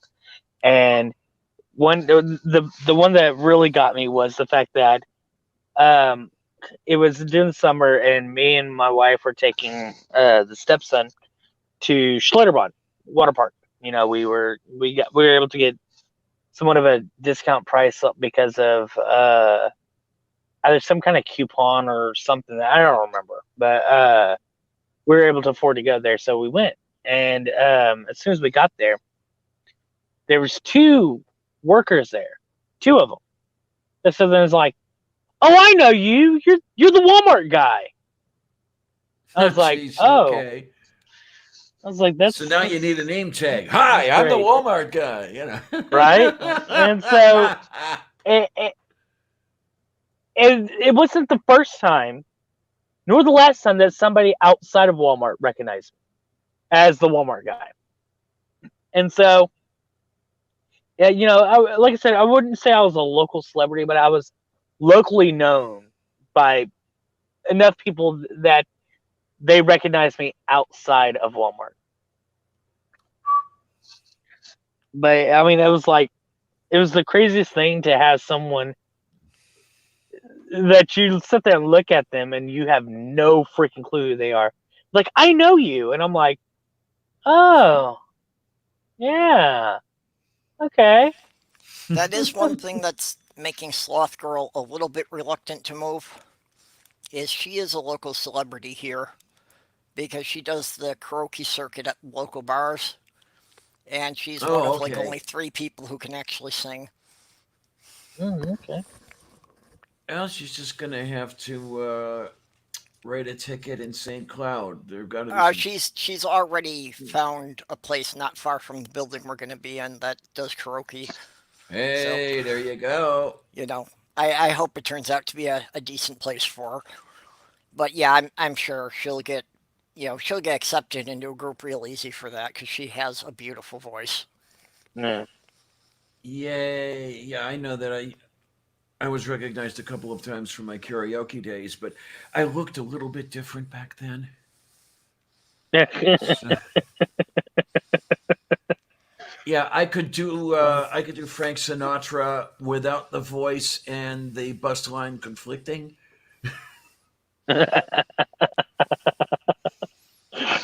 Oh lordy.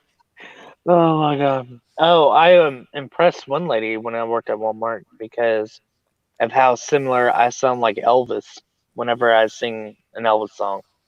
Oh my! Yeah. Yeah. Russ, do Huh. you have a link for that Magic Sandwich show? Can you drop that in the side chat? I could definitely pull it up. Okay, Just give because me. I don't know this guy you've been talking about, so I'd like to go check it out. Oh well, the thing is I'd have to let me find one where he's actually moderating a show, but he has his own channel. Oh, okay. Well, drop the link for his channel then, whatever. Okay.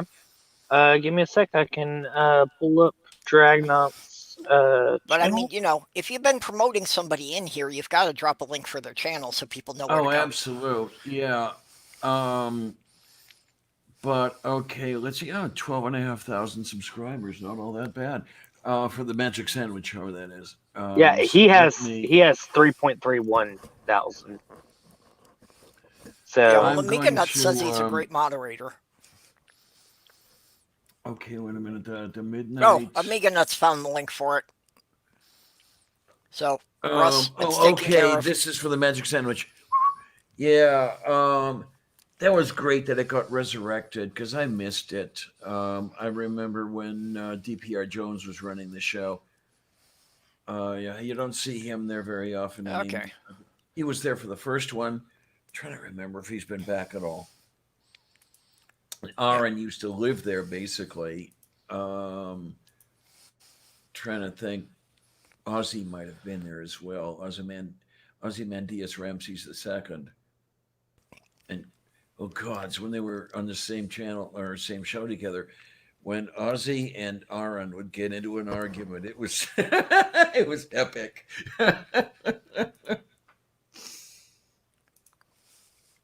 Okay, well, I'm subbed to the Sandwich Show now, so I can check it out tomorrow. I'm pretty sure I'm subbed to those guys. De Parata, yes, is my to the subscribed to subscribe to being to making, and then we've got who do we have? Oh, I guess later today it appears that we've got John Gleason and Shannon showing up there.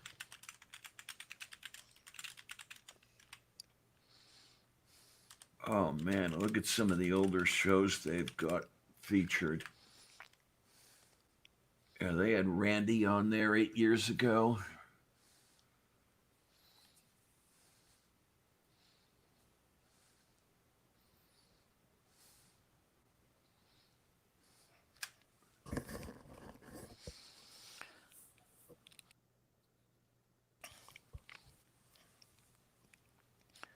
Uh, we got quiet now. Everybody's looking stuff up, huh?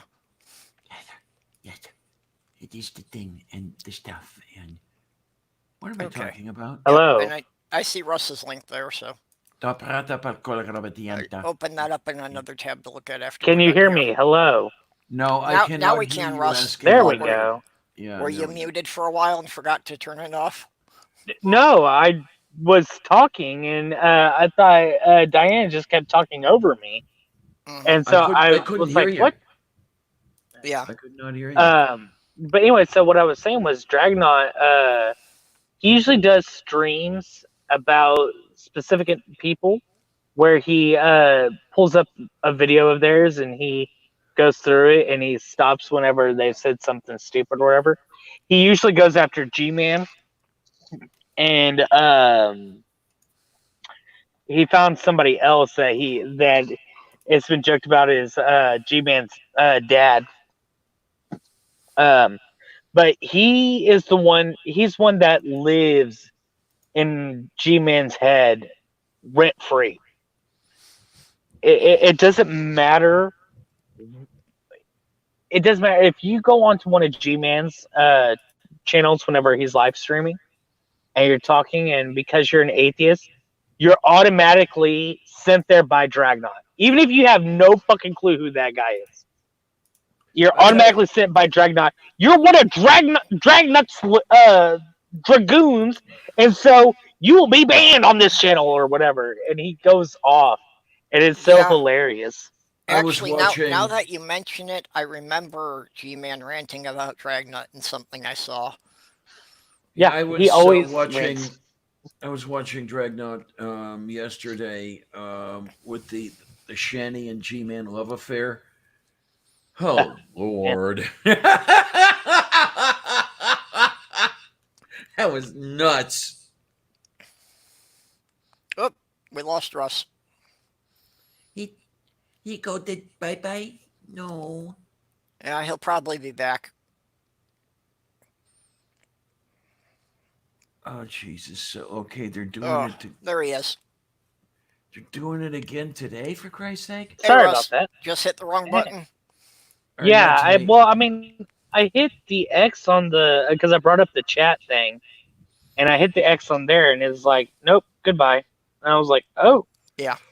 well, fun. Yeah, that happens a lot. Yeah. I Okay, think I'm just- hitting something to just close one tab, and I close the whole browser. Tomorrow they've got Shanny Revelation News, Boulder PD, and G-Man. Oh Lord. Okay. Where are they having that at? Dragnauts channel. Oh, yeah. Yesterday they had drag reviews, Shanny and G-Man Love Affair. Yeah. Yeah, I clicked the thing there to set the reminder for the thing he's got going tomorrow. So check him out then. I'll see what he talks about.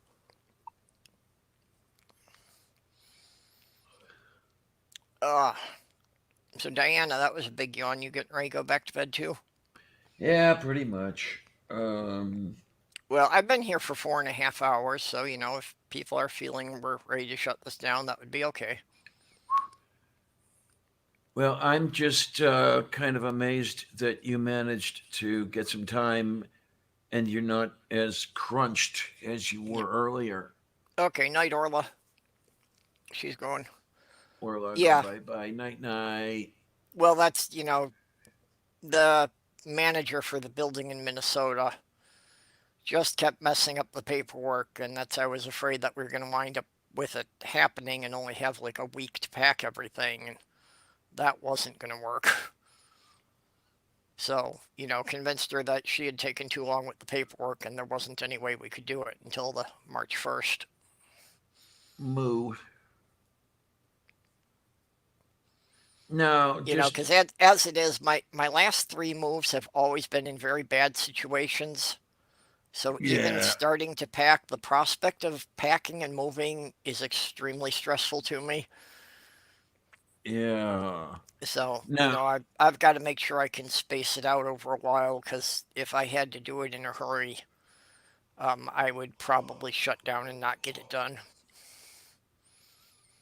I mean, out of curiousness, how's it going to work with Sloth Girl's shelf arrangement? The one that you built. Oh, well, that's not a problem. I can take all the screws out and knock it flat. Same with the one I've got here.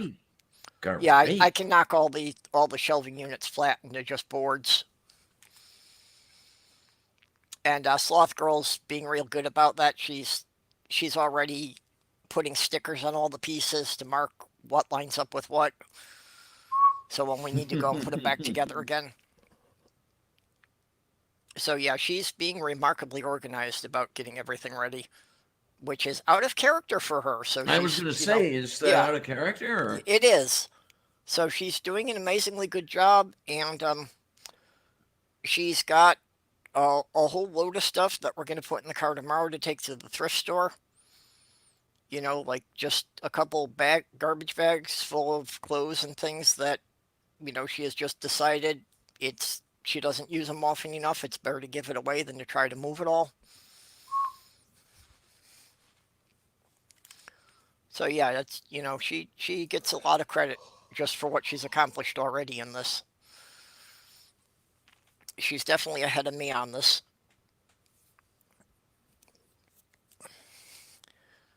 Yeah, if there's anything that's in my top 3 of things I do not like, it is moving.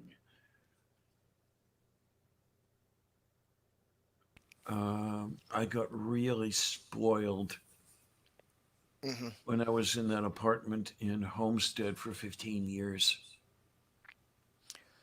Well, and that's basically how we're feeling about this, that we're getting back to Minnesota. So that's something we're going to stay planted, and it's like, unless we happen across like a really cheap apartment in St. Paul, we're probably never going to move again. Moo.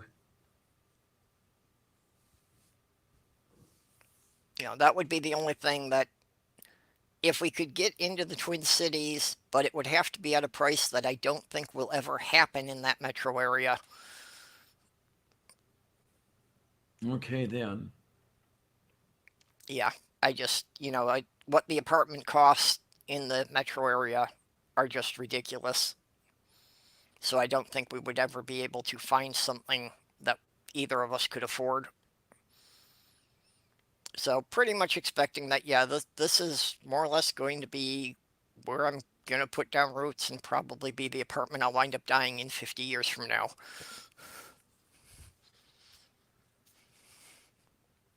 Yeah, I was I was saying that I was kind of hoping. I mean, okay, I knew that the apartment wasn't in perfect condition or anything like that, but I was hoping that I could die in that apartment that I had previously, and Yeah, well, Diane, I don't know if you see need what to happened. adjust your mic or something, but you've got to be a lot quieter than you had been earlier. Okay, let's see if we can fix that. Toshika Batanda, Vitamin Adverse, Unfortunado. Yep. It's not a real problem. It's just I have to just. Yeah, it does. It is a bit. Oh Lord, it went down quite a bit. Okay, the Okay, that agency took it down. okay. I just noticed you seem to have faded off. So Yeah, it's. Yeah, as I say, I wish that I could have died in the place I was in, but the owners would not allow that. They just let it go to complete shit, and yeah, HUD pulled the subsidy, which is what I'm constantly afraid of with this place. Is that in a week or two I'll have a note on the door with subsidy is pulled. You guys are going to have to leave. well, What I'd and really like. that's one of the things that I'm fairly confident about the building being, at least moderately decently maintained. Because it's not a private property management thing. It's actually, like a division of the county that owns the building. Okay. So, that promises generally longer term stability with fewer problems. Yeah, because there are times I have my dreams, and were I able to become the autocrat of the USA, one of the things I'd really like to do is HUD reform, affordable housing reform, and then you think of ways to do that sort of thing, and it gets pretty crazy, actually, because if you work out ways to penalize the property owners for the horrible stuff they do instead of penalizing the tenants, then no property owners will want to set up the HUD contracts. Right. So now, you have to do it, government and that sort of thing. And I mean, as long as I'm the autocrat, that would be okay. But, were it ever turned back over to the populace, that would be a problem because populace would begin voting things out. And because all the. Oh, what the hell Russ, is did you going fall on asleep over on us? there? I'm wondering if Russ. No, might I'm dozed sorry. off in It's his- Oh, okay. Can you hear me? Yeah. No, I cannot hear you asking. Yeah, whether no, it's Okay, for a minute there, it sounded like you were snoring, so I thought maybe you would. no. What it we was lost is you. it was probably my mic. No, it's probably my mic rubbing up on this Yeah, little thing that I was Well- using. that's all it was. That it was an indistinct noise, and I could see the circle pulsing. No. So just made me Okay, wonder. well, I have my suspicions about the little thing that you're using, but we won't go into that. No, it's a neck. What, a lavalier? Well, I was mostly checking, but I guess it's not safe for us to talk about you yet. Yeah, okay.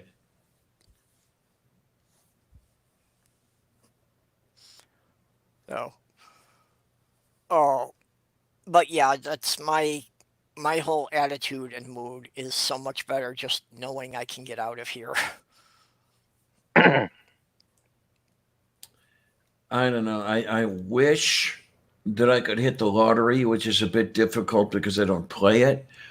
Because let me tell you, right after I got through paying off my student loans, buy a reasonable house Well, I think you're our next project. I think after we get to Minnesota, we're going to have to work it out to get you an apartment there, and we're going to have to get you over there where you're close enough that we can go and check on you if we don't hear from you for a day or two. Because when you went quiet for a couple of days, you got a lot of people worried. I don't know why. You would think they'd be glad to be rid of me. No. No. You're good people. Everybody knows that. And people are concerned about you. But just from everything you've said, I'm sure that you would get much better health care in Minnesota than where you're at. As far as the things with the doctor copays and seeing the specialist and that, I think that would be a lot easier and that you would have a lot less copayments. So, it's something that'll take time. It definitely would not happen right away, but I think we need to move that direction.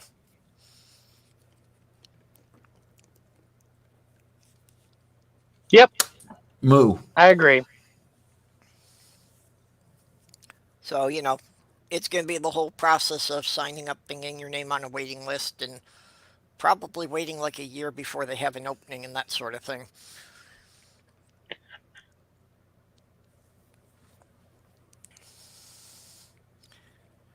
Yep. But yeah. Oh, hi, Daily Atheist. Hello. Tis de perhostachai. Balcolera. No, Whatever. this is not early. This is none of us have gotten to bed yet. Pretty much. Yeah, I'm at work, so I definitely can't go to bed yet. Yeah, well, you've got an excuse for it at least. I really have no good excuse for being awake at this hour in the morning. In Well- about another hour, we should see the Brits start coming online. Well, the Well, I sun's was, gonna be coming up here soon. Well, no, actually, no, we're past that already. Yeah. Yeah, I was actually off today, but what ended up happening was somewhere around like 10 o'clock this morning. My boss gave me a call and was like, "Hey, would you mind picking up a shift tonight?" I was like, So you weren't planning on this one. "Yeah, if I didn't get called in, I would definitely be asleep right now. That's not even, that's nowhere near even. Yeah, I would be asleep because I would prefer to be sleeping at this hour. My being up at 4 o'clock in the morning went away with my military days, but occasionally with this job I have to wake up that early. But I try not to make those days. I'm really glad whenever I don't have to be up early. Yeah, I don't do morning. If you ever see me online before 10 o'clock Central Time, it means I Yeah. haven't gotten to bed yet.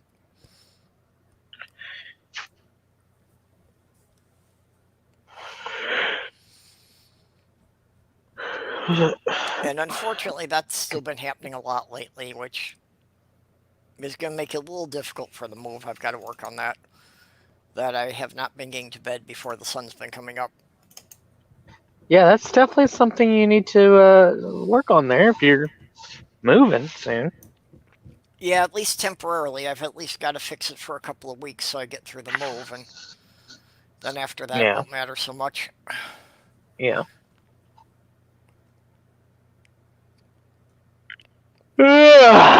By Karoche. I know. You felt that yawn from over there? Heard, I felt the damn thing. Yeah, as I said, you felt that from all the way over there? Yep, sure did. Yeah.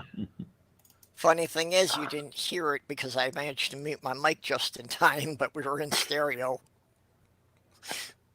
Oh, I don't care. I will yawn out loud, and usually my wife, she always makes fun of me because after a very powerful yawn, I always go, "Shit!"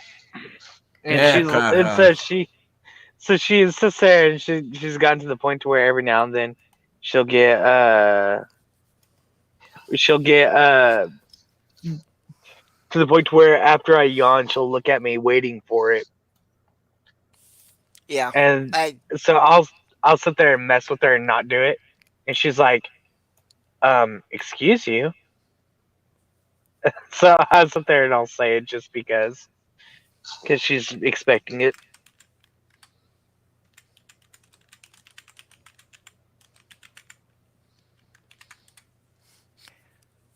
yeah, yawns and burps I don't care about, and I really think the whole thing of excusing yourself is a little ridiculous. I mean, they're just involuntary actions. You can't really control them at all. I also think when people sneeze, instead of saying God bless you, you should say I forgive you since they've contaminated the whole area. Yeah. Is good for you, yes. Well, one of the jokes that I always found funny, even now I find it funny, is Dane Cook had a joke about something like that, where he said that he was standing in line, and this guy who was in front of him, is like he turned his head, and he went to sneeze, and he was like, and it was the weirdest shit ever. It's like it was like, fuck!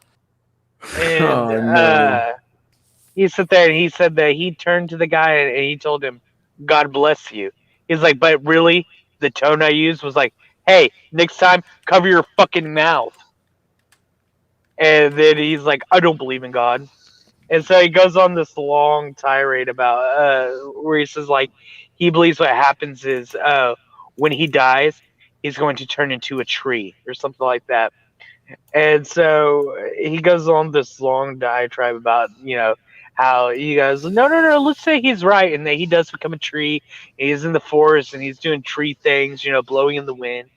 And then this lumberjack comes through with his axe, looking around, looks at him as a tree, and is like, that's the one. And he starts chopping him down. And then he sits there and wraps a chain around him and he drags him through the mud and the yuck and going through all this stuff. And then he takes him to the wood Sawmill? mill, the sawmill, and cut it all up and then turn it into paper, and they use that paper to print the Bible. I'd have been like, if that was what happened, I would have laughed. I like literally if he turned into a tree, and then they used that same tree to print the Bible after he said, "I don't believe in God," I would probably laugh. Yeah. I that's all I would do is just laugh, be like, look at this. I've just had the thought, maybe one thing I should start doing. If I'm out there somewhere and somebody sneezes, I should hold out my hand and say, here's your soul back. There That'd be you a good go. one. You'd confuse them. I know. About as confused as the rabid Christians get when you refer to the Bible as mythology. Oh my. No, it's not mythology. Well, and if they really understood the definition of the word, they would realize that calling it mythology doesn't mean it's not true. Yeah. It just means it's a set of stories. That's all the word means. Yeah.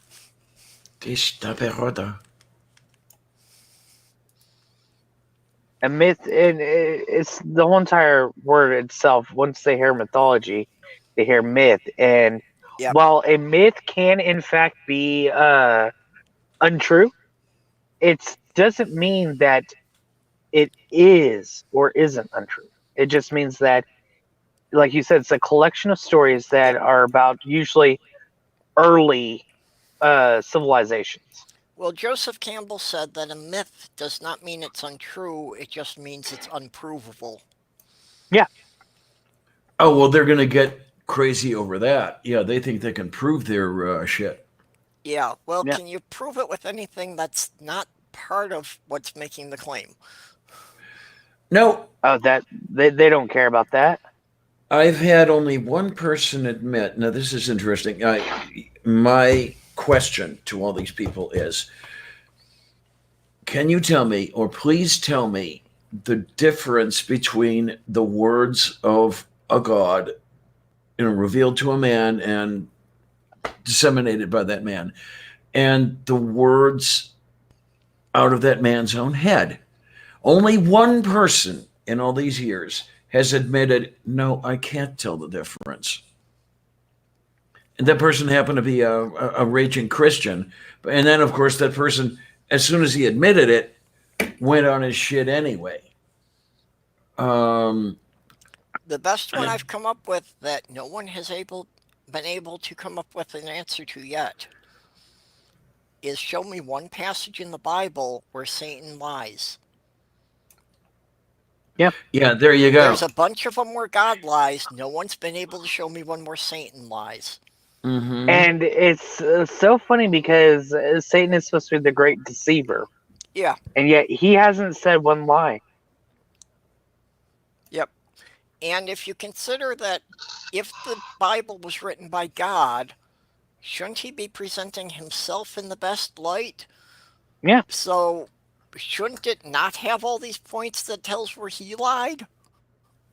And Right? of course, they come up with, well, that's what makes it true. That, that what is it, criterion of embarrassment? Yeah. Is that what they call it? Yeah. Bullshit. And the funny thing is whenever you sit there and bring up that Satan didn't lie, they always try to find some way of making it to where he did. Like, for instance, whenever God says, "Oh, if you eat from this tree, you will surely die," and Satan comes around and is like, "No, you won't." And whenever you bring that up, they're like, "Oh, but they did die. They died a spiritual death." yep, there you go. Yeah. Mm-hmm. I'm Well, like, that's what started me on that one. Was I realized, when you read the Genesis story, there's 4 characters in there, and the snake is the only one who never lies. Yeah. Everyone else in that story tells a lie at some point. yeah, And the other one is the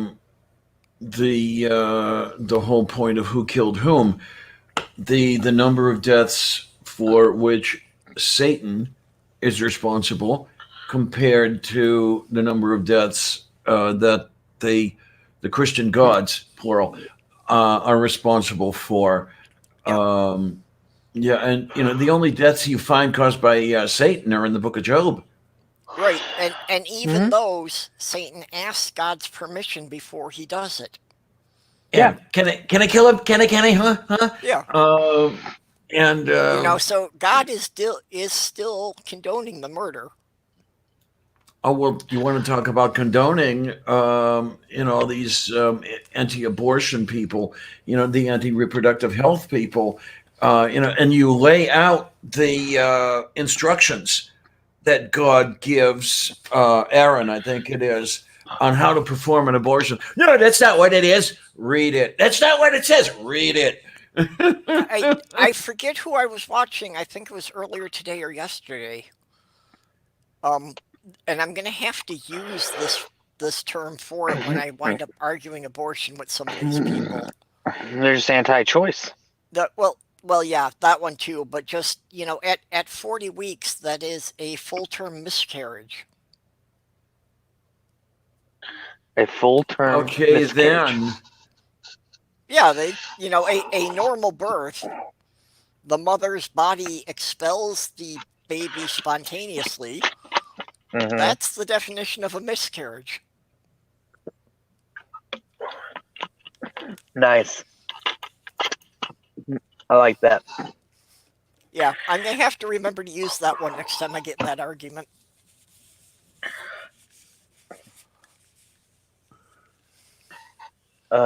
Yes, I like that. I always find it interesting listening to people who are part of the anti-choice movement, because it's so funny because I listen to these people, and they're like, life begins at conception, which they're not wrong, but at the same time, they're not right. Well, yes, they are wrong. Okay, just like George Carlin, my take is that life began about 4.5 billion years ago, and it's an ongoing process. Well, the thing is though, whenever it comes to the whole entire thing about life, as far as life beginning at conception, is the fact that the basic definition for life has specific criteria, and when it comes to an egg being fertilized, that whole entire process afterwards meets every definition for life as far as what it needs to be a living thing. However, they're wrong in the fact that they automatically conflate life with being human, and the two aren't the same, because there is a specific definition for human, or to be human, and that does not qualify to be human yet. So it's and then the whole entire idea, not only to classify it as human, but it's to give it personhood, which is actually a characteristic that we give things. We grant things personhood once a specific thing happens, and that life that begins at conception does not meet those qualifications to be granted personhood. Yep. Life is sexually transmitted and always fatal. There Yeah. you are.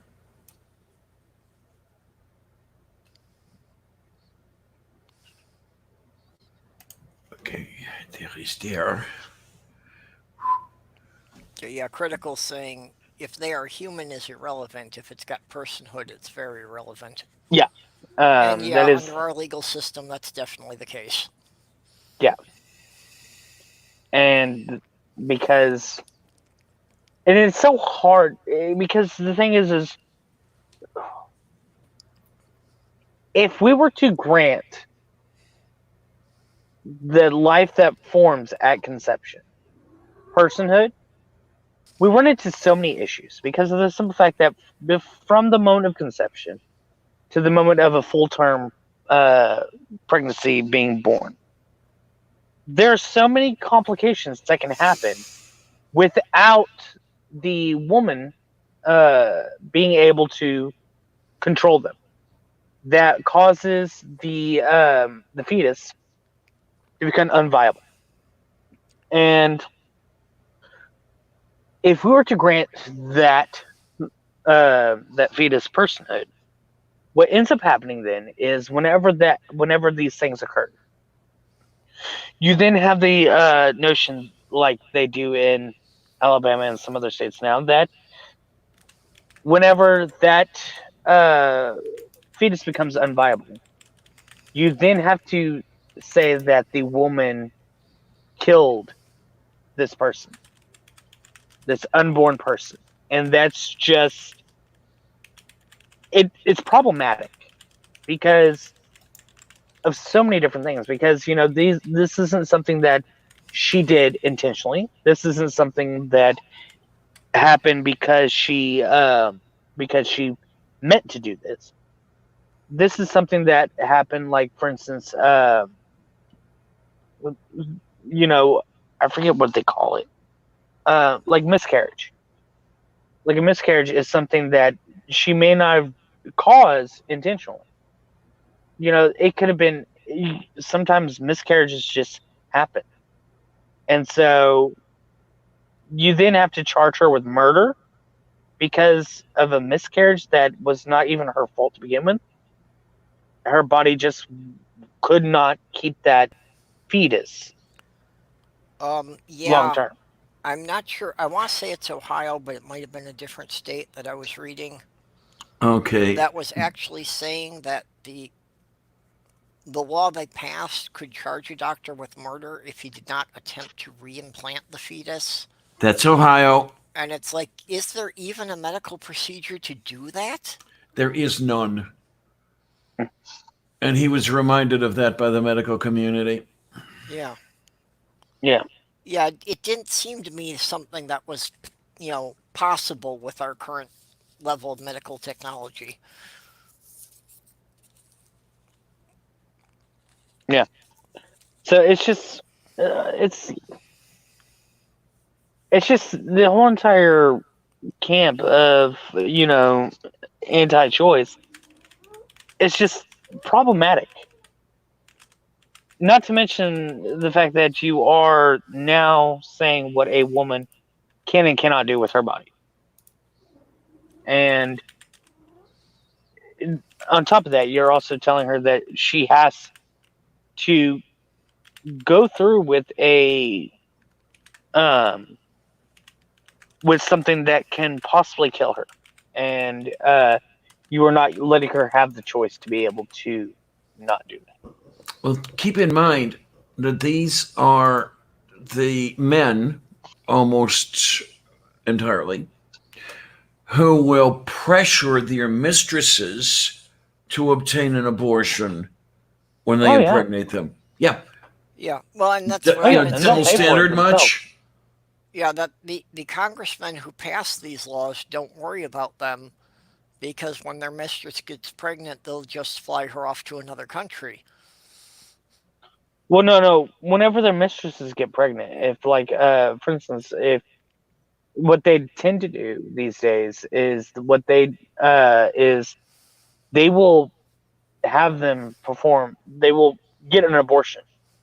They don't give a shit if abortion somehow, some way became illegal in all 50 states. They will still get an abortion performed. They don't care. Yeah. I mean, it's just like uh, prostitutes have been outlawed, but how many Congress people have you seen in the news where they've been caught with a hooker? Yeah. I mean, they don't give a shit about legality. If they caught somebody pregnant, they would just get an Yeah. abortion performed anyways. And that's the thing that pisses me off. It's like, why can all these religious people still back Trump when they can document that he hired hookers, he's cheated on his wives, you know, he's done all this shit that is completely against everything they preach, and Mm-hmm. yet they turn around and say that he was chosen by God. How the Because they're fuck do you idiots. wrap your brain around that? Because they're idiots.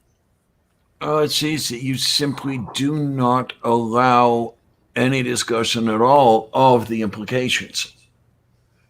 If they can recognize the implications at all, and with many of them, no, they can't. Yeah. And, see, that in itself, it's like, I can't manage to bring myself down to a level where I can understand having that kind of intellect. And I don't think I'm really all that smart. I figured I was just about average. But damn, if that's the bar you're measuring against,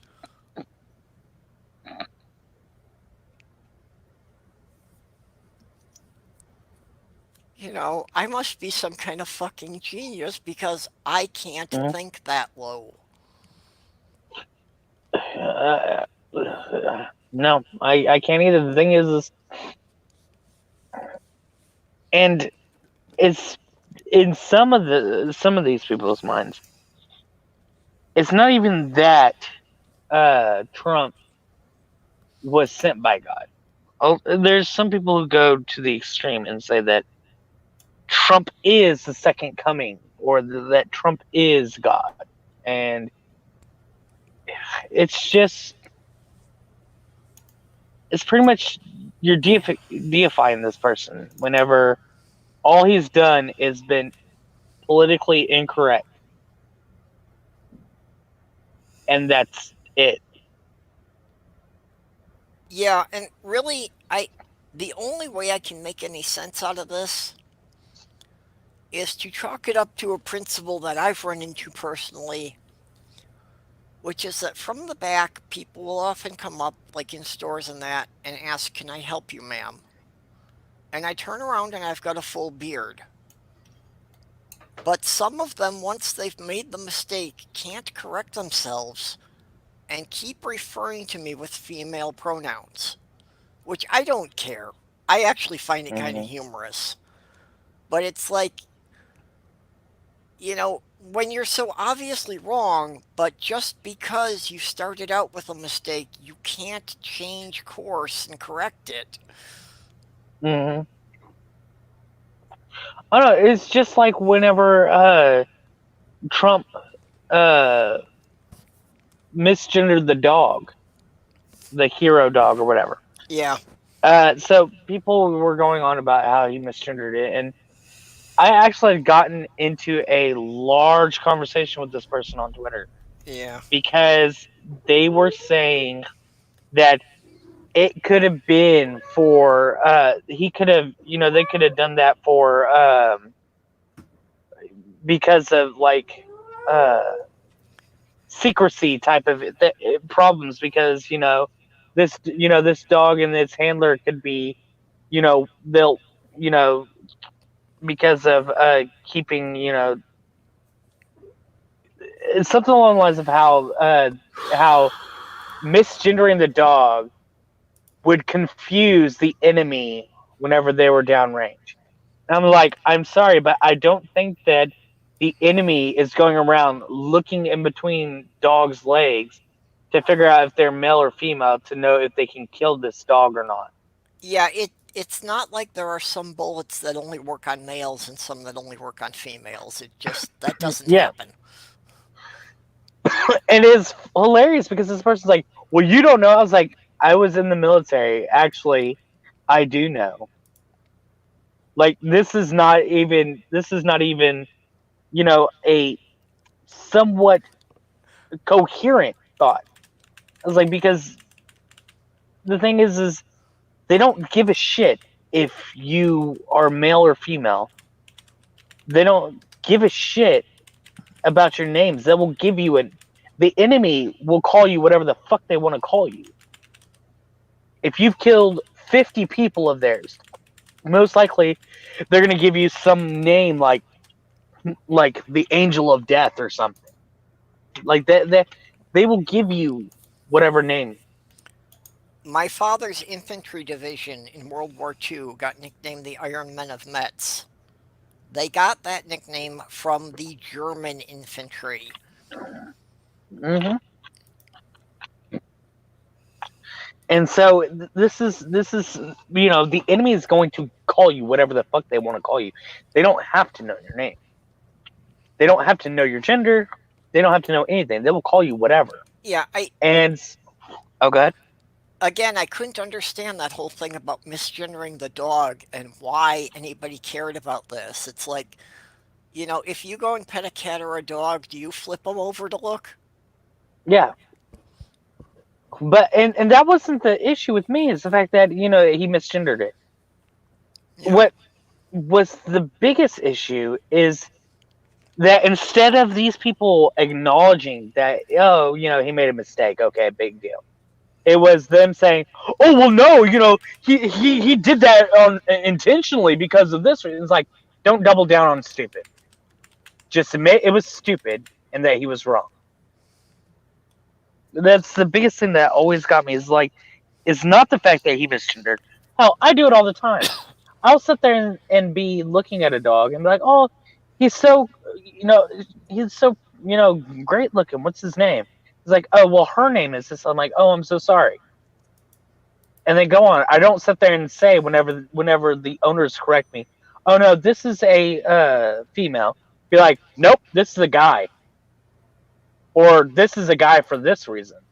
It's just stupid to double down on stupid, and that's what these fanatics of Trump keep doing. Is like, Yeah. they're doubling down on the stupid for no fucking reason.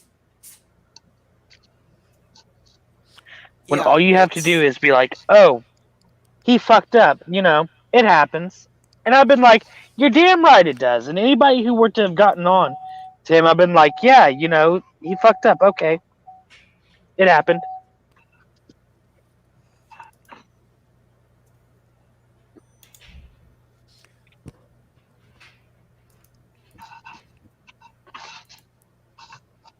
Yeah.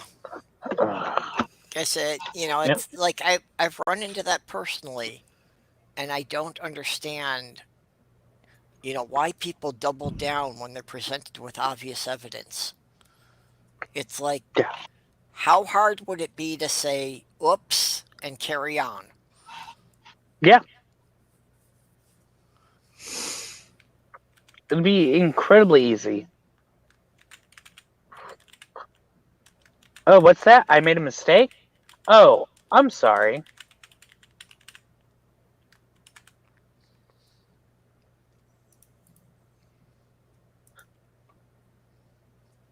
Like hell. Like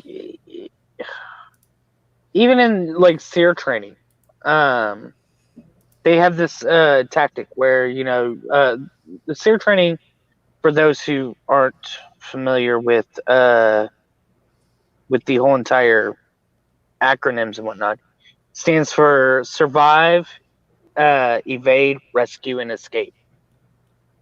And what they do is they pretty much train you on how to survive and how to evade capture,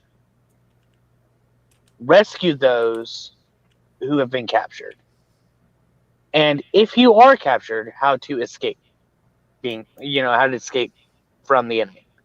And part of this training is they teach you what information you can and cannot give out. Hell, you can give out your name, you can give out your social, you can give out whatever the hell the enemy, little information that the enemy tries to torture out of you.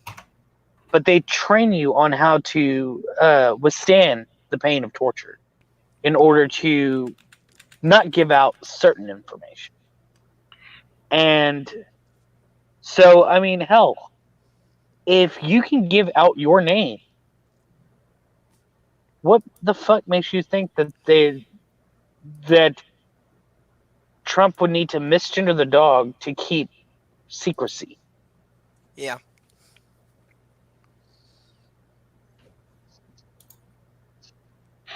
Well, see you later, Oh, Dave. yep. Bye, Dave. Diana, do you have a link for Herman Meta? I was trying to find him on Twitter, and I Hammond? found a page that says friendly atheist, but I'm not sure if that's him. That's him. Yeah, that's him. Well, I found it weird because it says that, like, we only have one follower in common, and I can't believe there aren't more than that. That is interesting. Yes. Well, I think that if I actually got around to following, it'd have two in common. Let's see. Yeah. Well, yeah. I wasn't quite sure the Friendly. spelling of his name, so.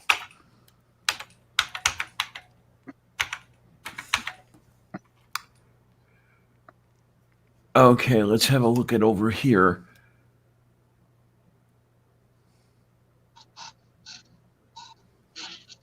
I mean, it seems like a good atheist page, but I just wasn't sure if that was the right person. Okay, friendly atheist, and I see it followed by you. As well as, let's see, atheist Jeebus. Okay, it's followed by 32 people I follow. Okay, I would have thought what I'm that some of the other YouTube people I'm connected with should also be following him. I think I follow him. Yeah. No, I don't know, but I don't have the follow on. I do now. Yeah, because What else am the only I? follower we have in common is Black Sofa. Agfu. There should be more than that. Let's see, atheist voice. But yeah, I was just trying to find a link for him because Omega Nuts was talking about a short piece that he wrote, and it sounded like something he might like to see.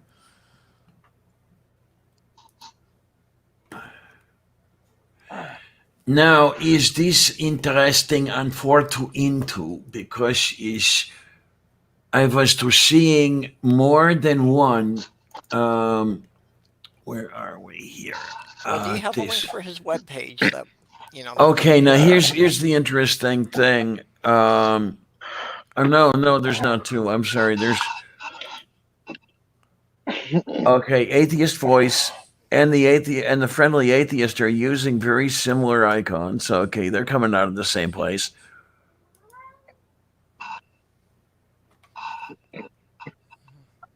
Yeah, because the atheist voice is also Hammond. Okay, Oh, so is it? it's the same image that is him. It's not exactly the same, but it's very, very, very similar. Okay, Yeah, the it's atheist just weird. voice is Hammond's YouTube presence, whereas the friendly atheist is his blog presence. Hmm. Yeah, yeah. Well, that's I knew that should be his blog name, and that's why I was looking there. But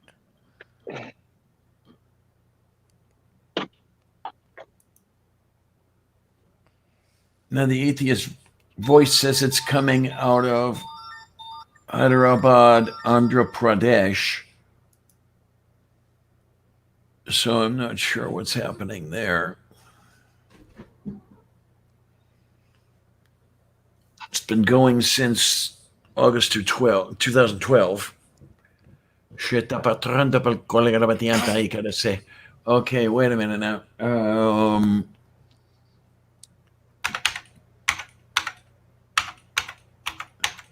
Okay, well, if you've got a friendly. link for his webpage, could you drop it in the side chat?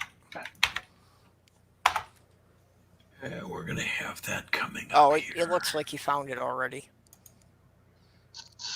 Friendlyatheistpathos.com. Yeah, Yep, that's there it right. is. When I see it, I know that's right.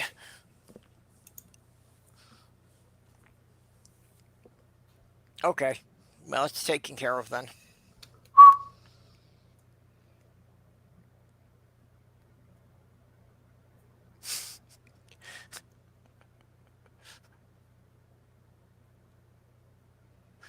Just laughing at what Critical Cripple posted.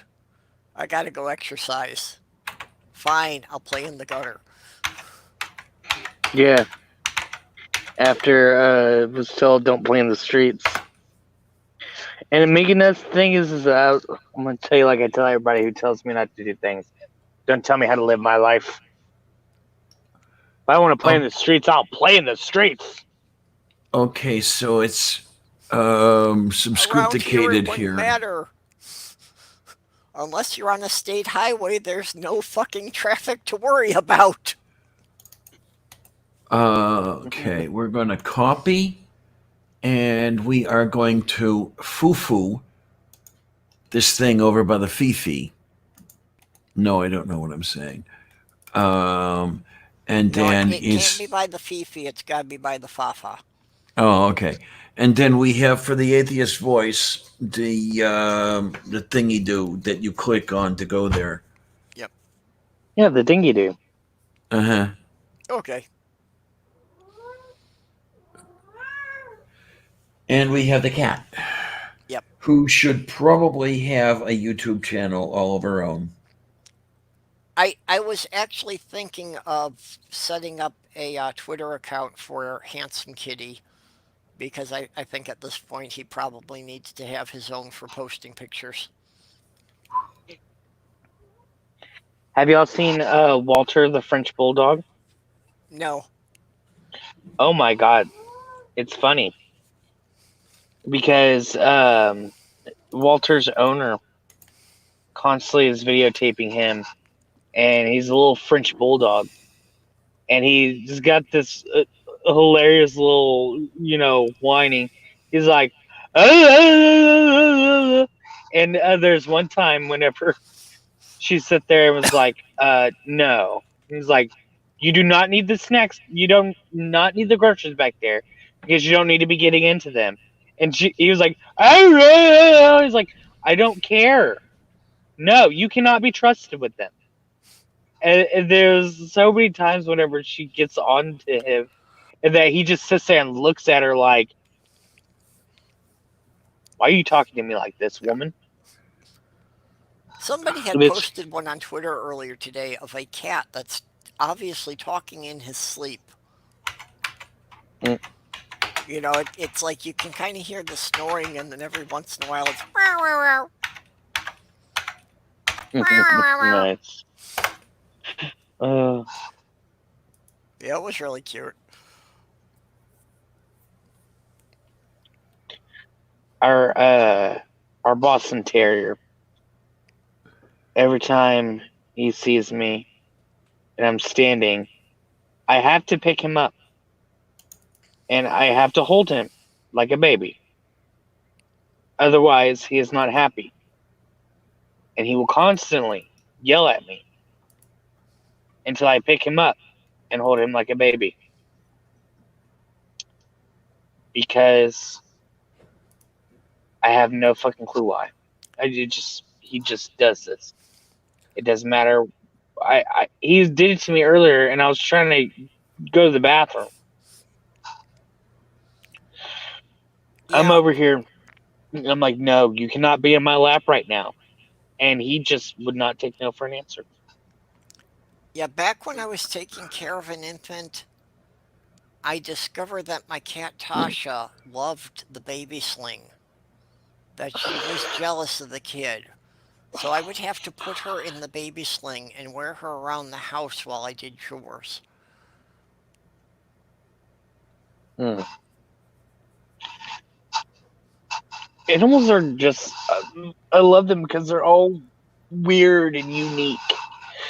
They have their own personalities, Yeah, that's people make generalizations like cats are so aloof, and it's like you haven't known very many cats, have you? right? You really can't make any broad statements about their personalities. No, I had one cat growing up that we named Eminem.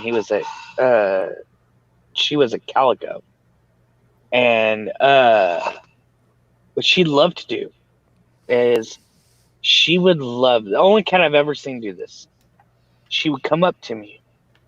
She'll love up on you, and she'll be all sweet and rub on your face, purr, and let you pet her or whatnot. And then all of a sudden she'd just take off. I had no idea why until a couple of seconds later, you took a big inhale in and smelt nothing but a cat fart. That cat would come over there just to lull you into this false sense of, oh, I just want to love on you, to fart and run away. Okay. Like, it would love on you regardless, like, even if it didn't have to fart, but this cat would come over there and love on you and then fart and run away. I've noticed a couple of cats that seem to be scared by their own farts. That anytime they did that, they would run away like that.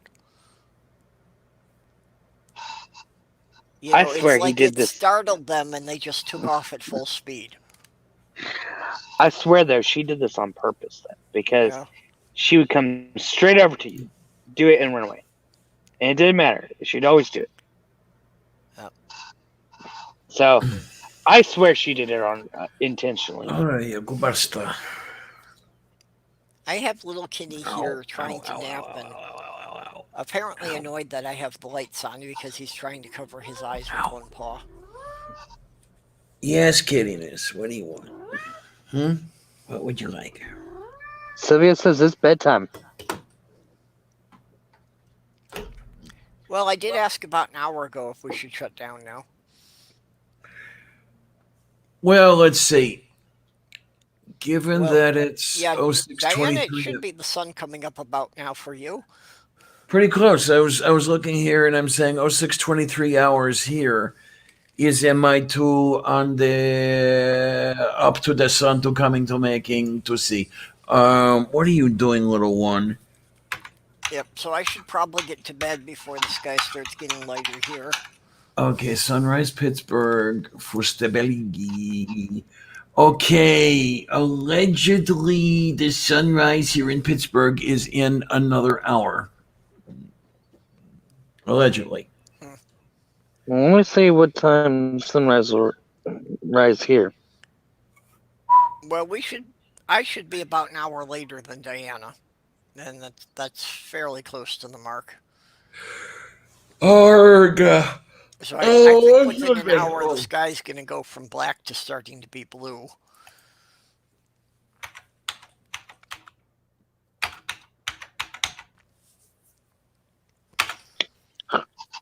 The sunrise will be at 7:11.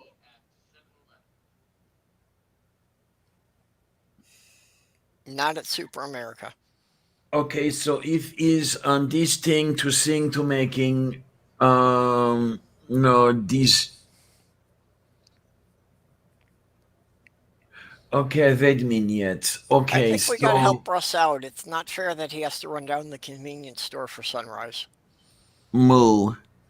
Yeah, according to Andy, is to saying AM. Okay, 07:16 That's Central.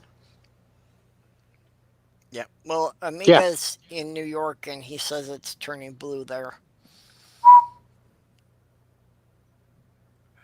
Okay, yeah, it's little one. Please do not eat the headset cable, Yeah. please. It says 7:11 a.m. Friday, January 31st, 2020. Sunrise in Houston, Texas. Yeah. Okay, is my to this to looking to making? I think it would probably be good at this point if we kind of went around and, if anybody's got anything they want to promote or shill. Okay, we're not blue yet, but we're getting there. Oh my! Now I have to get out of here on this thing. Well, check me out whenever I get on live streams, or go check me out on Twitter. And excuse me. I got my pleasure. I will figure out a topic for Sunday. But even if I don't figure out a topic for Sunday, come on over to the Lavender Lady for Coffee with Lavender with me and with Kate and with Tina and with Tornado.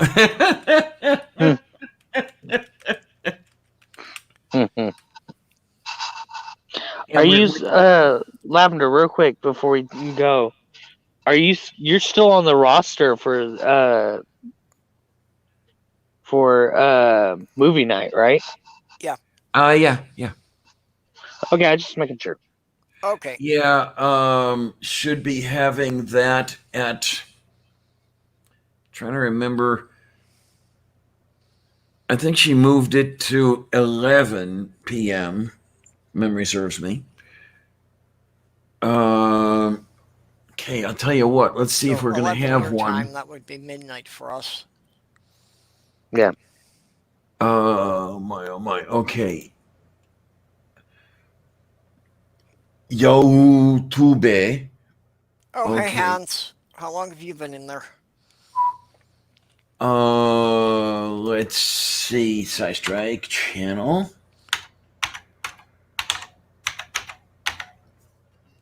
And If you got a link for this week's movie night, you might as well drop that in the side chat too. that's what I was looking for. I don't. She may not have it set up yet. I don't see a link yet. Yeah. I think she usually doesn't wind up setting it up until Friday evening. Okay, let me see.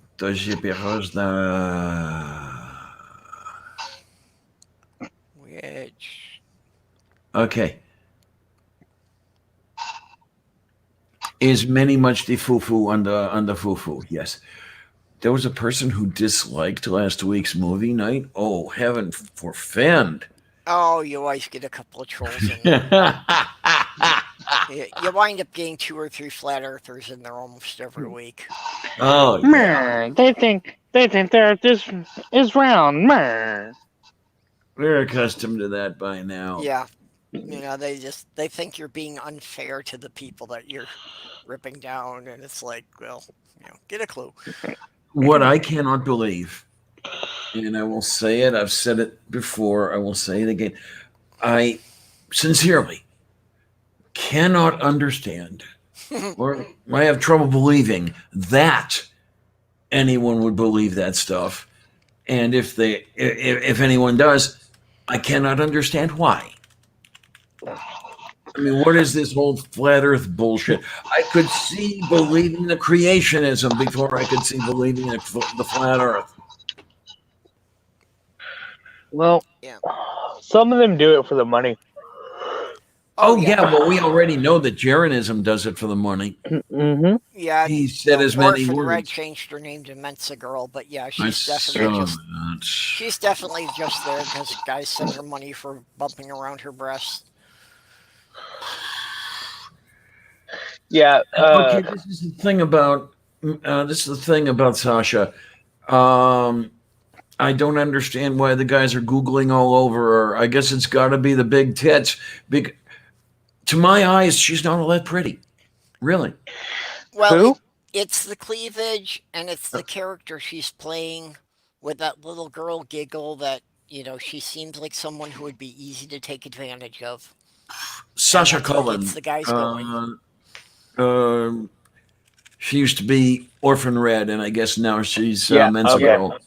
Yeah. Yeah. And that's how I know it's playing a character. Because she's playing into everything these guys who see themselves as being the alpha males will buy into. Mm-hmm. Oh man, I mean they tell me that she's intelligent. I have no reason to doubt that. Um, for all I know, she did score well enough to get herself her brand new, very own Mensa membership card. I mean, it's not that difficult. Yeah, God. and she Uh, must be at least reasonably intelligent to be able to play the character up the way that she knows they'll respond to. moo, moo, very moo. Mm-hmm. Okay, well, I can tell you, 100%. You put Sasha Cullen next to Kate Farr, and I can tell you who I'm going to be head over heels in love with. Okay.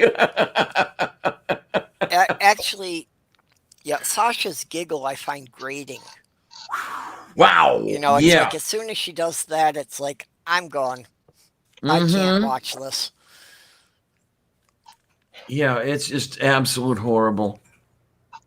Because it's like I've raised girls from the age of 6 weeks, and it's like, yeah, no, I wasn't gonna deal with that with them. I'm not gonna deal with that from an adult.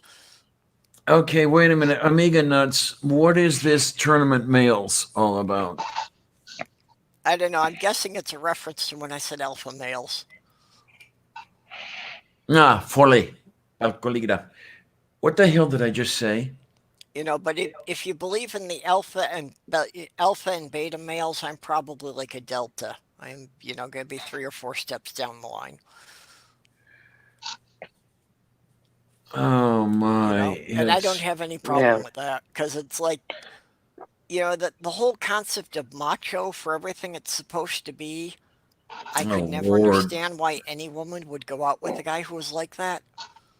Absolutely. I'm with you 100% on that one. I guess there are those who do.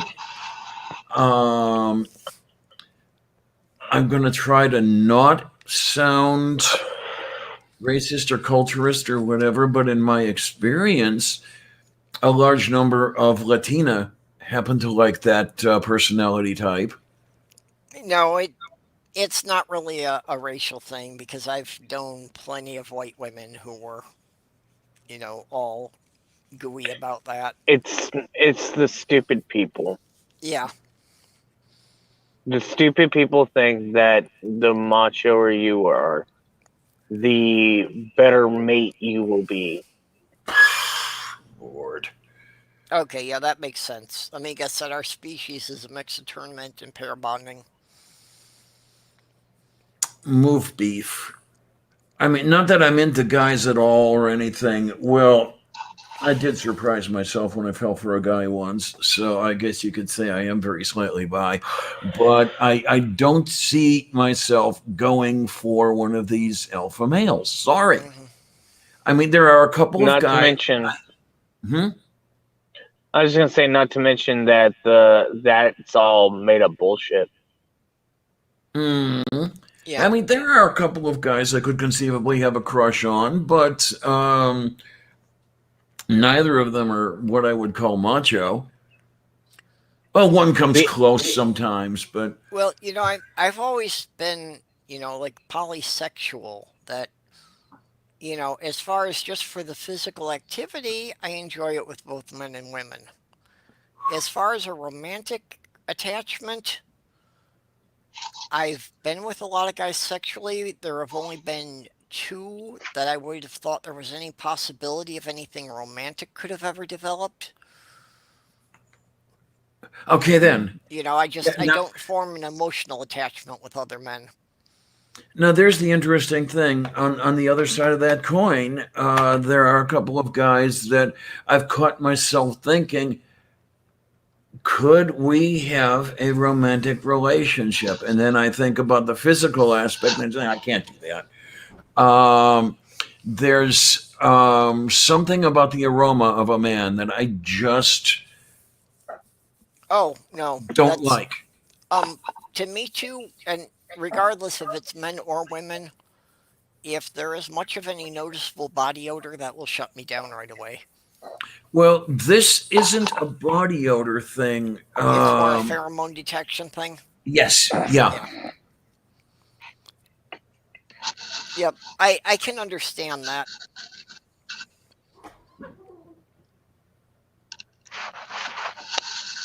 I don't I think just it's like something I've girls. really experienced myself, but I get what you're saying.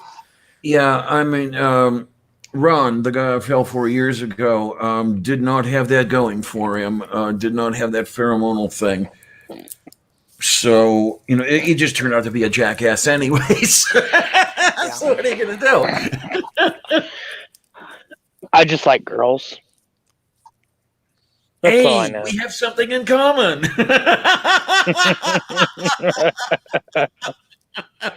Oh,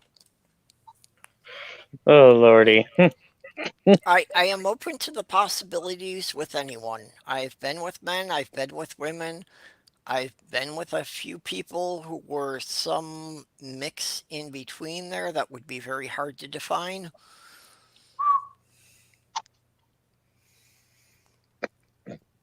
There was actually one person I knew in Minneapolis that while he had a penis, when he was dressed as a boy, he never looked right.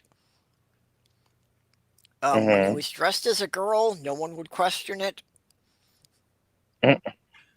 Okay. So Yeah, now aside there's from having the penis, physically looked completely female. Yeah, no, there's the interesting thing. I may have noted this before. As far as the hardware goes, that doesn't bother me either way. You have a feminine presenting person, personality wise, as well as physical. That person happens to have a penis. What the fuck? Who cares? You know. Hmm. And then the male presenting person with a vagina. No thanks.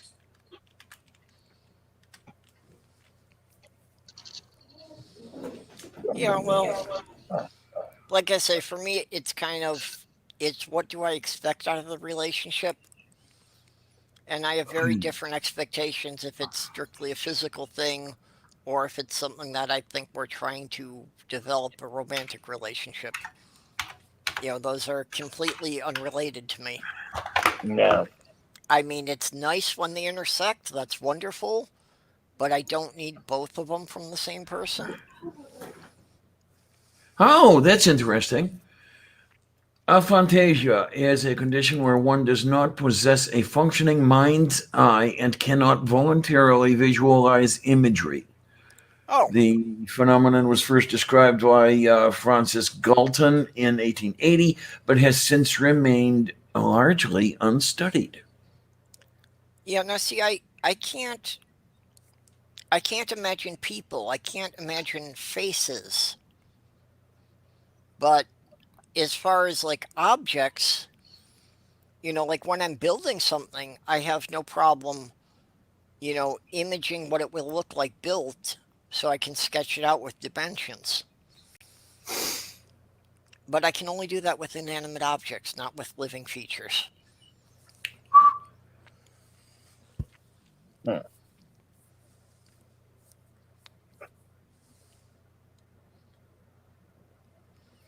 Yeah, Mika, I would Well, generally agree that our olfactory system generally isn't good to detect pheromones, Right. but it may be stronger in some people than in others, so I think it's Yeah. possible that some people may be able to detect it.